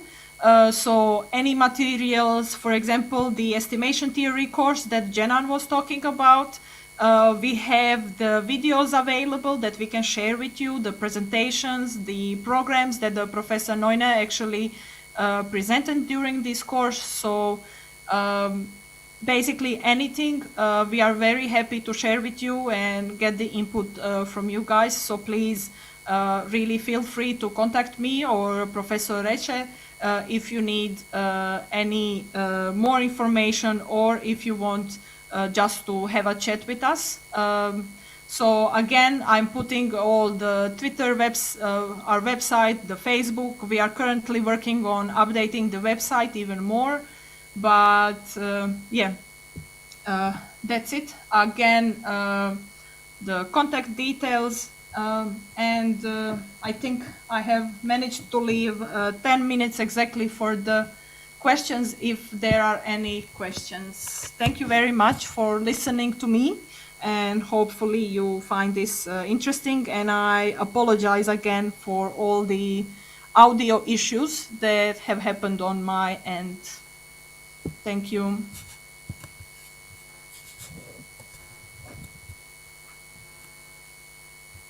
Thank you very much, Jelena. Yeah, are there any questions from the floor, from the audience?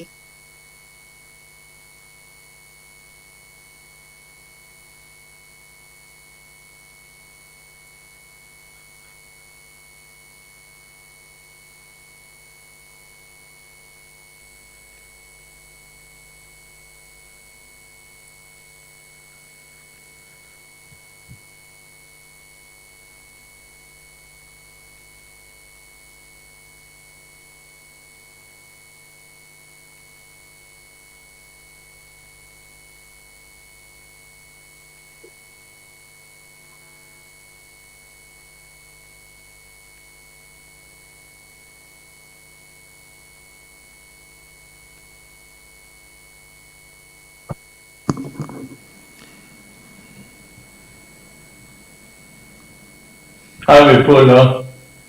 Hi, Professor Resha. So, Yes. So we are reaching to the last minutes of the program. Yes. Yes. So let me give my vote of thanks to all the participants who joined to the project today, to this event.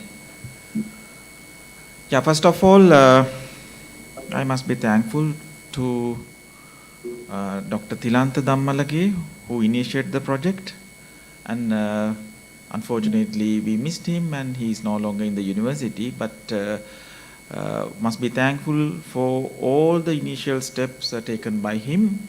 Especially special thanks should go also to Mr. Chanaka Bogavatta.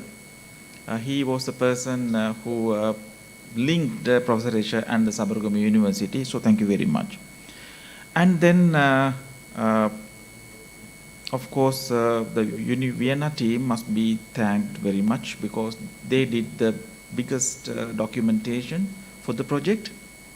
So it was very successful project, and we were awarded the grant from EU, and the EU must also be very much appreciated in connection with developing this LBS concept in Sri Lanka. So finally, since we are going to the kind of capacity building project, so the final output is nothing but the curriculum, right, to be taught at the graduate and postgraduate levels. So thank you very much for all these things. For the today's session, Professor Resha and Jelena and my friend Fabian, so very much I'm thanking very much you for the presentations you given here, and of course Chenan, who did a lot of work in the project, must also be thanked. At last, so thank you very much for joining to the GeoWeek 2022. So as the Dean of the Faculty and the coordinator for the project LBS to IETS, so I'm conveying my sincere thanks to the LBS to IETS team, 3 European universities and all our local partners, KDU, Moratuwa University and the Jawaharlal University. So thank you for all. We will be meeting again with the next GeoWeek 2022. Thank you very much. Thank you all.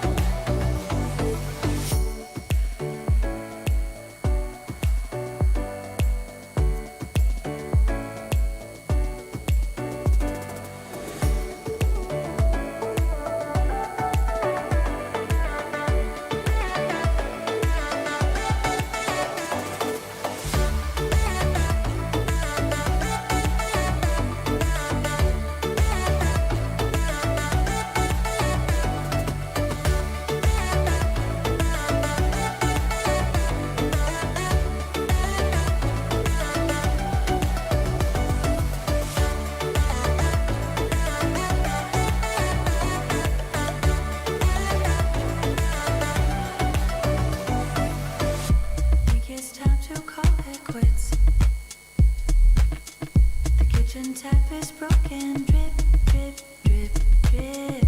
Dirty dishes in the sink. We've been laying here for weeks, weeks, weeks. We're not talking anymore. It's like we're scared of trying. So different from when we started off. Now we're just like, think it's time to call it quits. Think it's time to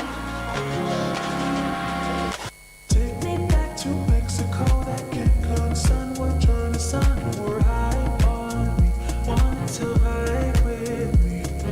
Take me back to Mexico, that Cancun sun will turn the sun. We're high on me, wanted to vibe with me.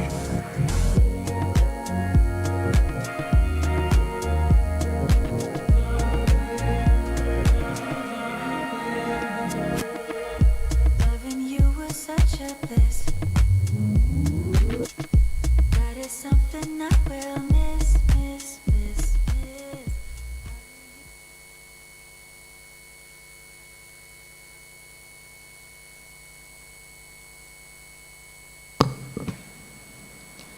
Our next program of GeoWeek 2022 is to discuss the outcomes of the GeoTech-HUB, co-funded by the World Bank.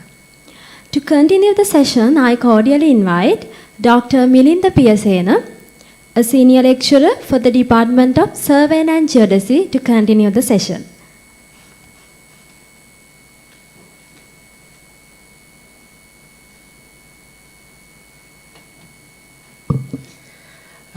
Thank you very much, Mami.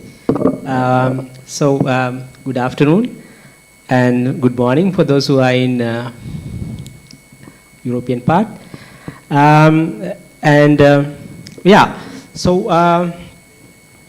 this project, this is the InfoBoomi project that we have basically funded through the World Bank. And this was initiated by in 2019. And today I will give you a very brief introductions of what we are doing with the InfoBoomi project. And also I will give you some outlines, what kind of outcomes that we are basically focused on. So before initiating the project, I would like to present you an kind of a video that we have prepared, Sanchita has prepared. So I think I'm first invite you to have a look on the video that we have prepared for you.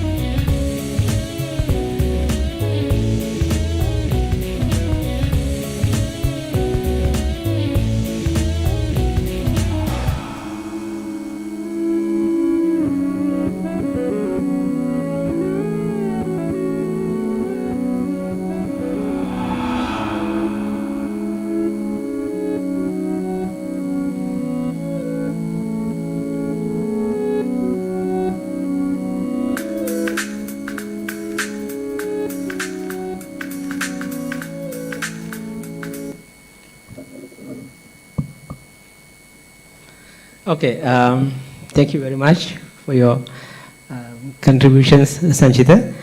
And now I think I will go through with the presentations, and I will give you some brief introductions on what we have done and what we are planning to do with the InfoBhoomi project. So before I proceed, let me start with the background of the outline of the project, this presentation. So basically, in here, first I will give you a brief background to what we have, to the project that we are initiated with the World Bank funding project. And also, I will give you some basic aspects of smart line management, because it is the foundation of these projects that we have developed. And then I will go straight away to the problem and the objectives of the, the project that we have developed and the methodology that we have adapted. And finally, I will discuss about the outputs and possible commercialization options, as well as ways of project scaling up and things like that.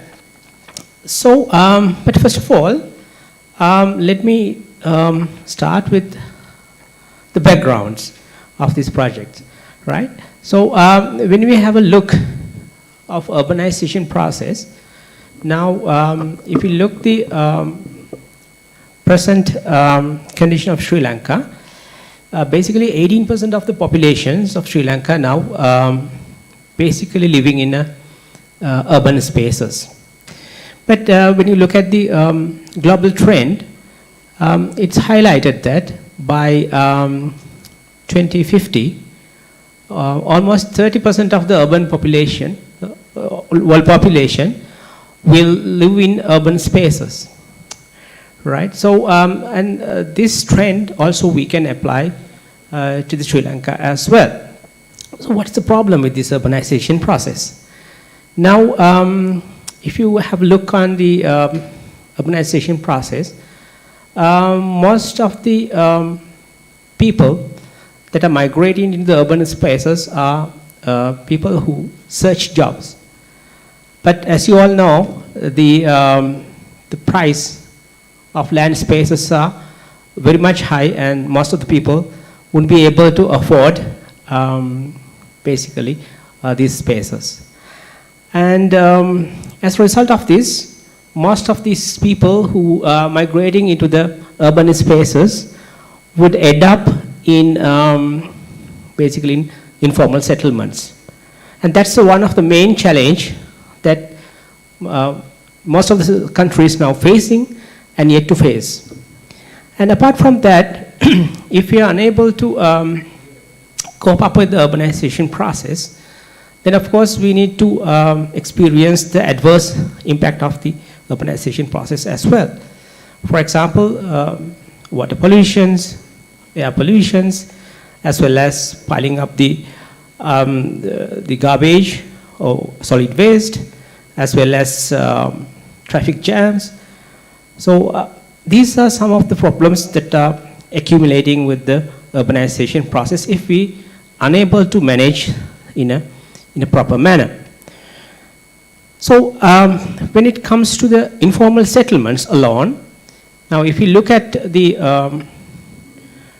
impact associated with these urban informal settlements, so the cost actually that caused by these informal settlements, according to the research conducted by DeSoto, this has done in 2000 actually, so it will be a huge amount of money that are wasting because of we are unable to manage these spaces in proper manner.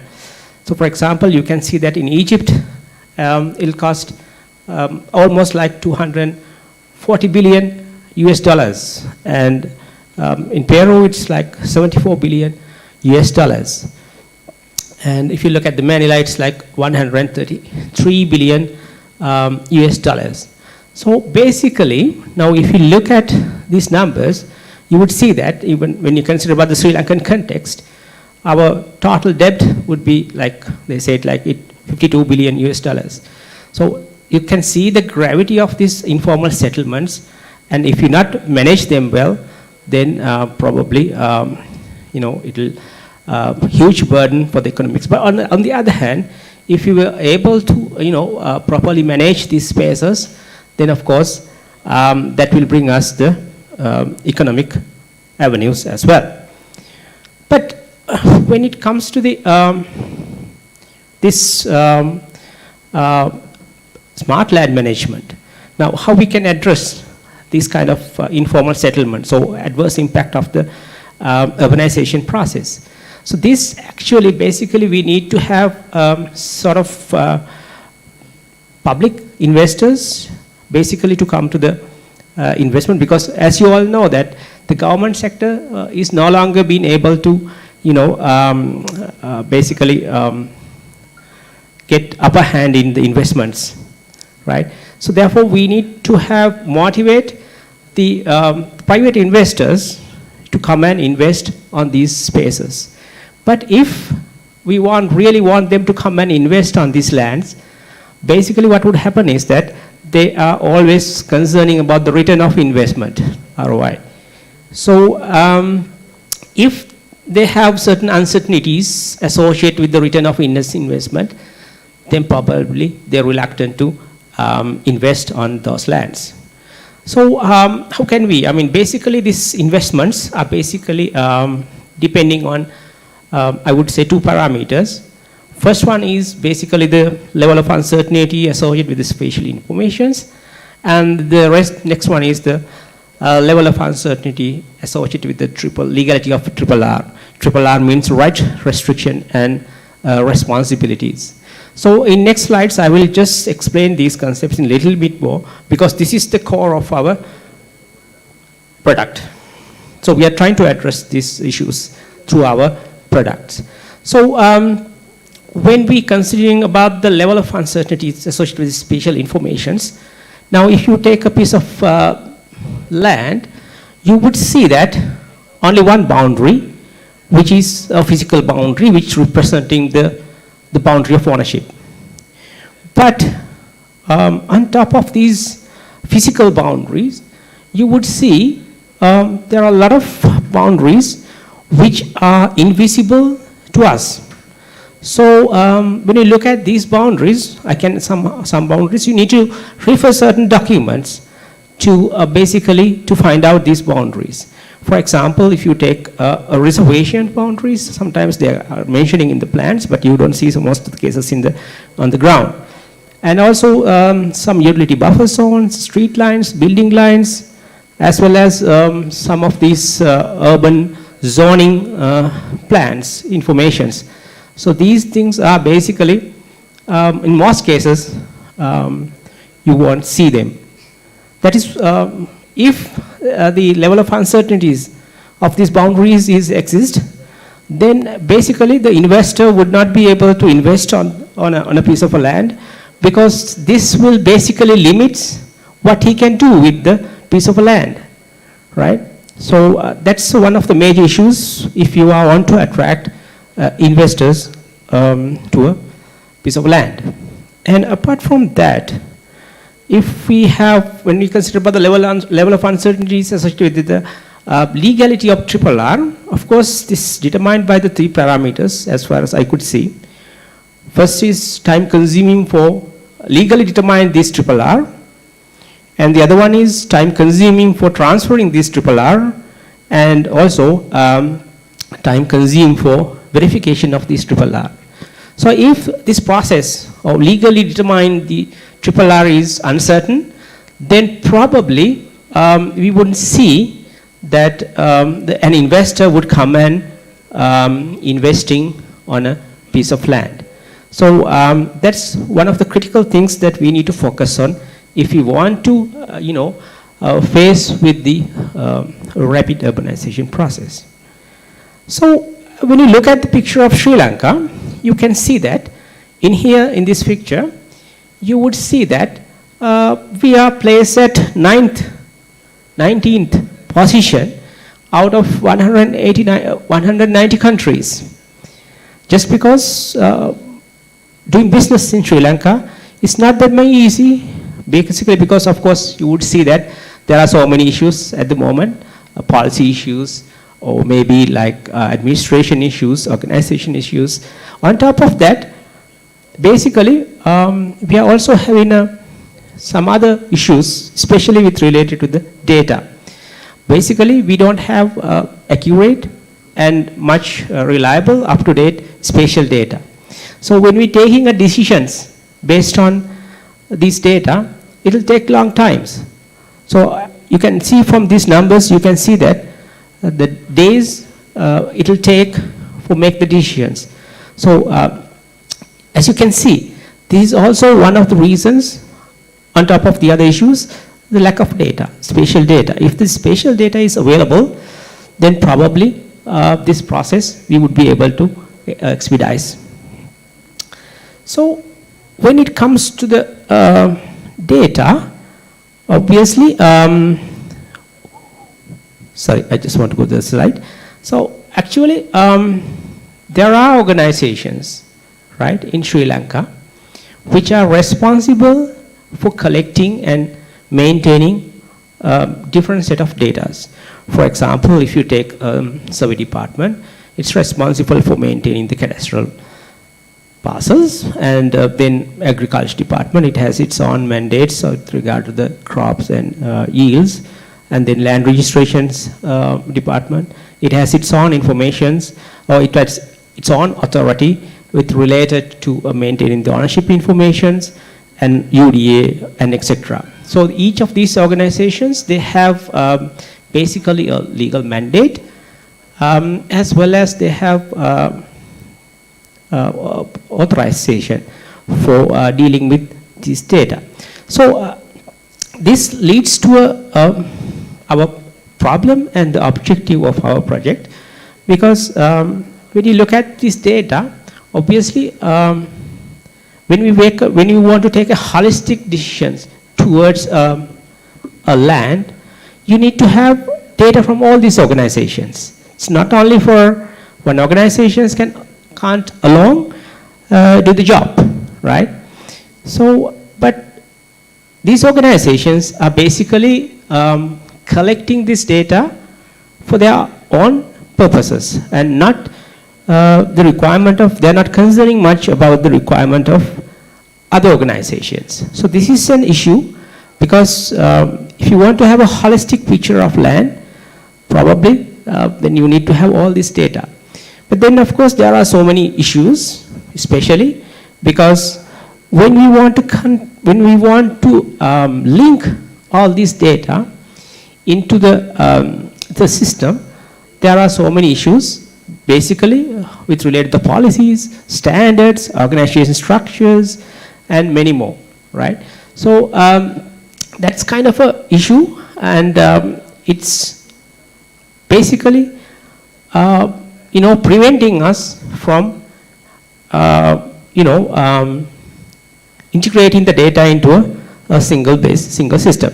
So in this project, the InfoBhoomi project, what we actually tried was to integrate different databases created and maintained by different organizations, and try to put them into a single web-based platform, so that that we can disseminate them to the rest of the users, depending on certain authority levels. Of course, you know that even though we do have data, we wouldn't be able to share them with all the rest of the people or rest of the organizations, basically because there are certain level of authorities in accessing to the data.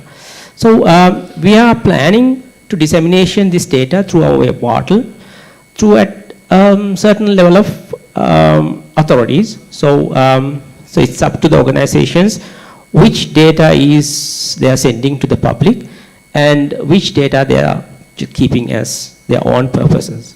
So that's there, and this is the goal of our project, so that once we establish the InfoBhoomi, the urban planners, the local municipalities, and also even engineers can base their designs and plannings based on these databases.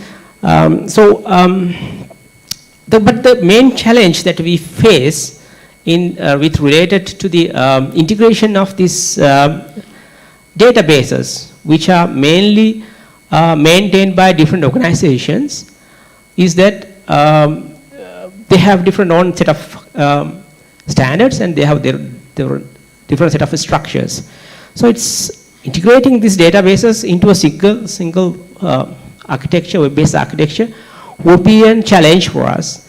So in order to face this challenge, what we thought of utilizing the model, we call it Land Administration Domain Model, developed by Christian Lehman in 2011, and we try to customize it for our own purposes. And therefore, we have developed a database architecture model based on the LADM for Sri Lanka, and for that we also applied for the patent as well. So that is basically the integration of this data model. And then of course, when we designing the system, basically we can't wait till the legal systems to come and establish here, because basically the legal setups, it takes some time to come and settle with or come and integrate with our system. So what we thought here was to initiate it with the existing informations, because these informations are pretty much need for the local governing authorities. So these data are very much essential for them for their day-to-day administration works.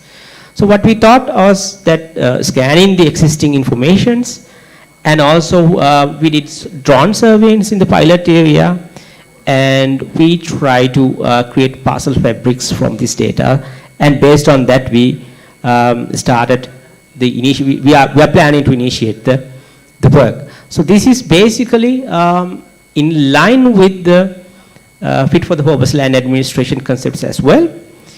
But then of course we can't stop at that point, because basically parcel fabric is not an legal entity. It has just a parcel fabric with a parcel polygons. So you don't have any legality on that kind of information system. So we have also create a window to integrate or to uplift the accuracy of this data that we are gathering, and therefore we have keep up set of opens or windows to the license surveyors to uplift their informations into the system, so that once the license surveyor measured a land survey parcel, land parcel, then he would be able to log into the system, and he would be able to update our parcel fabric, right? So that is the idea behind this. And then of course, depending on the context, notary or maybe a local municipality can update the rest of the informations based on their requirements. But these are different level. So this we call it level 2, because level 1 and initial level, initial parcel fabric level, we call it level 0. But then of course we have also a window for survey department to integrate us, so that if survey department tend to basically want to collaborate with us, because we are in discussions with them actually. So they can actually upload their cadastral informations into the system, and also if the land registry is okay with us, and if they are in line with this project, then we have also a window for them to update their informations as well, so that once they are on board, then of course the parcel fabric, the objects in the parcel fabric then become legal entities, right? So that is the plan of it. So it's a whole thing, whole package for total land administration functions. So this is the plan that we have. So in this project, basically We are trying to basically develop a, as I told you, a web-based interface, and that is we have already done, and I will show you an interview video on how does it works and its functions and so on. And then our next goal in that regard would be to integrate the InfoBoomi with the NSDI, or maybe sharing the informations with NSDI, so that ultimately the local municipalities can be enjoyed with the accurate boundary informations, as well as set of other rich informations from other organizations, so that it will become a comprehensive land information systems that can be utilized by the local authorities. So that is basically the plan, first output that you are looking for. But of course we have, in technical wise, we have developed our InfoBoomi web interface.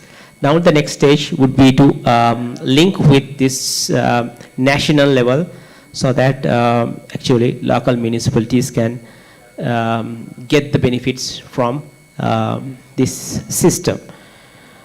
But of course, as I think some of the organizations that are basically linking with us, they are, for example, like divisional secretary.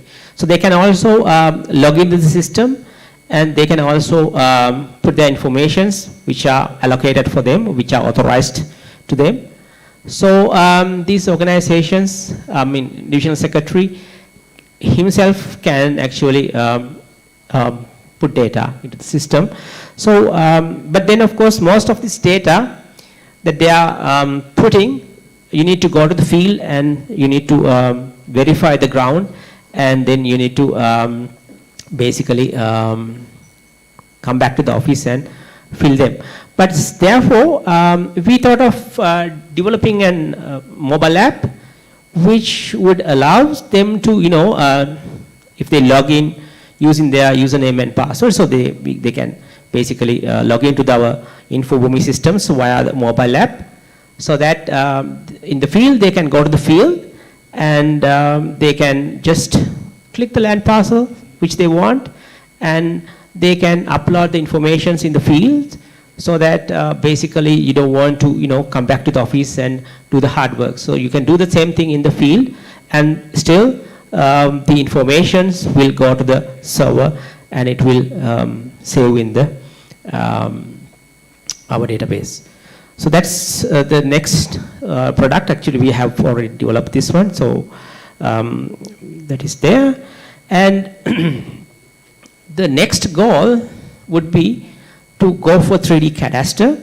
This is very important for us because, as you all know, if you look at the present cadastre system, title registration system, in Sri Lanka, there's a big challenge to include the condominium informations or condominium property informations into the system. So now we are doing sort of research in order to identify how we can link the InfoBoomi with the city GML. At least we are planning to go to LOD3 in this case. So that basically what we are focusing is actually to have a comprehensive land administration system which can also incorporate condominium informations into the system. So later on, maybe we can go for a digital twins and also metaverse and etc. So these are the plan of in this component.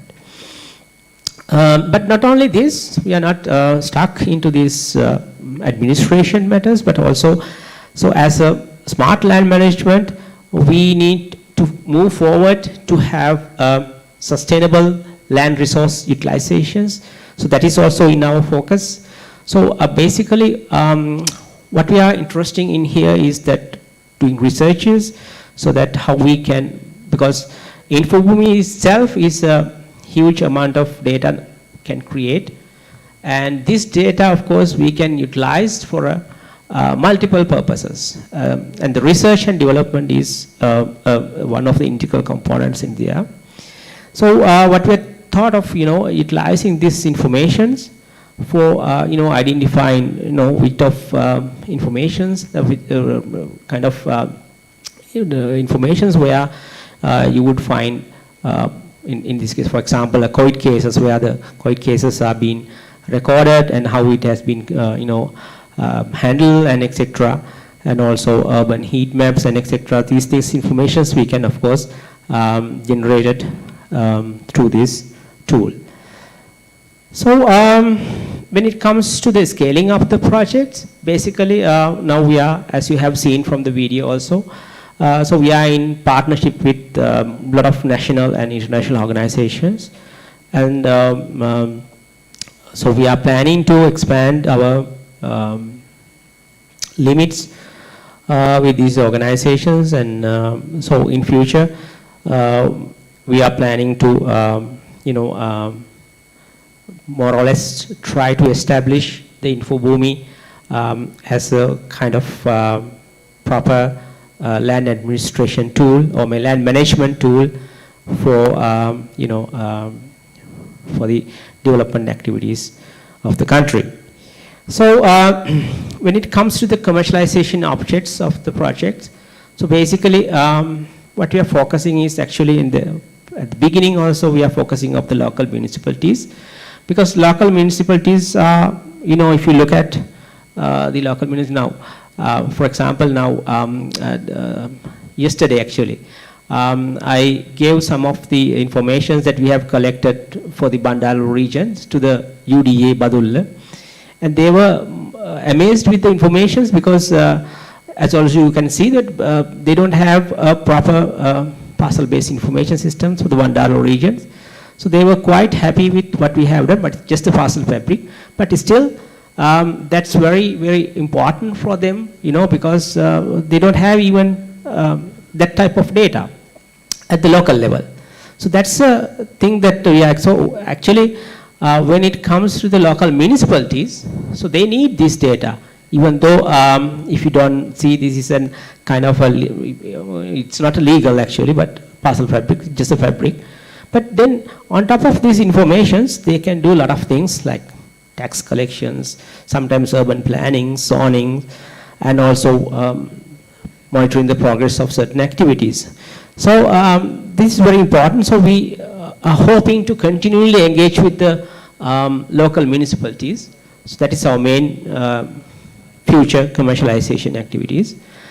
And then of course, very recently we would be able to join up with the KOICA, APTI. And these projects we are planning to, more legalize the Infoboomi system, and basically just to, get how this Infoboomi into a more kind of legal touch into the Infoboomi system. Then apart from that, this is an WebGIS tool. So obviously you can do a lot of things with this one. So you can have, some other projects which are related with the GIS activities. And also you can utilize it for designing and planning of, for example, in construction of projects as well. So basically our commercial partner is Suleco. So we are joining with them, and they are been helping us quite a while. They are helping us with their fullest capacity. So we thanks the Suleco Private Limited for being with us. So with this, I will conclude my presentations. But before I conclude, I want to thank that that giving us this opportunity, especially the Vice Chancellor and also the Dean Mr. Vipula Beratna, and the heads of the department, and also faculty staff for giving us this opportunity to present it. But nevertheless, I would like to thank all our external members, starting from Dr. Vishaka, Mr. Udekant, Mr. Sivaranjaraja, Mr. Nelson, Sali, and so many people have helped us in this process. Last but not least, I think I must thank all the GeoTech-HUB team, because I think they are working with, endlessly and, tirelessly all through the, sometimes all through the night. So they are very fed up with, working with this project, but they are working with a lot of enthusiasm. So that's very encouraging for all of us. And I must thank Vimukti, Sanchita, Rasanjali, Vindhya, and Tilina and Isuru. They are very much, dedicated to this work, and it's so nice that this young crowd is, get motivated and, helping to make this event a success. So with this note, I would like to basically show you a set of demonstrations that Vimukti and Isuru, Tilina has prepared. So I would like to, if you could, possibly, yeah, okay, right, thank you.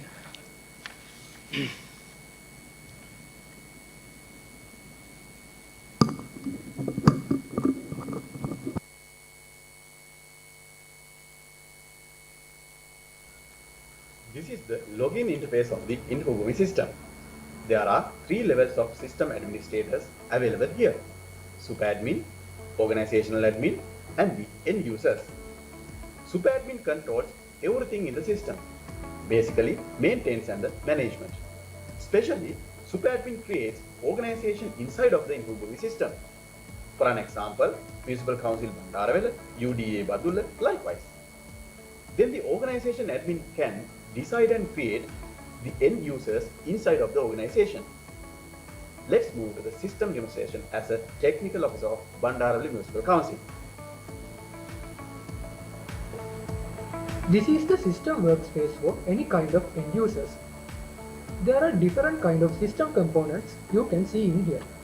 Login details appears in upper right corner. Current location can be seen in here. And this is the layer panel. There are a lot of layers and base maps like roads, utility networks, land use layers, parcel fabric layers, building and other legal spaces are also included. This is the toolbar. Snapping and selection tool, drawing tools, and layer editing tools in here. Parcel overview details are available at the left side of the window. Under the overview section, we can add all the parcel details to the system database.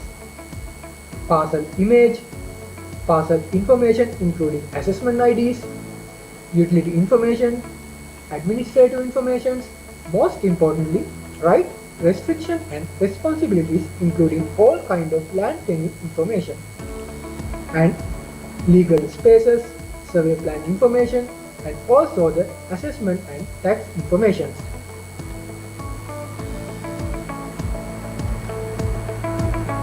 When you are selecting a land parcel, you can see the whole parcel overview in here. All updated data respect to a land parcel you can see in here.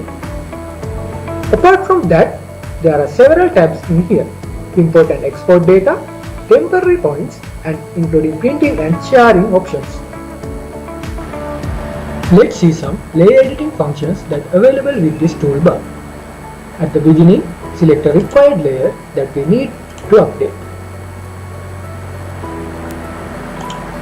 As you can see in the display, current layer set as a parcel layer. Then, using drawing tools, we can draw a new parcel and save to the system database.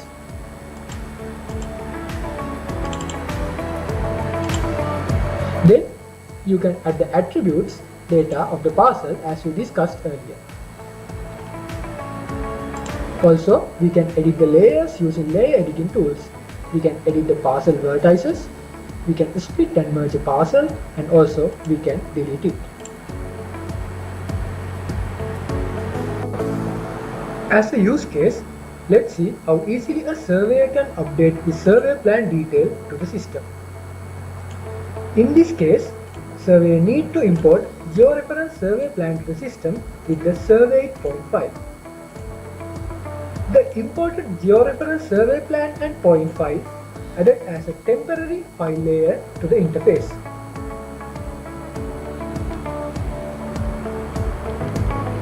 After a successful import, the system automatically zooms into the area of interest. On the temporary layer, we can draw a new boundary using drawing tools. Especially, the snipping tool will help you to update parcel in a very accurate manner.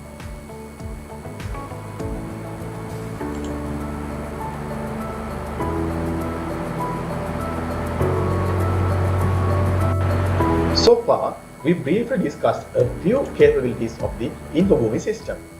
For an example, let's see how these kind of platform can be deployed to the function of the local authorities.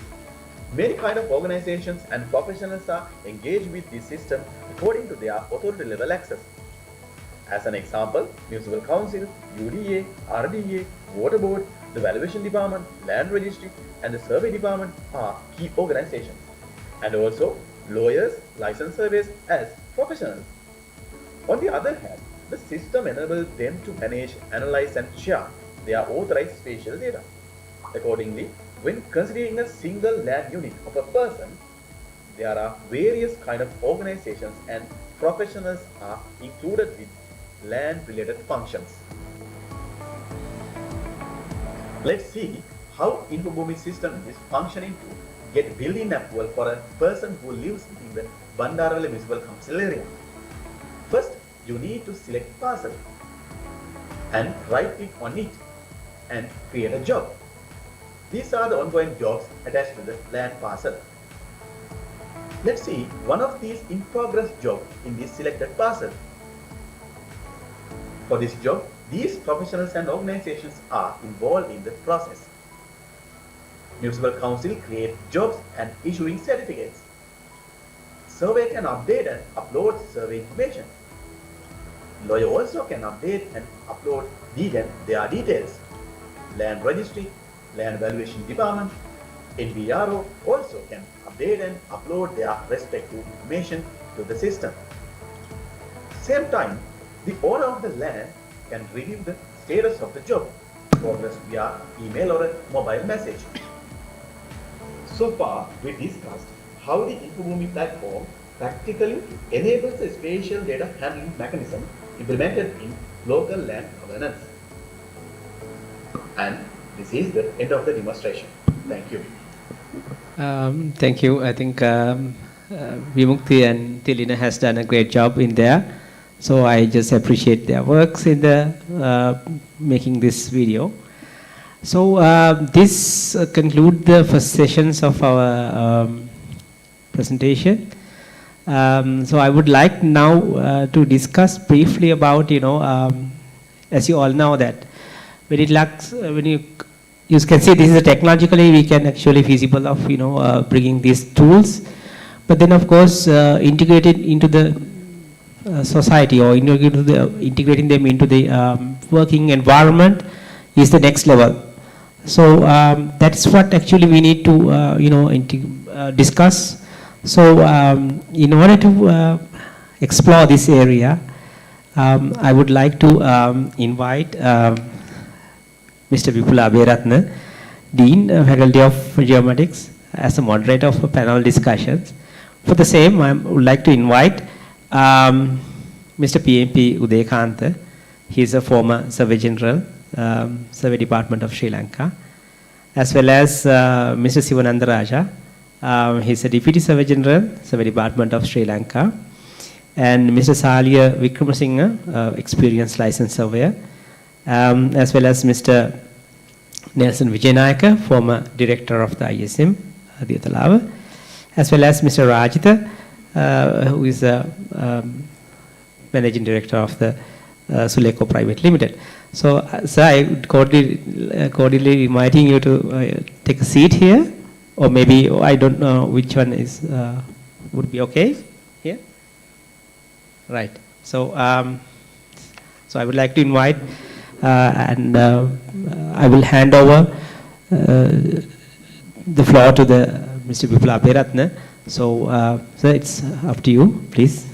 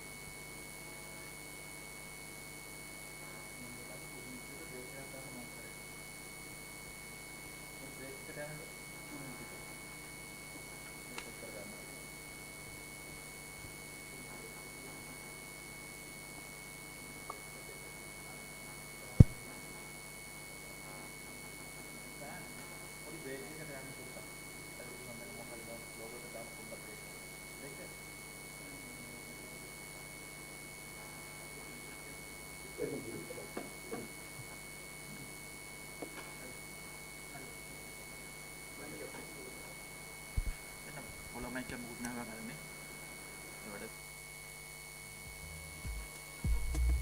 you was such a bliss, bliss, bliss. We're not talking anymore, it's like we're scared of trying. So different from when we started off. Now we're just like, think it's time to call it quits. Think it's time to quit. Take me back to Mexico, that Cancun sun would turn the sun or high on me. Want to vibe with me. Take me back to Mexico, that Cancun sun would turn the sun or high on me. Want to vibe with me. Take me back to Mexico, that Cancun sun would turn the sun or high on me. Want to vibe with me. Take me back to Mexico, that Cancun sun would turn the sun or high on me. Want to vibe with me.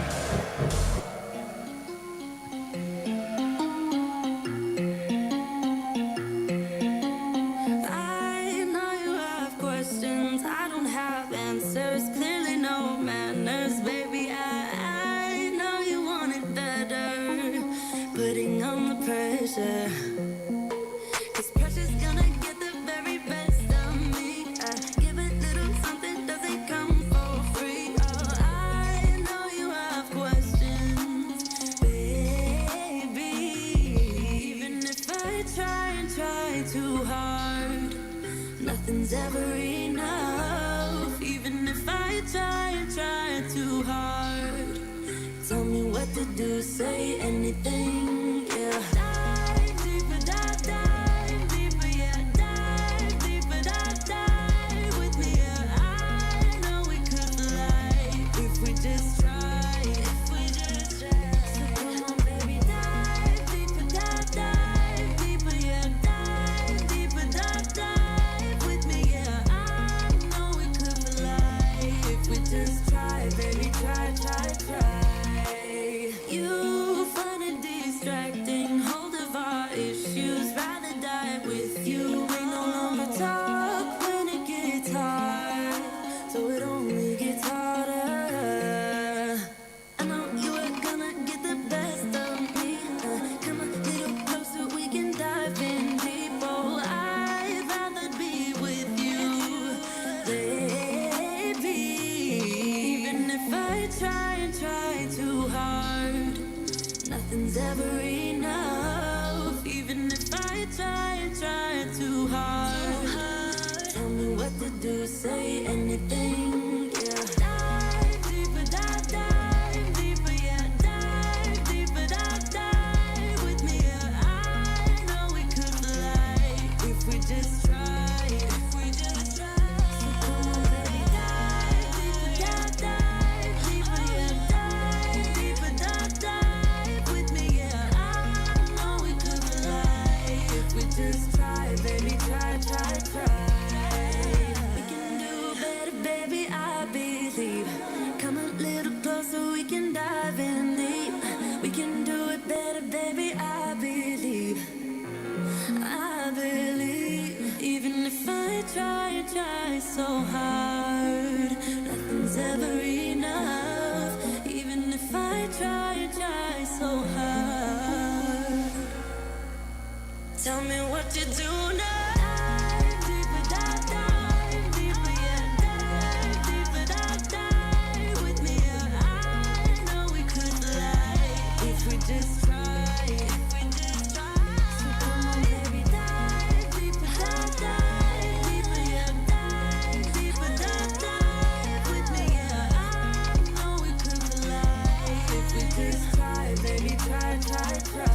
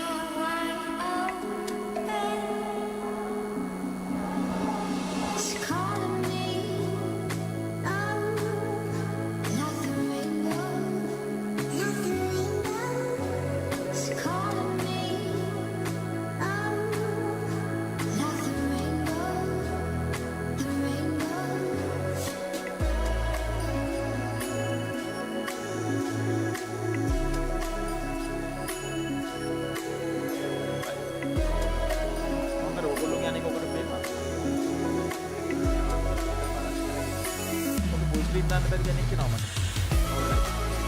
කතා කරන්න කියලා.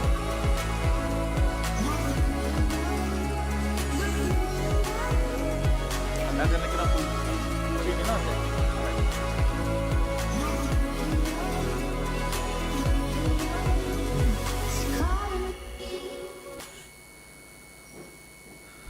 ආයුබෝවන් මේ අපි එක් වෙලා ඉන්නේ GeoWeek 2022 වැඩසටහනේ පළවෙනි දින 28 වෙනිදා පැවැත්වෙන විද්වත් සාකච්ඡාවට මේ සාකච්ඡාවට අපි ආරාධනය කළා PMP උදේකාන්ත මහතා එතුමා අපේ හිටපු මනුම්පති තුමෙක් එකම එස් සිවනන්ද රාජා මහතා නියෝජ්‍ය ජ්‍යෙෂ්ඨ නියෝජ්‍ය මනුම්පති මිනිඳු දෙපාර්තමේන්තුව ඒ වගේම සාලී වික්‍රමසිංහ මහතා එතුමා පළේලත් මිනිඳුරුවරයෙක් වගේම ජනතා මහජන නියෝජිතයෙක් එතුමාත් අප සාදරයෙන් පිළිගන්නවා. එකම නෙල්සන් විජේනායක මහතා හිටපු අධ්‍යක්ෂක මනුම්මා සිතියම් ගත කිරීම ආයතනයේ දියතලාව. අවසාන වශයෙන් අපි ආරාධනය කළා රාජිත මහතාට එතුමා කළමනාකාර අධ්‍යක්ෂක සුලේකෝ සමාගමේ අද සාකච්ඡාවට අපි විශේෂයෙන් බඳුන් කරන්න බලාපොරොත්තු වෙන්නේ කාලීන මාතෘකාවක්. අපි සියලු දෙනාම තොරතුරු හා සම්බන්ධ ජාලයක පැටලිලා ඉන්නේ. ඉතින් මේ තොරතුරු ජාලයත් එක්ක අපි ඉනම් තොරතුරු ජාලගත කළොත් ඒක මොන වගේ වාසියක් අපට අත් වෙනවද කියන එක තමයි අද මූලිකම අපේ මාතෘකාව වෙන්නේ. ඉඩම් තොරතුරු පද්ධතියක් ශ්‍රී ලංකාව සඳහා ඉඩම් තොරතුරු පද්ධතියක්. මෙය අතිශය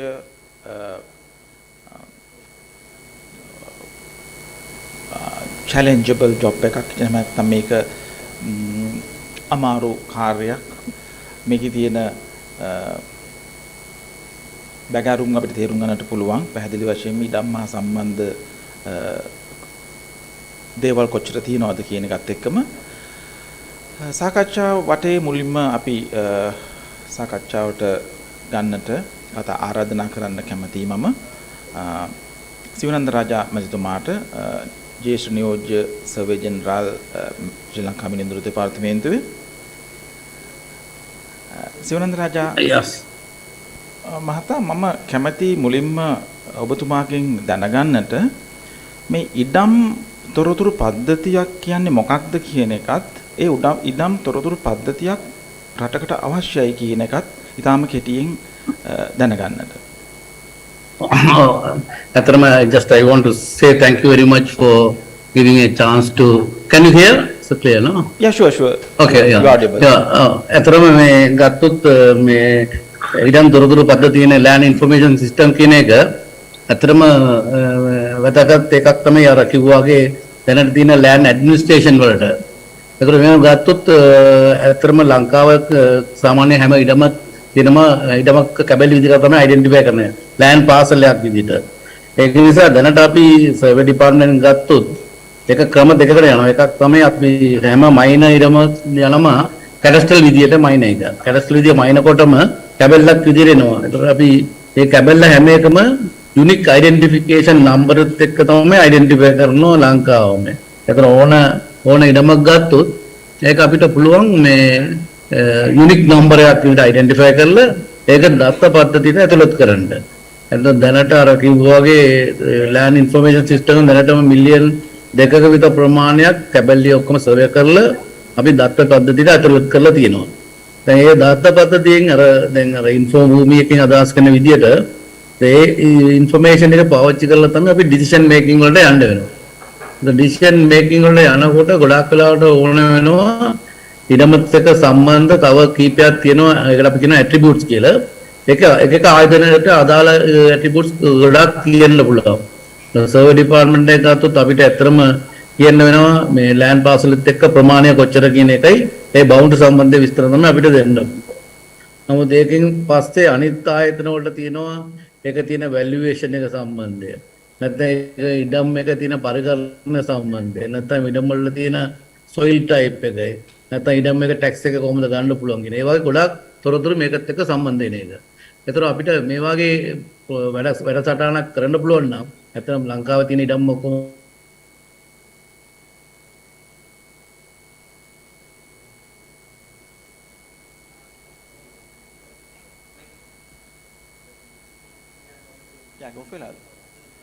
ඔබතුමාගේ මයික්‍රොෆෝනය ක්‍රියා විරහිත කරලා තියෙනවා. ශිවනන්ද මහත්මයා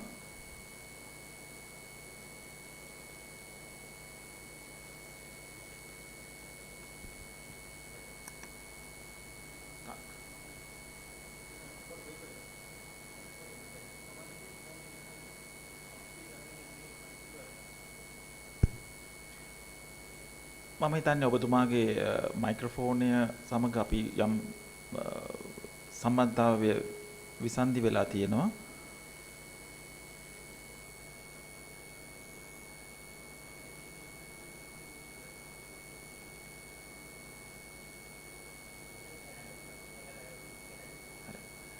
ශිවනන්ද මහතා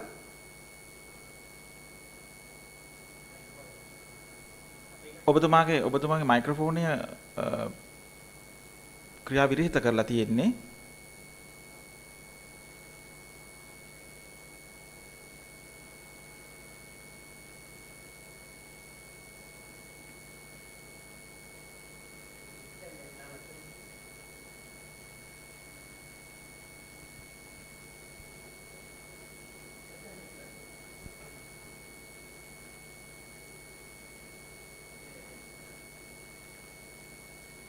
මෙසේජ් එකක් දාන්න.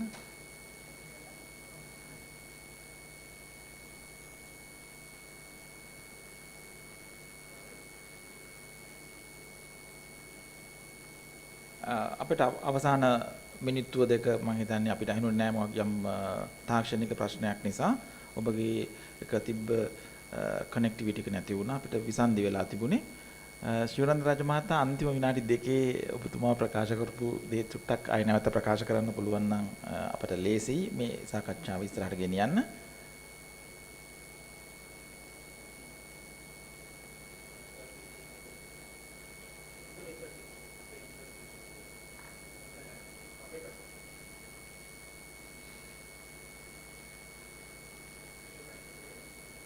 මේක දාලා තියෙන්නේ මෙතන යන්න එපා.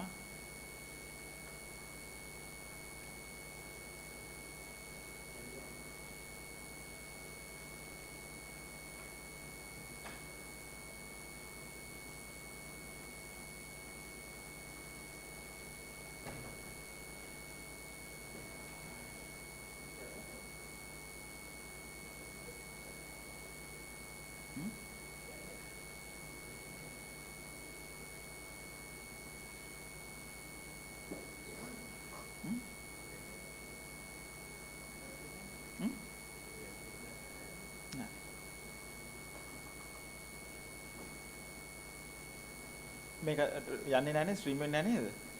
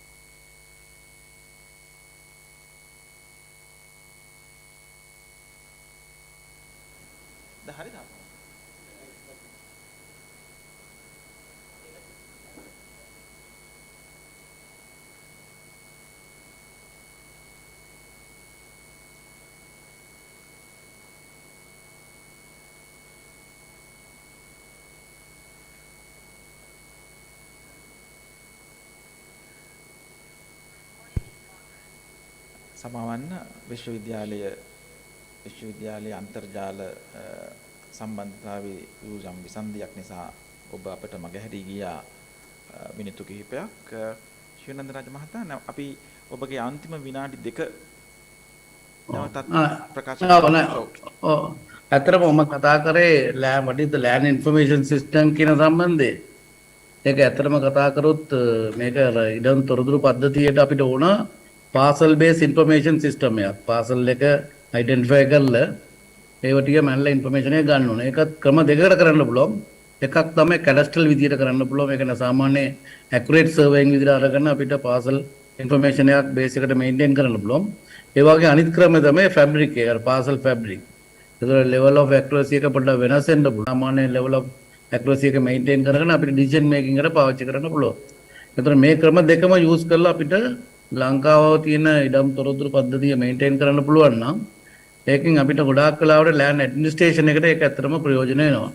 මේක ගොඩාක් වෙලාවට local authorities වලට මේක ඇත්තටම ඒගොල්ලෝ day to day transaction එකටයි ඒ දාන තියෙන land matters වලට මේක ගොඩාක් වෙලාවට පාවිච්චි කරන්න පුළුවන් කියලා මම හිතනවා. එතකොට දැන් අපිට සම්ප්‍රදාන කූලව අපි දන්නේ මහජනතාව දන්නේ ඉඩමක් සම්බන්ධයෙන් තමන්ල සන්තේ තියෙන්නේ ඔප්පුවක් කියන එක. එතකොට මේ ඔප්පුවයි ඉඩමයිත් එක්ක කොහොමද ආපහු අපි මේ ගමන ඉස්සරහට යන්නේ ඉඩම් පද්ධතියක් එක්ක?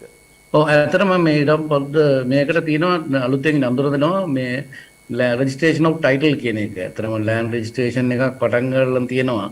අර ඉස්සර තිබ්බ deed වෙනුවට දැන් හැම ඉඩමක්ම මැනලා ඒක හැම ඉඩමක්ම identify වෙනවා මේ map එකක් එක registration එකට යන එක. title එකක් issue කරනවා. එතකොට මේ ටයිටල් එකෙන් හැම ඉඩම අයිඩෙන්ටිෆයි වෙනවා. ඒකත් එක්ක මේ හැම ඉඩමකටම යුනික් අයිඩෙන්ටිෆිකේෂන් නම්බර් උත් එනවා. එතකොට අපිට අර උදාහරණයක් ගත්තොත් වාහනේට තියෙන රෙජිස්ට්‍රේෂන් CR එක. CR එක ගත්තම වාහනේ නම්බර් එකක් තියෙන ට්‍රාන්සැක්ෂන්ස් අපිට එක පේපර් එකෙන් බලා ගන්න පුළුවන් මේ වාහනේ කවද්ද පර්චේස් කරේ, කවුද ෆස්ට් ඕනර්, සෙකන්ඩ් ඕනර් කියලා වගේ එනවා. ඒ වගේ මේ හැම ඉඩකටම පාසල් එකටම ටයිටල් එකක් ඉෂුව වෙනවා. ඒක ටයිටල් එකෙන් දැනගන්න පුළුවන් මේ ඉඩම තියෙන ලොකේෂන් එක හරියටම. එතකොට ඒක කොහොමද මේ ට්‍රාන්සැක්ෂන් එලා තියෙන විස්තර ඔක්කොම අපිට සම්බන්ධ කරන්න පුළුවන්. අපි අර තියෙන ඩීඩ් රෙජිස්ට්‍රේෂන් ඉඳලා අපි පොඩ්ඩක් වෙනස් කරලා මේ ටයිටල් රෙජිස්ට්‍රේෂන් එකට යන්න පුළුවන්. මේ පාසල් බේස්ඩ් ඉන්ෆර්මේෂන් එකක් හරියට මේන්ටේන් කරගෙන ආවොත්. හොඳයි. දැන් අපි එතකොට අපේ අතින් ඔප්පුව ගිලිහෙනවා. ඊට අමතරව අපි වෙනම වූ ලියාපදිංචියකට සැරසෙනවා ඉඩමක් සම්බන්ධයෙන්. අපිට ඒ සම්බන්ධයෙන් අපිට වෙනත් වූ සහතිකයක් හම්බ වෙනවා. එකත් හරි. නමුත් මේ දත්ත ටික අපි මේ සංකීර්ණ දත්ත ගබඩාකරණයේදී මම මේකට කියන සිංහල වචනේ නම් මම ඇත්තටම දන්නේ නැහැ. නමුත් අපි SDI නැත්නම් Spatial Data Infrastructure වගේ යම් platform එකක යම් එකඟතාවයකට මුළු දත්ත පද්ධතියම අපි සියලු දෙම අපි එන්න වෙයි. ඉතින් ඒ වගේ දෙයකදී මේ වෙනකොට ශ්‍රී ලංකාව පැත්තෙන් තියෙන වැඩපිළිවෙල මොකක්ද? අපි කොතනද ඉන්නේ Spatial Data Infrastructure එකක් ගත්තොත්? ඒක ඇත්තටම ගත්තොත් දැන් ඇත්තටම country එකට ඕන වෙයි National Spatial Data Infrastructure NSDI කියන එකට අවශ්‍ය වෙනවා. ඒක ඇත්තටම NSDI එකකින් එන එක තමයි අපි standards data collection එක standards ටික define කරගන්නයි අනිත් data sharing එකයි. අතන අපි ළඟ තියෙන data කොහොමද share කරන්න පුළුවන් policy එන්නත් ඕන. ඒ වගේ ඒක standards උත් දෙන්න ඕන. දැනට අපි ගත්තොත් මේ land information system එකට දැනටම survey department එකේ standards maintain වෙලා තියෙනවා. හැම ඉඩමක mind ඕන මොන වගේ තියෙන්න ඕන මොන වගේ accuracy එක data එකක් තියෙන්න ඕන කියලා ඒ වගේ standards දැනටම තියෙනවා. එතන ඒක අපිට ඉස්සරහටම අරන් යන්න පුළුවන් නම් මොනවද survey department මැනුත් ඒක අපි ළඟ තියෙනවා මේ වගේ area එක mind ඕන මේ ක්‍රමයට මේ techniques පාවිච්චි කරන මේ වගේ accuracy තියෙනවා. ඒවා ඔක්කොම standard දැනටම define වෙලා තියෙනවා. එතන අපි NSDA හරහා තව ටිකක් අපිට පුළුවන් මේක මේ දැනගන්න මේ කොච්චර ලංකාවම කව වෙලා තියෙනවද නැත්නම් මේක තවදුරටත් මේ license service ලා කරන වැඩ ටිකක් අපි කොහොමද දැනටම තියෙන system එකක් cadastral survey කරනකොට subdivision එකක් ආවොත් අනිවාර්යයෙන්ම ඒක department එක සම්බන්ධ වෙලා ඒක ඩිපාර්ට්මන්ට් ඩේටාබේස් එකට සම්බන්ධ වෙනවා. ඒතර ටයිටල් රෙජිස්ට්‍රේෂන් පැත්ත ගියත් මම හිතනවා ඒක ගොඩාක් සුදුසුකම් වෙනවා ලංකාවම ඉදිරියට කව කරන්න පුළුවන් නම්. එතන හැම ඩේටාවම එක ස්ටෑන්ඩඩ් එකකට එනවා. ඒතර ඒකත් එක්ක අනිත් පැත්ත තමයි යූසර්ස්ලාට ලෝකල් ඔතොරිටිස් නැත්නම් පබ්ලික් එකට ඒක අර කෙලින්ම අයිඩෙන්ටිෆයි කරලා අපි තමුන්ගේ ඉනම කොතන තියෙනවා කියන එක අයිඩෙන්ටිෆයි කරලා ඒ ට්‍රාන්සැක්ෂන් කරනත් ලේසි වෙනවා පුළුවන්. හොඳයි. මම ඊළඟට නෙල්සන් විජේනායක මහතාගෙන් අහන්න කැමති අපි දැන් අවුරුදු 30කට 40කට එහා පැත්තේදී ගත්තොත් එහෙම පෙරදී ගත්තොත් අපේ අපි මන්නපු මැනුම් විධි ක්‍රම සහ ඒ ලේඛනගත කරපු විධි ක්‍රම ඔක්කොම අපිට මේ වෙනකොට අපිට වෙනස් කරන්න වෙනවා. දැන් මේ තියෙන තාක්ෂණික මේ ට්‍රාන්ස්ෆෝමේෂන් එකත් එක්ක නැත්නම් මේ තාක්ෂණික පෙරලියත් එක්ක අපි සූදානම්ද මේ අතිවිශාල වූ දත සමූහයක් එක්ක මෙවන් වූ තොරතුරු පද්ධතියකට යන්න. එහෙම යෑමේදී අපිට මොන වගේ දේවල් ගැනද අපි සැලකිලිමත් විය යුත්තේ? අපි ඒකට සූදානම්ද? අපිට පුළුවන්ද මේ කරන්න? විජේනායක මහතා ඔව් මේ ඉම්ප්ලිමන්ට් මේ ඔව් මම වැහෙනවද දන්නේ නැහැ. ඇහෙනවා හොඳින් ඇහෙනවා ඔබතුමා හොඳින් මම වැහෙනවද ඔබතුමා හොඳින් ඇහෙනවා අපිට හලෝ හරි බොහොම ස්තුතියි පළමුවෙන්ම බොහොම ස්තුතිවන්ත වෙනවා ඇත්තටම ඔබ සංවිධායක කමිටුවට මෙවැනි කාලීන මාතෘකාවක් ගැන සාකච්ඡා කිරීම සම්බන්ධයෙන් ඇත්තටම ඉඩම් තොරතුරු කියන එක අපි 1800 දී මිනිඳුරු දෙපාර්තමේන්තුව පිහිටුවීම සමගම දීර්ඝ කාලීනව පවත්වාගෙන ආවා ෆීල්ඩ් සීට් එක වගේ ඒවා ඒ වගේ ප්‍රිලිමිනරි ප්ලෑන් කියලා මූලික පිඹුරු වගේ සියලුම තොරතුරු රාශියක් එකතු කරලා තියෙනවා. ඉතින් මේ තොරතුරු ඒකරාශී කරලා දත්ත පද්ධතියකට අරගෙන අර සේවාවල් රාශියක් සැපයීම තමයි ඇත්තටම අද කාලීනව සිදු පටන් ගන්න තිබුණත් දැන් අපි ගොඩක් ප්‍රමාද වෙලා තිබුණත් තාක්ෂණය ගොඩාක් ඉස්සරහට ගිහලා තියෙන නිසා අපිට අර ඉස්සර පටන් ගත්තට වඩා තාක්ෂණය ගොඩාක් නැඹුරු කරගෙන ඉදිරියට යාමේ හැකියාවක් තියෙනවා.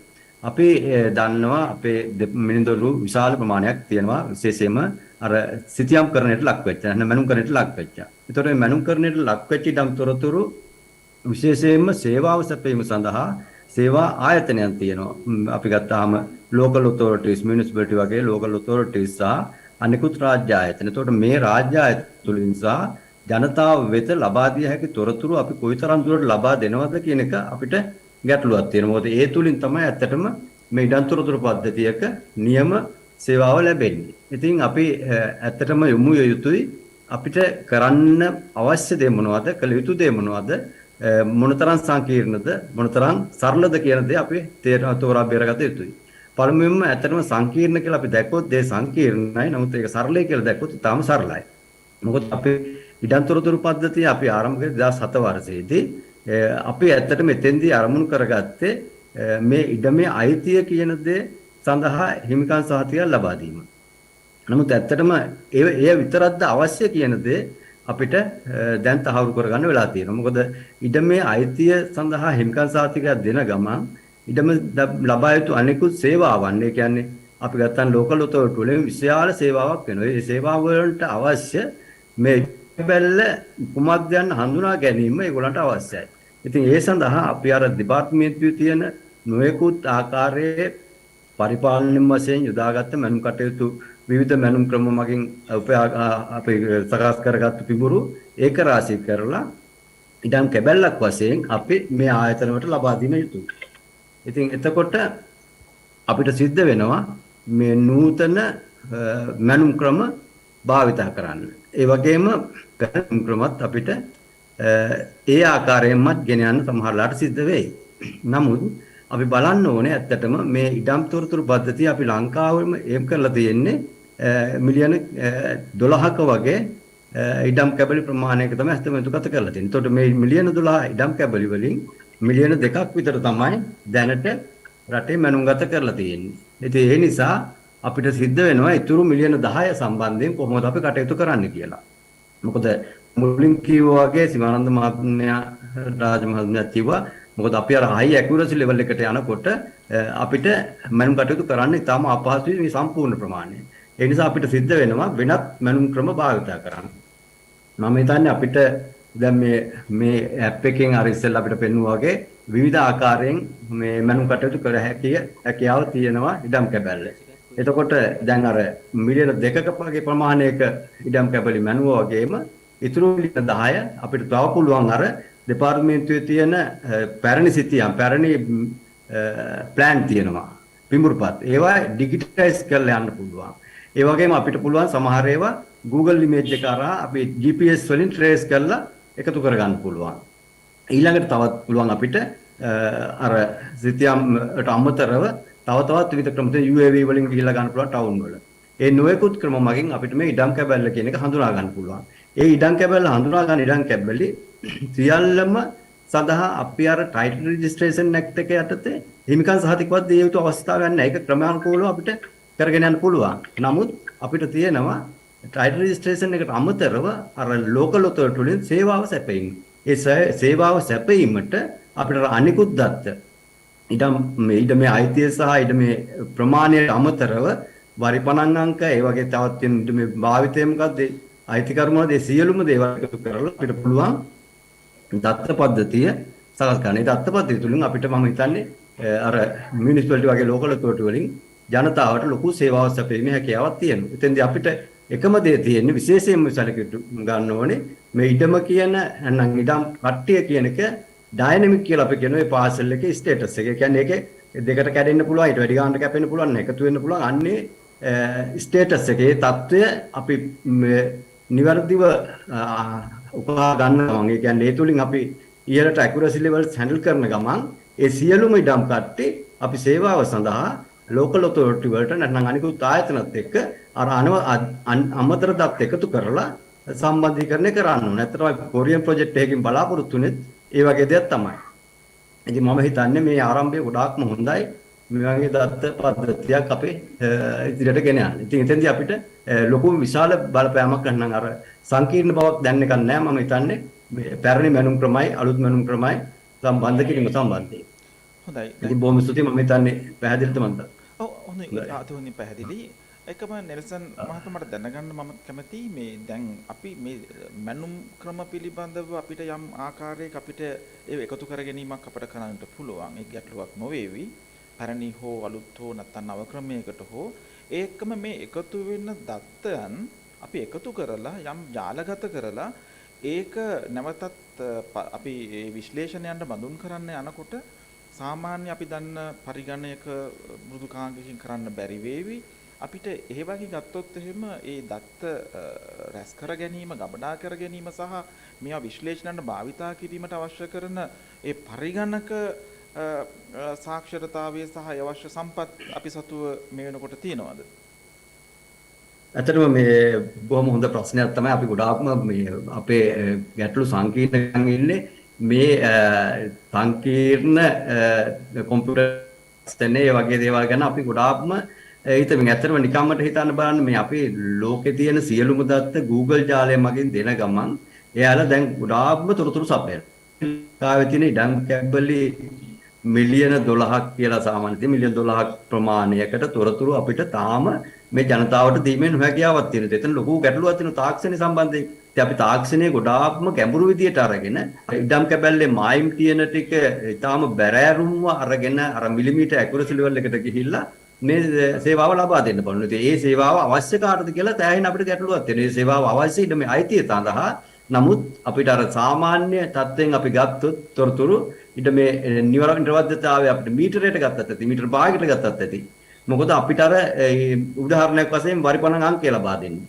මේ ජාලයේ පේනවා නම් අපිට දැන් සාමාන්‍යයෙන් මම දන්නවා මේ හෝම කම සම්පූර්ණයෙන්ම 90ක් විතර කරලා තියෙනවා බීම් සවියටද මැනලා තියෙනවා. නමුත් දැනට ගිහිල්ලා ප්‍රාදේශ සභාවට ගිහිල්ලා හුවොත් අපි වරිපණන් අංකයක් ගන්න ඒ ඉඩම් ඔෆිස කෙනෙක් ඇවිල්ලා මේ යනවා ඉඩම් තියෙන තැනට ගිහිල්ලා බලලා වටේ නිවාසවල තියෙන වරිපණ අංක මොනවද කියලා බලලා ඒ අනුව අතර භාවිතා කරපු වරිපණ අංකයක් තමයි දෙන්නේ. ඉතින් මේ වගේ දේවල් සිද්ධ කරනකොට කාලයක් අපත යනවා. ඒ වගේ මේ අයට බෝරින් ඇත්තට මේ වැඩ කරන අයට මේ තාක්ෂණයත් එක්ක සම්බන්ධ වෙන්න තියෙන නිසා. ඉතින් ඒ නිසා ඇත්තටම ඊටාම පහසුවෙන් මේ අපි සරලව වැඩි සංකීර්ණව හිතන්නේ නැතුව අපිට මේ අර ඉඩමේ බවුන්ඩරි එක කලෙක්ට් කර ගන්න ඕන පහසු ක්‍රමයකින් පසු කාලිනව ඒවා අප්ග්‍රේඩ් කරන්න පුළුවන් අපිට ඉඩම් හිමිකම් ඔප්පු දීම සඳහා නිරවද්‍ය මැනුම් වලට. එතකන් අපිට ගොඩාක්ම අර පහසුවෙන් පුළුවන් වයිපන අංක දෙන්න. ඒ වගේම මේ අපි දෙන ගොඩනැගිලි ඉදිකිරීම සහතික ඒ වගේම අපිට ගොඩාක් බලා ගන්න පුළුවන් මේ ජාල තොරතුරු පද්ධතිය එකතු කරලා.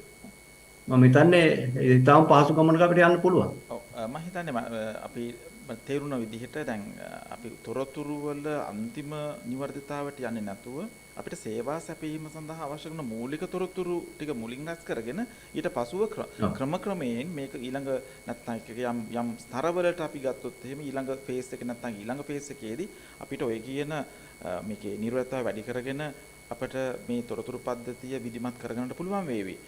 මම කැමති අපේ බලයලත් මිනින්දෝරු සාලිය වික්‍රමසිංහ මහතාගෙන් දැනගන්නට අපි දැන් අපේ ජ්‍යෙෂ්ඨ මනුම්පතිතුමා සහ අපේ හිටපු අධ්‍යක්ෂක මනුමසිතයන් ආයතනයේ නෙල්සන් මහතාගෙනුත් අපි දැනගත්ත කරුණු තිබුණා.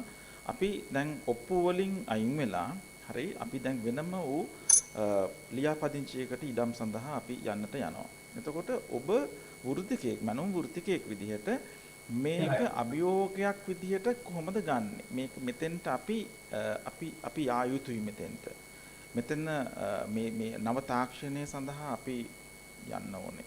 එහෙමනම් වෘත්තිකයන්ගෙන් පැත්තෙන් ඔබතුමා කොහොමද මේ වැඩසටහනට දායක වෙන්නේ? ඔබතුමා ළඟ තියෙන මනුම උපකරණ වේවා, ඒ තාක්ෂණය වේවා, එහෙම නැත්නම් මේ පරිගණක පිළිබඳ සාක්ෂරතාවය වේවා, ඒ සියලු දේත් එක්කම ඔබ කොහොමද මේකට මේ අලුත් සංකල්පයට එකතු වෙන්නේ? බොහොම ස්තුතියි විපුල මහත්මයා. මම ස්තුතිවන්ත වෙන අතරම සම්බන්ධ කිරීම ගැන පළමු කොටම දැන් ඔබ මගෙන් අහන්නේ අලුත් තාක්ෂණයට බලලත් මිනිඳුරු කොහොමද එකතු වෙන්නේ කියන එක. ඇත්තටම එකතු වෙන්න ඕනේ. බලලත් මිනිඳුරුන්ට මේ ඇත්තටම අපේ වයස අයට සමහරට තාක්ෂණික දැනුම අඩු ඇති. නමුත් අපි දන්නවා අපිට වඩා ඊළඟ પરම්පරාව තාක්ෂණයෙන් අපිට වඩා ඉදිරියට ඉන්නවා. මම හිතන දේ තමයි මේ ඉන්ඩිවිජුවල් ප්‍රැක්ටිස් නැත්නම් තනිතනිව වැඩ කරන එක මදක් නවත්තලා නැති කරලා මේක සම්පූර්ණ වශයෙන් යම්කිසි සමාගම් ක්‍රමයකට නැත්නම් කම්පැනිස් හැටියට ඩිවෙලොප් වුණොත් අපිට මේ අවශ්‍ය කරන තාක්ෂණය මිලදී ගන්නත් පුළුවන්. ඒ තාක්ෂණික දැනුම ලබා ගන්නත් පුළුවන්. ඒකෙන් ලොකු ප්‍රවර්ධනයක් වෘත්තිය තුලත් ජනතාවටත් සිද්ධ වෙයි කියන එක මම බලාපොරොත්තු වෙනවා. මම හිතනවා අපේ තනිකර පුද්ගලික අංශය ප්‍රතිව්‍යුහගත කරන රීස්ට්‍රක්චර් කරන්න ඕනේ. පුද්ගලිකව කරන්න පුළුවන් වෙන්නේ මම හිතන්නේ අර උසාවි මනුම් කටයුතු විතරයි. අනිත් ඒවා ඔක්කොම නව තාක්ෂණත් එක්ක යන්න ඕනේ කියන එක. මම ඉතින් එහාට පොඩ්ඩක් යන්න මට අවසර දෙන්න. මම ඔබ මාව හඳුන්වන දෙනවත් මම මහජන නියෝජිතයෙක් කියලා. මම හිතන්නේ මෙතන කතා කරන සම්භාවනීය මිනිඳුරු වෘත්තිකයන් සියලු දෙනාම දෙපාර්තමේන්තුවේ ඉහළ මට්ටමේ නිලධාරීන් හැටියට තමයි ඉන්නේ. මම අවුරුදු 40ක් පුද්ගලික වෘත්තියේ මිනිඳුරකට යෙදෙන ගමන්ම මහජන නියෝජිතකට දැන් අවුරුදු 15ක් 16ක් වගේ ඉන්නවා. මම මේ තොරතුරු පද්ධතියක වටිනාකම මම වෙනස් ආකාර දෙකකින්ම එහින දකිනවා.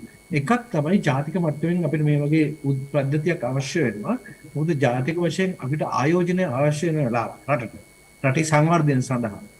ඒ සඳහා දැන් තියෙන ලොකුම ප්‍රශ්නය තමයි මේ මොනවාද පිඹුරුපත් අනුමත කිරීමේදී සිද්ධ වෙන ප්‍රමාදය. ඒ වගේම පැරණි ක්‍රම ආශ්‍රිතව මනුම්ක සඳහා ගත වෙන කාලය. ඒව ඔක්කොම අඩු කරගන්න පුළුවන් මේ දත්ත පද්ධතියෙන් මේ විදිහට අපි සංවර්ධනය කරනකොට. ඒ වගේම තමයි අනිත් පැත්තෙන් ජාතික මට්ටමින් යනවා වගේම අර ප්‍රාථමික බිම් මට්ටමට එනකොට මේක අපේ සිවනන්ද රාජ මහත්මයාත් මතක් කළා, විජයනායක මහත්මයා මතක් කළා. මම ඇහැට දැකලා තියෙනවා මේ තියෙන අපේ ඔය කියන ප්‍රාදේශීය ලේකම් කාර්යාලය තුලත් ලෝකල් ඔතොරිටි පළාත් පාලන ආයතන තුලත් මේ දත්ත සෑහෙන ප්‍රමාණයක් තියෙනවා. මේව තියෙන්නේ ලේඛනගතව. මේ තියෙන දත්ත අවබෝධ කරගන්න හැටි නිලධාරී ඒවා විශ්ලේෂණය කරන හැටි ඒ සඳහා තීන්දුව తీරන වලට එළඹෙන හැටි සමහර අවස්ථාවලදී මට හිත පාරනවා. නමුත් අපිට එතන කියන්න බෑ ඒගොල්ලන්ට උපදෙසක්වත් අපිට දෙන්න බෑ අපි රාජ්‍ය සේවයේ නොයුතු නිසා. අන්න ඒ හින්දා මේ එකතු කරන දත්ත ඇත්තටම අර කිව්වා වගේ අපි කැඩස්ටර් මැප් එකකින් අපිට හම් වෙන්නේ ඉදමේ වර්ග ප්‍රමාණයයි අයිතිවාසිකම් විතරයි. එතනින් එහාට අවශ්‍ය ගොඩාරියක් දේවල් තියෙනවා. ඒ දේවල් අපිට එකතු කරගන්න පුළුවන් නම් මේ රටේ සංවර්ධන ජාතික මට්ටමේ සංවර්ධනයට වගේම පළාත් ප්‍රාදේශීය මට්ටමේ සංවර්ධනය මේ හුඟක් ඉවහල්. හැබැයි ඒවා පාලනය කරන්න අපිට IT ඒ කියන්නේ පරිගණක තාක්ෂණයක් දන්න මිනින්දෝල් දැනුමක් තියෙන නීතිමය දැනුමක් තියෙන යම්කිසි වෘත්තීකයන් පිරිසක් බිහි කරන්න වෙනවා. ඒ හින්දා මම ඔබට යෝජනා කරනවා මේ අපේ මිලින්ද ආචාර්ය මිලින්ද මැතිතුමාගේ මේ ප්‍රයත්නයට සුබපතන ගමන්ම මම යෝජනා කරනවා මේ පරිගණක පද්ධතිය මම හිතන්නේ තුමාට තියෙන ලොකුම බාධකය මේකේ තියෙන නීත්‍යානුකූල භාවය ලබාගෙන කොහොමද මේක ජනගත කරන්න රාජ්‍ය දෙපාර්තමේන්තු මේක ලබා දෙන්නේ කියන එක කොහොම හරි කරයි කියලා මම හිතනවා. එහෙම කළත් ඊට පස්සේ තියෙන ප්‍රශ්නේ තමයි මේක භාවිතා කරන්න සුදුසු පිරිසක් ඇති කරගන්න. ඒකට මම හිතන්නේ සෑහෙන අවුරුදු ගණනක් යයි අවුරුදු 5ක්වත්. හැබැයි දැම්ම ඉඳන් මේකට සමගාමීව ඔබේ විශ්වවිද්‍යාලයට පුළුවන් නම් දැනට මේ කළමනාකරණය ඉඩම් කළමනාකරණය කරන උදවියට යම්කිසි පුහුණුවක් ලබා දීලා යම්කිසි මට්ටමකට ඔවුන්ගේ දැනුමත් වැඩි කරන ගමන්ම ඉදිරියට MSc කෝස් එකක් වගේ එකකින් මේ ධර්ම ඊළඟ පරම්පරාවට ලබා දෙන්න පුළුවන් නම් ඒක තමයි මම හිතන්නේ අපිට මේ යුගයේ කරන්න පුළුවන් ලොකුම ජාතික කාර්යය මම හිතන්නේ සබරගම යුනිවර්සිටි එකට කරන්න පුළුවන්. ඉතින් ඒ වගේම මම කියන්නේ මේ අපි ගන්න උත්සාහය වතුරේයි හරියට මේක බිම් මට්ටමට ගෙනියන්න බැරි වුණා.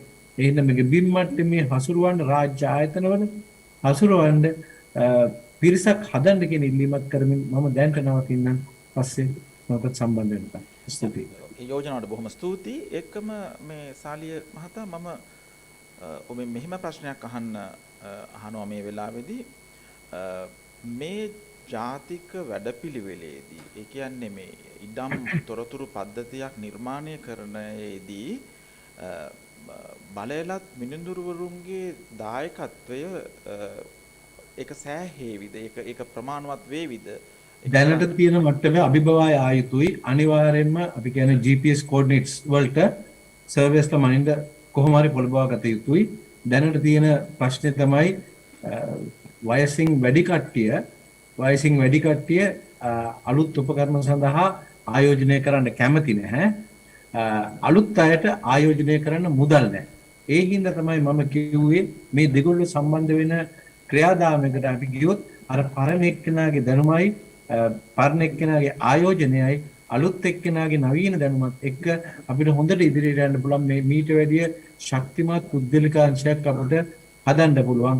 අද අපි සියලුම මනු කටයුතු මම හිතන්නේ GPS තාක්ෂණය හරහා ඉදිරියේදී සිදුවිය යුතුයි කියන එක මම හිතනවා. පහුගිය දාට අපිට අපි කොළඹ මහා නගර සභාව මුණ ගැසුණා. කොළඹ නගර සභාව සූදානම් වෙනව ලබන අවුරුද්දේ ඉඳලා අඩු ගානේ එක නාගරික කොට්ටාශයකවත් GPS තාක්ෂණයට ඉල්ලන්නේ. මම යෝජනා කරනවා පුළුවන් නම් ඉඩම් මනුන් සභාවට හරහා මේක යම්කිසි බලපෑමක් කරලා මිනුදෝරුවන්ට ඒක දෙන්න පුළුවන් මොනවා හරි කන්සෙෂන් එකක් බලයලා මිනුදෝරුවන්ට දෙනවා නම් එක්ක CPD ප්‍රෝග්‍රෑම් එකක් දෙකක් කියන එකක් කරන්න කියලා හරි අවුරුද්දකට ඒ මොකක් හරි කරලා මේ අලුත් තාක්ෂණයට යෑමට පොළඹවන්න. ඒක අලුත් අයට කරන්න අමාරු නම් අලුත් මිනුදෝරුවන්ට කරන්න එකපාර අමාරු නම් පරණ අයත් එක්ක ඒකට සම්බන්ධ වෙන්න ඕන. මේක යම්කිසි කම්පැනි මට්ටමකට ඉදිරියට යන්න ඕනේ කියන එකයි මගේ බලාපොරොත්තුව. බොහොම ස්තුතියි. මම ඊළඟට ආරාධනා කරන්නේ PMP උදේකාන්ත මැතිතුමාට. ඔබතුමා සුවිශේෂී පුද්ගලයෙක් මගේ ජීවිතේ. මම හිතනවා ශිෂ්‍යයෙක්ව සිටිද්දී පළමු දේශනය මනෝ විද්‍යාව පිළිබඳව කළේ ඔබතුමා. පසුව ශ්‍රී ලංකාවේ මනුම්පතිවරයෙක් වශයෙන් දීර්ඝ කාලයක් සේවය කළා. ඒ සියලුම අත්දැකීම් එක්ක ඔබතුමා අද මේ සාකච්ඡාවට ආරාධනා කරන්න ලැබීම පිළිබඳව අපි ස්තුතිවන්ත වෙනවා. ඒක අවස්ථාව දීම පිළිබඳව. උදේකාන්ත මැතිතුමනි ඔබතුමා දශක 4ක විතර කාලයක් මේ ශාස්ත්‍රයේ නියැලලා ඉන්න ප්‍රවීණයෙක් සම්ප්‍රදානුකූල මනුම් ක්‍රම පටන් අරගෙන අතිනවීන තාක්ෂණය ඔස්සේ ඒ සියලු දේම ඒ අත්දැකීම් ලබාගෙන ඊට අමතරව රාජ්‍ය සිතියම් කරණය සඳහා වූ මූලිකම ආයතනයේ අධිපතිත්වයක් දරලා මේ හැම අංශයක් පිළිබඳව ප්‍රමාණාත්මක අත්දැකීම් ඇති විද්වතෙක්. ඒකම ඔබතුමා ඉන්ෆෝභූමි වැඩසටහනේ එක සම්පත් දායකත්වයක් සපයනවා. එතකොට මම ඔබතුමාගෙන් අහන්න කැමතියි මේ වෙලාවේදී අපි මෙච්චර කාලයක් අපි කරපු වැඩපිළිවෙල එතකොට අපි අපිට තිබුණා යම් අත්දැකීම් අලුතෙන්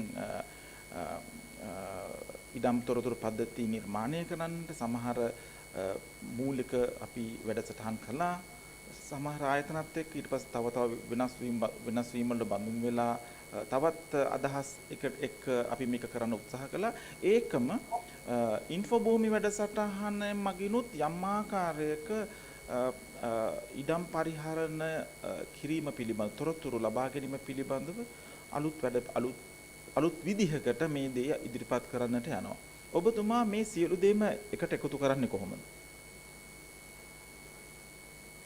හොඳයි බොහොම ස්තුතියි මම මේ අවස්ථාවට ආරාධනා කිරීම පිළිබඳව ස්තුතිවන්ත වෙනවා. ඒ වගේම පීඨාධිපතිතුමා කියෝ වගේ එතුමා මිනුම් මාධ්‍යම් ගත කිරීම ආයතනයේ මගේ ශිෂ්‍යයෙක් මම ඊටම සතුටු වෙනවා.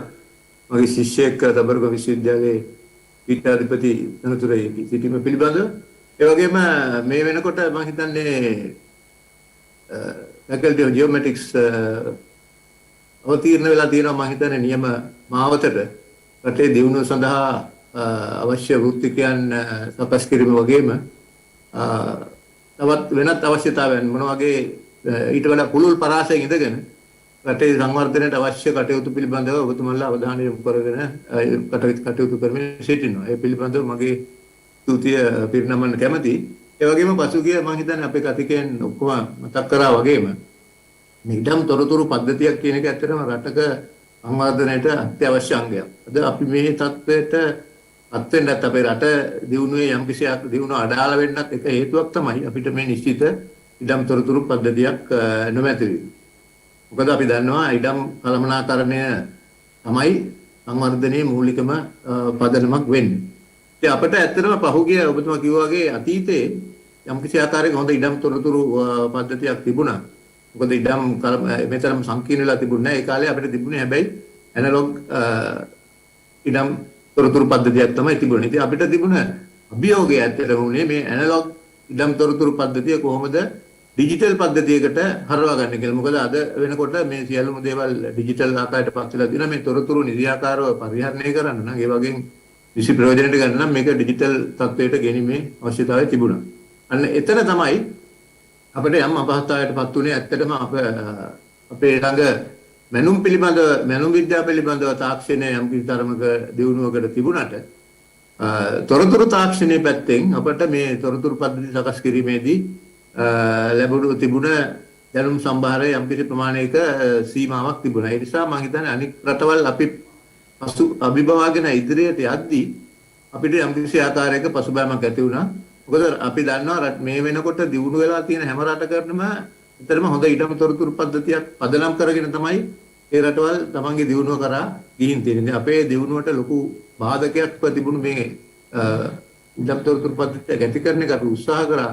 මම හිතන්නේ 2000 වර්ෂයේ පමණ ඉඳන් මිනින්දෝ දෙපාර්තමේන්තුව මේ පිළිබඳ උත්සාහයක් දරමින් සිටිනවා. නමුත් අපිට ඒක අවශ්‍ය වේගයට අවශ්‍ය ප්‍රවේගය ලබා ගැනීමේ ගැටලුවක් තිබුණා. අද දක්වත් අපිට ඒ ගැටලුව අපිට අදත් මුහුණ දෙනවා. ඒකට විසඳුමක් හැටියට තමයි ඇත්තටම ඉන්ෆෝභූමි වැඩසටහන දැන් ඉදිරිපත් වුනේ. මොකද අපි කැඩස්ටර් කියන්නේ මේ කඩයිම් සිතියම් ඉඩම් හිමිකම් ලියාපදිංචි කිරීම ගත්තොත් ඒක හරහා තමයි 2005 වගේ වෙනකොට අරමුණ තිබුණේ මේ ඉඩම් තොරතුරු පද්ධතිය ගොඩනගන්න. නමුත් අපිට පේනවා මේ අපි බලාපොරොත්තු වෙන නිර්වද්‍යතාවය සහ මේ තියෙන සියලුම සීමාවන් එක්ක ඒ කඩයිම් සිටින ඉඩම් හිමිකම් ලියාපදිංචි කිරීම හරහා මේ ඉඩම් තොරතුරු පද්ධතිය ගොඩනැගීමේ යම්කිසි අපහසුතාවයක් තියෙනවා. ඉතින් ඒකට විකල්පයක් හැටියට අපිට අඩිනමින් රැස් කරගන්න පුළුවන් தත්ත්ව මේ කියන්නේ පාසල් ෆැබ්‍රික් එක කියන්නේ ඉඩම් කැබැල්ලක් අපි සාමාන්‍ය දල වශයෙන් වෙන වෙනම හඳුනා ගැනීමේ වැඩපිළිවෙල කරහා සහ මේ තොරතුරු රැස් කිරීමට තියෙන හොඳම මාර්ගයක් හැටියට අපිට මේ වෙනකොට අපි හඳුනාගෙන තියෙනවා මේ පළාත් පාලන ආයතන. මොකද පළාත් පාලන ආයතන තමයි හුඟක් වෙලාවට මේ බිම් මට්ටමින් කටයුතු කරන්නේ මහ ජනතාවත් එක්ක. ඒතකොට මේ පළාත් පාලන ආයතන සම්බන්ධ කරගෙන ඒ එක් පළාත් පාලන ආයතනයට මේ තොරතුරු පද්ධතිය සකස් කරොත් අපිට පුළුවන් වෙයි ඒ ටික ඔක්කොම එකට එකතු කරාම පහසුවෙන්ම ජාතික මට්ටමේ තොරතුරු පද්ධතියක් ඇති කරන්න. ඉතින් ඒ හරහා පළාත් පාලන ආයතනවල පුළුවන් වෙනවා තමන්ගේ සේවා ජනතාවට ලබා දෙන සේවාවන් වැඩි දියුණු කරන්න. ඒ වගේම තමන්ගේ ආදායම් තත්ත්වය වැඩි කරගන්නත් පුළුවන්. ඒ තමන්ගේ කටයුතු වල කාර්යක්ෂමතාවය වැඩි කරගන්න පුළුවන්. මේ ටික ඔක්කොම එකට එකතු වුණාම ජාතික මට්ටමින් පුළුවන් ජාතික මට්ටමේ අවශ්‍ය තීන්දුව తీරන ගන්න අවශ්‍ය තොරතුරු රැස් කරගන්න. ඒ වගේම නිසි ඉඩම් කළමනාකරණයකින් ඉඩම් සම්පතෙන් නිසි ප්‍රයෝජන ගන්න. දැන් ඔබතුමා දන්නවා අදත් අපි මේ වෙනකොට අපි හරියටම දන්නේ නැහැ රජයට අයිති ඉඩම් කොච්චර ප්‍රමාණයක් තියෙනවද කියලා. ඉඩම් ප්‍රතිසංස්කරණ කොමිෂන් සභාව තාමත් නිශ්චිතව දන්නේ නැහැ. Tamanට අයිති ඉඩම් ප්‍රමාණය කොච්චරක්ද කියලා. ඒ වගේ දුම්රිය ගත්තොත් එහෙම දුම්රිය දෙපාර්තමේන්තුව දෙන විශාල ඉඩම් ප්‍රමාණයක් මේ තියෙන ඉඩම් හරියට අඳුනාගෙන නිසි පරිදි මේවා කළමනාකරණය කරොත් අපිට රටට ලොකු ආදායමක් ලබා ගන්න පුළුවන්. ඒ වගේම විදේශික ආයෝජන වගේ දේවල් වලටත් අපිට නිසි ඉඩම් හඳුනා ගන්න පුළුවන් හොඳ ඉඩම් තොරතුරු පද්ධතියක් තියෙනවා. ඉතින් ඒකට අවශ්‍ය පසුබිම අපි සකස් කරලා තියෙනවා දැන් ඉන්ෆෝබූමි තුලින්. ඉතින් ඉන්ෆෝබූමි වැඩසටහන ඉදිරියට අරන් ගිහිල්ලා අපි මේ සියලුම දෙනා දැනුවත් කරලා අපි සාලිය මැතිතුමා කිව්වා වගේ අපිට තියෙන එක අභියෝගයක් තමයි මේක මේ බිම් මට්ටමේදී ක්‍රියාත්මක කිරීමේ අභියෝගය අපිට තියෙනවා. ඒකට අවශ්‍ය තාක්ෂණික දැනුම, සමහර තාක්ෂණික පහසුකම් පිළිබඳව යම්කිසි ආකාරයක ගැටලුකාරී තත්ත්වයක් තියෙන්න පුළුවන්. ඉතින් මම හිතන්නේ විශ්වවිද්‍යාලයට හැටියට ඔබතුමාලාට පුළුවන්. ඒ ආයතනත් එක මොකද ඉගැන්වීමෙන් එහාට මම කිව්වේ ඉගැන්වීමෙන් එහාට රටේ සංවර්ධනයට යම්කිසි දායකත්වයක් දෙන්න පුළුවන් කණ්ඩායමක් ඔබතුමාලා ළඟ තියෙනවා. ඒ වගේම ශිෂ්‍යයන් විශාල ප්‍රමාණයක් ඉන්නවා ඔබතුමාලා විශ්වවිද්‍යාලයෙන් පිට වෙන. ඉතින් ඒ ශිෂ්‍යයන්ට අවස්ථාවක් තියෙනවා මේ ආයතනත් එක්ක එකතු වෙලා කටයුතු කරලා මේ තොරතුරු පද්ධතිය ගොඩනගන්න. මම හිතන්නේ ඒක තමයි අපිට දැනට තියෙන හොඳම ප්‍රවේශය මේ ඉඩම් තොරතුරු පද්ධතිය සකස් කර ගැනීම පිළිබඳව. ඔව් මම හිතන්නේ ඇත්තටම ඔබතුමා පැවසු ආකාරයටම විශ්වවිද්‍යාලයක තියෙන අධ්‍යයන නිදහස සහ අනිකුත් ඒ නිදහසත් එක්කම මම හිතන්නේ අපිට යම් ගමනක් බොහොම කරදරයකින් තොරව ගොඩක් තැන්වලට අපිට යන්නට පුළුවන්කම තියෙනවා. මට මතකයි මම 2012 දී ඉතියෝපියාවේ බහිර්දාර විශ්වවිද්‍යාලයේ බාහිර කතිකාචාර්යවරයෙකු විදිහට එහි සේවයට එකතු වුණා. විශ්වවිද්‍යාලය තමයි තිබුණේ Institute of Land Administration ILA කියන ආයතනය. එතකොට ඒ ආයතනය මගින් තමයි ඒ වෙනකොට සියලුම ඉඩම් පරිහරණ ප්‍රතිපත්ති සම්පාදනය කළේ ඉතියෝපියාවට. ඉතියෝපියාවේ සියලුම ඉඩම් රජයේ තිබුණේ. ඊට පස්ව ඒගොල්ලෝ යම් ආකාරයකට පෞද්ගලික අංශයට ඉඩම් දීමේ වැඩපිළිවෙලක් කළා.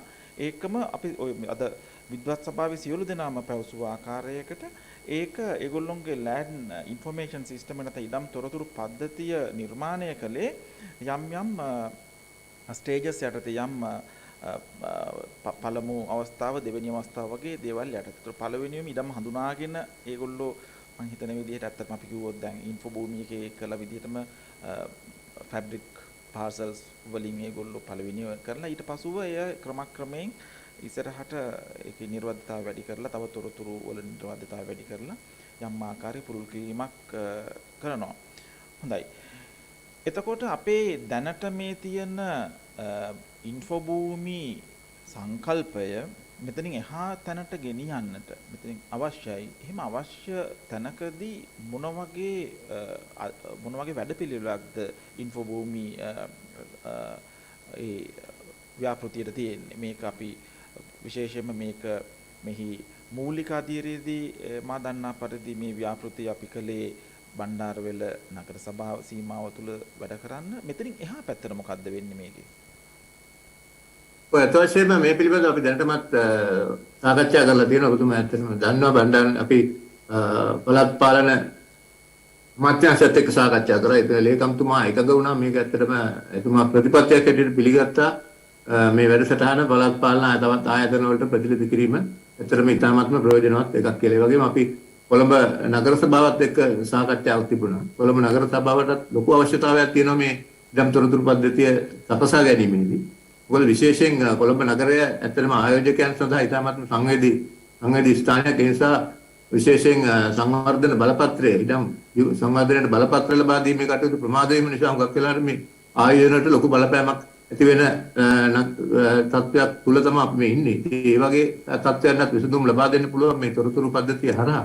ඉතින් කොළඹ නගර සභාවත් ඉතාමත්ම උනන්දුවෙන් ඉන්නවා. මම හිතන්නේ රජය අපි යෝජනාවක් ඉදිරිපත් කළ යම්කිසි ආකාරයකින් ප්‍රතිපත්තිමය වශයෙන් මේ සියලුම පළාත් පාලන ආයතනවල මේ වැඩසටහන ක්‍රියාත්මක කිරීම සුදුසුයි කියන. මොකද පළාත් පාලන ආයතන කියන ඒවා ඇත්තටම ඔටෝනොමස් ඒ කියන්නේ තමන්ගේ ස්වයං තීරණ අයිතිය තියෙන ආයතන. ඒ නිසා රජය හරහා අපිට පුළුවන් වෙයි යම්කිසි ආකාරයක දැනුම් දීමක් කරන්න පළාත් පාලන ආයතන වලට මේ වගේ වැඩසටහනක් තියෙනවා. මේක ප්‍රතිපත්තියක් හැටියට අපි ක්‍රියාත්මක කරනවා කියන තැනට අපිට එන්න පුළුවන් නම් ඒක මේ වැඩසටහන ඉදිරියට ගෙනියන්නත් ඒ වගේම අපේ රටේ ඉඩම් තොරතුරු පද්ධතිය සැකසීමේ මූලික පදනම වෙන්නත් පුළුවන්. ඇත්තටම මෙතෙන්දී මේ දෙගොල්ල විතරක් නෙමෙයි ඇත්තට මේකේ තියෙන සංකීර්ණතාවය තවත් ආයතන රාශියක් මේකට සම්බන්ධ වෙනවා. හුඟක් විශේෂයෙන් අපේ සේවා සපයන ආයතන විදුලිය, ජලය, ඒ වගේම තවත් තොරතුරු ගොඩක් එන්න ඕන. කෘෂිකාර්මික පිළිබඳ තොරතුරු, ඒ වගේම පරිසරය පිළිබඳ තොරතුරු, ඒ වගේ මේ ආයතන අතර සම්බන්ධීකරණයක් ඇති කර ගැනීමත් ලොකු වැදගත්කමක් තියෙනවා. මොකද මේක සාර්ථක වෙන්න නම් මේ අවශ්‍ය තොරතුරු අපි හැකිතාක් ඒ වැදගත් තොරතුරු සියල්ලම අපි මේ පද්ධතියට ඇතුළත් කර ගන්නවා. නිසා ඒ ආයතන වල සම්බන්ධීකරණය සම්බන්ධතාවය ඇති කර ගන්න එකත් වැදගත්. ඉතින් ජාතික මට්ටමේ එකවරම අපි යනවට වැඩිය මම හිතන්නේ පහසුයි අපිට මේක. ඒ වගේ පළාත් පාලන ප්‍රාදේශීය මට්ටමින් මේ තොරතුරු රැස් කරගෙන ඒ තොරතුරු ඒකාබද්ධ කරන්න යම්කිසි ආකාරයේ යාන්ත්‍රණයක් සකස් කර ගැනීම තමයි වෙන්නේ. ඒකට අපි යම්කිසි ක්‍රමයකට ඇත්තටම ප්‍රතිපත්තිමය එකඟතාවය ගන්න ඕන. රජයේ ප්‍රතිපත්තිමය එකඟතාවය මේ වගේ වැඩ පිළිවෙල. මොකද රජයට ලොකු අවශ්‍යතාවයක් තියෙනවා මේ වෙනකොටත් ඉඩම් තොරතුරු පද්ධතිය සකස් කර ගැනීම පිළිබඳව. ඒකට ඇත්තටම හැමදාම විශාල මුදලක් වියදම් වෙන් කරනවා. අය වැය මුගක් කාට බින්සාවේ හරහා තමයි මේ මුදල් වෙන්වීම සිද්ධ වෙන්නේ. නමුත් යම් සීමාවන් තුල අපිට යන්න පුළුවන් දුර සීමා වුණා. නමුත් ඒ සීමාවන් අභිබවා දැන් මේ අද තියෙන අභියෝගය අපිට ජය ගන්න නම් අපි ඒ සීමාවන් කෙසේ හෝ අභිබවා ඉදිරියට ගිහිල්ලා මේ ඉඩම් තොරතුරු පද්ධතිය සකස් කර ගන්න ඕන. අපි දැන් ආයතන කීපයක් එක්ක සාකච්ඡා කරාම ඒ ආයතන වලට ඇත්තටම ලොකු ඕනකමක් තියෙනවා මේ කටයුත්ත කරන්න. ඉතින් ඒකට අවශ්‍ය පහසුකම් ටික සහ ඒ තාක්ෂණික දැනුම සහ සහාය අපිට දෙන්න පුළුවන් නම් ඒ කටයුත්ත සාර්ථක කර ගැනීම ඒ තරම්ම අපහසු වෙන්නේ නැහැ. ඉතින් අපි බණ්ඩාරවේල අපි කරන ලද මේ නියම ව්‍යාපෘතියේ සාර්ථකත්වය නිසි හරියට අපි පෙන්වුවාට පස්සේ අපිට පුළුවන් වෙයි අනික් ආයතන වලටත් මේක ලබා දීලා ඒ ආයතන වල කටයුතු සාර්ථක කරන්න. ඒ වගේම යම්කිසි ආකාරයක යාන්ත්‍රණයක් අපි හදන්න ඕන සහ නියාමනය කරන වගේ ආයතනයක් හදන්න වෙයි මේ ජාතික ඉඩම් තොරතුරු පද්ධතිය සකස් කිරීම සඳහා වෙන ක්‍රියාවලිය ක්‍රියාත්මක කරන්න. ඒකට මම හිතනවා සබරගම විශ්වවිද්‍යාලයට විශාල සේවාවක් කරන්න පුළුවන්. ඒ වගේම මිනින්දොර දෙපාර්තමේන්තු පැත්තෙන් ගත්තත් කඩයින් සිතියම් සකස් කිරීම වගේ මොකද කඩයින් සිතියම් සකස් කිරීම වගේ මිනින්දොර දෙපාර්තමේන්තුවේ තියෙන්නේ. මේ ක්‍රියාවලි දෙක තුනම අපිට ඒකාබද්ධ කරන්න පුළුවන්. ඒ වගේම අර සාලිය මැතිතුමා කිව්වා වගේ මේ සියලුම අපි එකතු කරන තොරතුරු එක දත්ත පද්ධතියකට පාදක වීම වැදගත්. ඉතින් ඒකට අපිට තියෙන දැනට තියෙන අභියෝගය තමයි මිනින්දොරවරයෙකුට කොහොමද මේ ජාතික ජාලයට කොහොමද තමන්ගේ මැනුම් සම්බන්ධ කරන්න කියන එක. ඒකටත් දැන් මේ වෙනකොට මම හිතන්නේ තාක්ෂණික විසඳුමක් තියෙනවා අපිට අර POST network කියලා continuously operated reference station network එකක් අපිට ශ්‍රී ලංකාව පුරාම මෙහෙම පිටවන්න පුළුවන් නම් ඒක මම හිතන්නේ දැනටමත් පිටවලා තියෙනවා. මම දන්නවා කුලක ආයතනයෙන් මේ වෙනකොට දිවෙන පුරා ස්ථාන ගණනාවක් පිටවලා තියෙනවා. ඉතින් මේ දැනට මම හිතන්නේ සාකච්ඡාවකුත් යනවා මිනින්දොර දෙපාර්තමේන්තුවත් එක්ක මේ මිනින්දොර දෙපාර්තමේන්තුවේ තියෙන POST station ටිකයි සහ පුද්ගලිකාංශයේ තියෙන ඒවා එකතු කරලා එක දත්ත පද්ධතියක් හදන්න. එතකොට අපේ රටේ තියෙන සම්පත් අපිට පුළුවන් වෙයි වඩාත් ඵලදායී විදිහට පාවිච්චි කරන්න. ඒතකොට ඒ හරහා පුළුවන් විනින්දවරයෙකුටත් ගැටලුවක් නැතුව තමන් කරන හැම මැනුමක්ම ජාතික ජාලයට සම්බන්ධ කිරීමේ පහසුව ලබා දෙන්න. තුමා අර කිව්වාගේ අර පැරණි තාක්ෂණික දැනුමින් අඩු කට්ටියට පුළුවන් විනින්දවරුන්ට නව තාක්ෂණික දැනුම තියෙන කණ්ඩායම එකතු කරගෙන කණ්ඩායමක් හැටියට එකතු වෙලා මේ කටයුත්තට සම්බන්ධ වෙන්න. ඉතින් මේකට මම හිතන්නේ අපි හොඳම පසුබිම මේ වෙලාවේ අපිට තියෙනවා මේ කටයුත්ත කරගෙන යන්න. මම හිතන්නේ හොඳම තැන ඉන්නේ. අපිට මෙතනින් පුළුවන් ආරම්භයක් දෙන්න.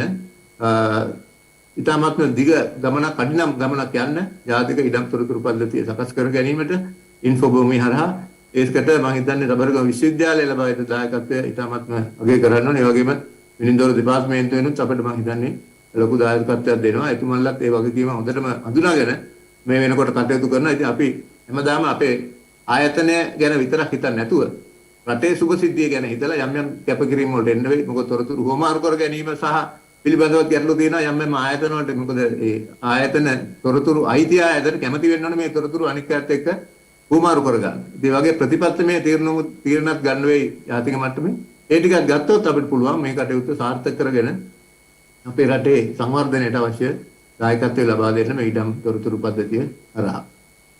බොහොම ස්තුතියි උදේකාන්ත මැතිතුමනි. මම කැමතියි අපේ රාජිත ජයසිංහ මහතාගෙන් දැනගන්න ඔබතුමා කළමනාකාර අධ්‍යක්ෂක සුළුකෝ ආයතනයේ ප්‍රධාන වශයෙන්ම මැනුම් උපකරණ හා ඒ ජෝස්පාෂල් ඉන්ඩස්ට්‍රියකට අවශ්‍ය කරන ඒ උපකරණ ඔබ ආයතනයෙන් තමයි ඔබ ආයතනයේ ඒ සඳහා තියෙන ආයතනය. ව්‍යාපාරිකයෙක් විදිහට ඔබගේ මැදිහත් වීම අපි අතිශය ප්‍රශංසා කරනවා මේ වැඩසටහන් වලට. ඔබතුමා ව්‍යාපාරිකයෙක් විදිහට මේ මැනුම් සම්බන්ධ නැත්නම් මේ ඉඩම් තොරතුරු පද්ධති සම්බන්ධයෙන් වෙන නව තාක්ෂණ නැඹුරුවට කොහොමද දකින්නේ ව්‍යාපාරිකයෙක් විදිහට සහ ඒකට අවශ්‍ය කරන පසුබිම සකසා දෙන්න නැත්නම් ඉන්ෆ්‍රාස්ට්‍රක්චර් එක සලසා දෙන්න ඉන්න මූලික ආයතනයක් විදිහට ව්‍යාපාරික ආයතනයක් විදිහට මේ දේ දිහා ඔබ දක්වන අදහස මොකක්ද? බොහොම ස්තුතියි පීඨාධිපති විපුල මහත්මයා. මම මේ අවස්ථාව ගන්නවා මේ සංවිධායක මණ්ඩලයට අපිට මේ අවස්ථාව ලබා දුන්න එකට ඊට අමතරව ඉන්ෆෝ භූමි ටීම් එක අතිවිශාල කාර්යයක් දැනටමත් සාර්ථකව කරලා තියෙනවා කියලා අපි ඒගොල්ලෝගේ මූලික ප්‍රසන්ටේෂන් එකේ දැක්කා. අපි බොහොම සතුටුයි ඒක සම්බන්ධයෙන්. මූලික අධ්‍යයනයේ ඉඳන්ම ගොඩක් අපි මේ ව්‍යාපෘතියේ සහයෝගය දක්වා සුළුකෝ ආයතනය සහ මම පුද්ගලිකවම ඉතින් අපි ඒකේ අද ප්‍රතිඵල නම් තාක් දුරකට දකිනකොට ඇත්තටම යම් සතුටුයි. ප්‍රශ්නය ගත්තොත් මම දකින දේ තමයි ලංකාවට ටෙක්නොලොජි එක එන්න පොඩ්ඩක් ප්‍රමාදයක් තියෙනවා. ඇත්තටම අපි සුළුකෝ ආයතනයක අපි ප්‍රයොරිටි කළා. ඒ කියන්නේ අපි අපේ ප්‍රධානත්වය දෙන්නේ ඇත්තටම නවීකරණය සහ නව තාක්ෂණය කොහොමද ලංකාවට ගැළපෙන විදිහට අඩු වියදමකින් ලබා දෙන්න කියන එක තමයි අපේ මූලික ප්‍රයත්නය. එතකොට මේ ඉඩම් ජාලය සහ දත්ත පද්ධතිය හදා ගැනීමේ මූලික ප්‍රශ්නය මේ මෙතෙන්දී කියනවා නැෂනල් ග්‍රිඩ් එකට ඒ කියන්නේ GPS කෝඩිනේට්ස් එක මයින්න තියෙන අපහසුව අපි දැක්කා මේ ඉස්සරහදී. එතකොට 2010 විතර ඉඳන් අපි අයිකලා මේ සම්බන්ධයෙන් කොහොම මොකද්ද කරන්න පුළුවන් කියලා ඊට පස්සේ අපි ආයතනයක් විදිහට අපි මූලිකත්වය අරගෙන ලංකාව තුළ පෝස්ට් තාක්ෂණය අඳුනලා දුන්න 2014 දී ඊට සමගාමීව 2016 දී වගේ මිනින්දරු දෙපාර්තමේන්තුවත් ප්‍රොජෙක්ට් එක පටන් ගත්තා නෙට්වර්ක් එකක් ඩෙවලොප් කරන්න. නමුත් විවිධ හේතු මත මූල්‍යමය ප්‍රශ්න සහ පොලිසිමය ප්‍රශ්න කියන්නේ නීතිමය තත්ත්වයන් සහ සියලුම දේවල් තත්ත්වයන් වල අපිට පොඩි ප්‍රමාදයක් වෙලා තියෙනවා. රටක් විදිහට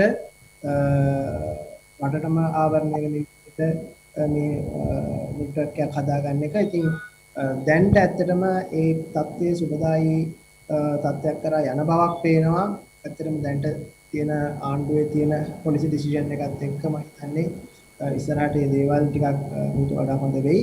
ඒත් එක්කම දකින දෙයක් තමයි මේ අධික පිරිවැයක් තියෙනවා මේ සම්බන්ධ උපකරණවලදී.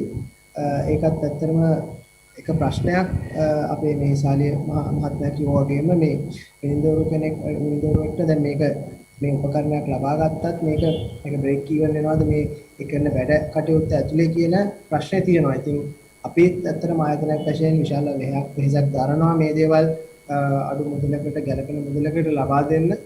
එතකොට ඒත් එක්කම මේ විශාල නීත්‍යානුකූල පසුබිමක් තියෙන මේ උපකරණ ලංකාවට ගෙන ඒමේදීත් ඉතින් ඔය GPS වගේ උපකරණ විශේෂයෙන් ඒ වගේ ප්‍රශ්නක් තියෙනවා. හැබැයි මම හිතන්නේ දැන් මේ සබරගමුව කැම්පස් එක මේ Faculty of Geomatics දැන් ඇත්තටම මේ කරන කාර්යභාරය ඔස්සේ ගොඩක් දෙනා දැනුවත් වෙලා තියෙනවා මේ වගේ අලුත් ටෙක්නොලොජිස් වලට දැන් යන්න ඕනේ. ඇත්තටම මම හිතන්නේ කැම්පස් එකත් ගොඩක් අලුත්ම ටෙක්නොලොජිස් විදිහට ඩ්‍රෝන් ටෙක්නොලොජි එකත් ඒ කියන්නේ අපි විශාල කුළුල් පරාසයක් අහසින් ගිහිල්ලා එකපාර මනෝකරණය කිරීම දක්වා දැන් පියනකලා තියෙනවා. ඉතින් මේ දේවල් ඇත්තටම හොඳ දේවල්. නමුත් අර කිව්වා වගේ ඉතින් රටක් විදිහට අපේ තියෙන ආර්ථිකමය තත්ත්වයක් එක්ක මූල්‍යමය කරුණවලදී අපි දෙඩි පසුබාමකට ලක් වෙනවා කොහොම වුණත්. හැබැයි මම හිතන්නේ අපි හැමතිස්සෙම කරන්න ඕනේ පොලිසි ඩිසිෂන්ස් විදියට ගන්න පුළුවන් නම් අපිට මේ අපේ තියෙන සම්පත් කොමාරු කර ගැනීම.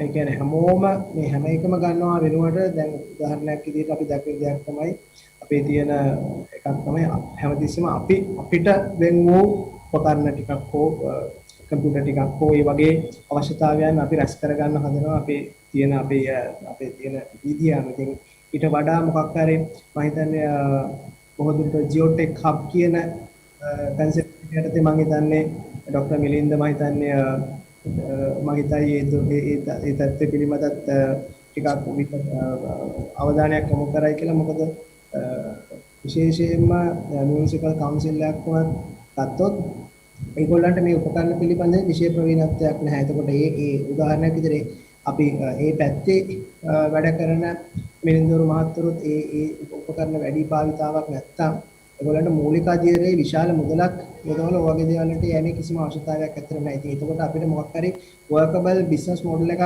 හඳුන්වලා දෙන්න වෙයි. යුනිවර්සිටි එකක් මැදිහත් වෙලා මොන හරි උපකරණ ශාලීය මාත්‍යක් කිව්වත් වගේ අර මොකක් හරි සානදායි මූලයකට හරි මොකක් හරි විදියකට ඒවට පාවිච්චි කරලා මේවට යන්න කියන දේ. අපි ඇත්තටම බොහොම සතුටුයි දැන්ට සතරගමුව යුනිවර්සිටි එක මේ ඇත්තට මහා පොළොවේ තියෙන ප්‍රශ්නයක්. ඒ කියන්නේ උපාධිධාරීන් හදනවා සමගාමී මේ වගේ දේවල් වලට එන්ගේජ් වෙලා මේ ටෙක්නොලොජිකල් සහ මේ නොලෙජ් ගැප් එක ෆිල් කරන්න මේ වගේ ක්‍රියාමාර්ග ගන්න එක ගැන ඉතින් ඉදිරියට සියල්ලෝගේම සහයෝගයෙන් මම හිතන්නේ අපිට මේ தත්ත්වය සෑහෙන දුරකට දිනු කරගන්න පුළුවන් වෙයි.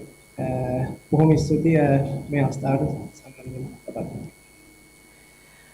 බොහොම ස්තුතියි රාජිත් ජයසිංහ මහතාට. අපි දෙවෙනි වටේ ආරම්භ කරන්නට සූදානම් වෙන්නේ. අපිට මේ පළමු වටේ වගේම කාලය පරාසයක් අපිට තියේවි ඉන්න කතිකයන්ට අවසානයේ ඒකත් වුණා තුන්වෙනි වටේදී මිනිත්තු දෙකක් විතර කාලයක් ඇතුළත තමන් පළවෙනි සහ දෙවෙනි ඒ වාරවලදී තමන්ගේ අදහස් ටික සංක්ෂිප්ත කරලා අපි ඉදිරිපත් කරලා අපි වැඩසටහන නවත්තන්න බලාපොරොත්තු වෙනවා. මම නැවතත් ජ්‍යෙෂ්ඨ මනුම්පති සිවනන්ද රාජා මැතිතුමා වෙත මේ ප්‍රශ්නය යොමු කරනවා.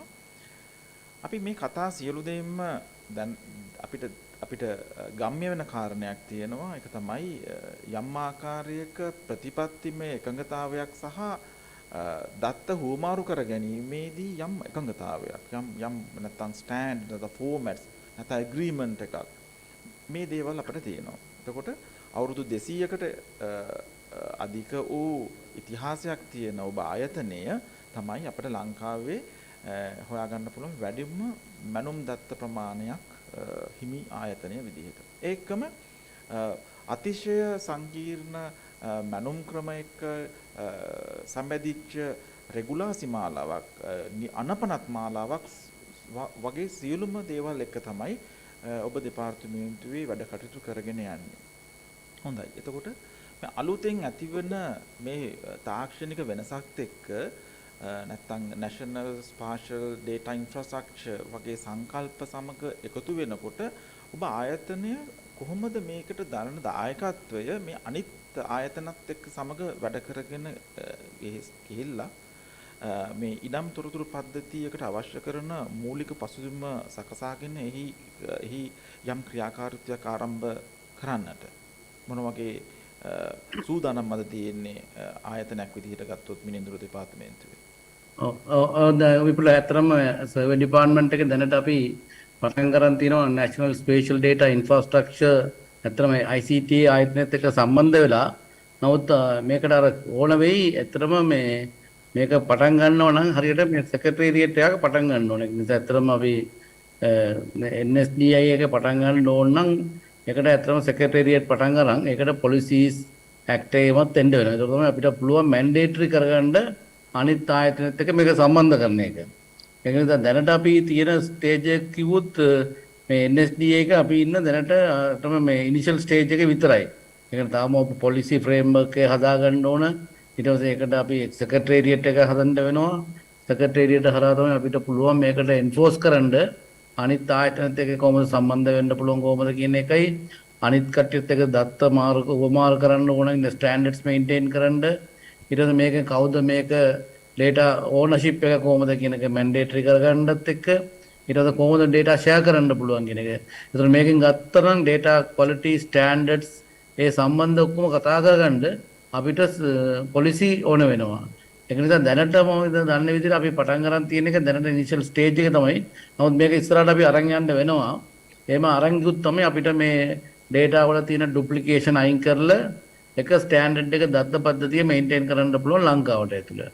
උත්තර අපේ පැත්ත සර්වර් ඩිපාර්ට්මන්ට් පැත්තේ දැනටම අපි පටන් ගන්න තියෙනවා අර මිස්ටර් විජයනායක මහත්තයා කිව්වා වගේ දත්ත ටිකක් එකතු කරගෙන අපි අර බේස් ලේයර් එකක් විතර දැනට අපි data ටිකක් පබ්ලිෂ් කරගෙන යනවා. ඒතර අපි දැන් මැනලා තියෙන දත්ත ඔක්කොම එක සිස්ටම් එකට ගේන්නත් දැන් අපි පටන් ගන්න තියෙනවා. ඉස්සරහටත් ඒ වාගේ අපි ගමු ලයිසන්ස් සර්විස් මයින් එකත් අපි සිස්ටම් එකට ගේන්නයි නම්බරින් ක්‍රමය නම්බර් කරන්න කොහොමද කියන එකයි අපි දැනට පටන් ගන්න තියෙනවා. අනිත් එක තමයි අපි ළඟ තියෙන පරණ දත්ත ඔක්කොම ඩිජිටලයිස් කරලා දාගන්න වැඩ පිළිවෙලක් පටන් ගන්න තියෙනවා. ඒ නිසා මේ ඔක්කොම එකතු වෙලා යනකොට ඉස්සරහට අපි හොඳ IT ජියෝ IT පැත්ත හොඳ මේ දත්ත කළමනාකරන සම්බන්ධ කට්ටිය අපිට ලංකාවට බී වෙන්නත් ඕන. ඒකත් එක්ක ඒ පැත්තේ වැඩ කරන්න කට්ටිය ඕන වෙනවා.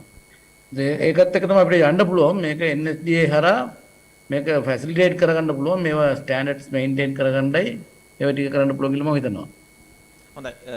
ඒකම දැන් අපි ගත්තොත් පළමුව අපිට අපේ ට්‍රැඩිෂනල් නැත්නම් අපි සාමාන්‍ය පරිදි මනොම් කටයුතු කරනකොට විකෝණමාන නැත්නම් ටියුබ් ලයිට් එකක් ටේප් එකක් එක්ක වැඩ කරලා ඊට පස්සේ මේ වෘත්තිය පූර්ණ මාන නැත්නම් ටෝල් ස්ටේෂන් එකක් ගාවට ඇවිල්ලා දැන් ටෝල් ස්ටේෂන් එකකට ඉස්සරහට ඇවිල්ලා දැන් බොහෝ මිනිඳුරු වරුන් වෘත්තිකයන් GPS නැත්නම් GNSS තාක්ෂණය භාවිතා කරන්න පෙළඹෙලා තියෙනවා. ඒකම මට පේනවා ලොකු තවත් තියෙනවා ලොකු පිළිගැනීමක් නැත්නම් ලොකු නැඹුරුතාවයක් තියෙනවා මේ ඩ්‍රෝන්ස් වලින් නැත්නම් මේ යම් ෆොටෝග්‍රැමෙට්‍රික් නැත්නම් ඡායාරේඛන මිතිකය පදනම් වුණු ඩ්‍රෝන්ස් අපි ඩ්‍රෝන් එක කියලාම තමයි ඒකට කියන්නේ. මේ ඩ්‍රෝන් එක වැඩ කරන්න. එහෙමත් නැත්නම් මේක ලයිඩක් පැත්තට යන්න. ඉතින් මේ වගේ වෙලාවකදී ටිකක් තරමක දෘಢ රෙගුලාසි සමූහයක් සමග වැඩ කරන ඔබ ආයතනය කොයි විදිහටද ඉක්මනින්ම මේවට මේ අලුත් තාක්ෂණයත් එක්ක වැඩ කරන්න අවශ්‍ය කරන නීති රෙගුලාසි හදාගන්නේ. නැත්නම් මේ වෙනකොට එහෙම දෙයක් අපි දෙපාර්තමේන්තුව වල පාවිච්චි කරනවද? ඉඩ කඩක් තියනවද? සහ ඒවට යම් රෙගුලාසි හෝ යම් ස්ටෑන්ඩඩ්ස් වගේ දේවල් හැදිලා තියෙනවද? දැනට අපි අර කතා කරොත් අපි ඇත්තටම මේ සර්වේ ඇක්ට් එකට රෙගුලේෂන් ටිකක් වණ කරගන්න ඕන වෙලා තියෙනවා. ඒක නිසා දැන් අපි ඒකට අපි දාලා තිනා සර්වේ මේ මොන ඒකට මේ මැනුවල් එකක් හදලා තිනවා. ඒ රෙජිස්ටර්ඩ් ලයිසන්ස් සර්විස්ලා වැඩ කරන්න ඕන නම් කොයි වගේ rules and regulation හරි මොන වගේ accuracy වලටයි මොනවද තියෙන ස්ටෑන්ඩඩ්ස් කියන එක අපි දැන් අඳුරලා තියනවා. ඩිපාර්ට්මන්ට් එකට තියෙනවා සර්වේ ඩිපාර්ට්මන්ට් එක DSR කියලා එකක්. Department survey regulation. ඒක අපි ඉස්සරහට වෙනස් කරලා ටෙක්නිකල් මැනුවල් එකක් රෙජිස්ටර්ඩ් ලයිසන්ස් සර්වේට එකකුයි රෙජිස්ටර්ඩ් ගවර්න්මන්ට් සර්වේට වෙනමයි අපේ මැනුවල් එක මේන්ටේන් කරන්න ගිහිල්ලා මේක ඇත්තටම මේ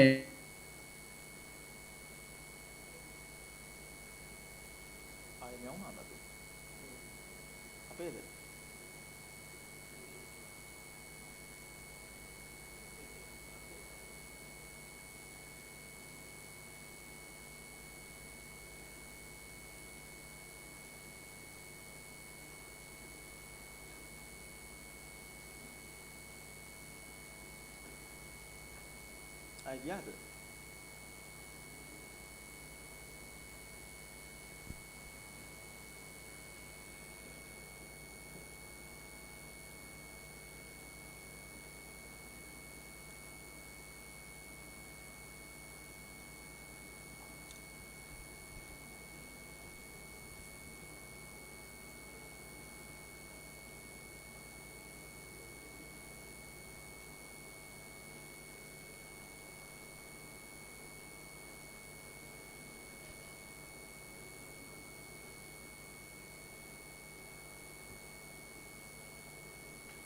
ගන්න මොකද වෙන්නේ?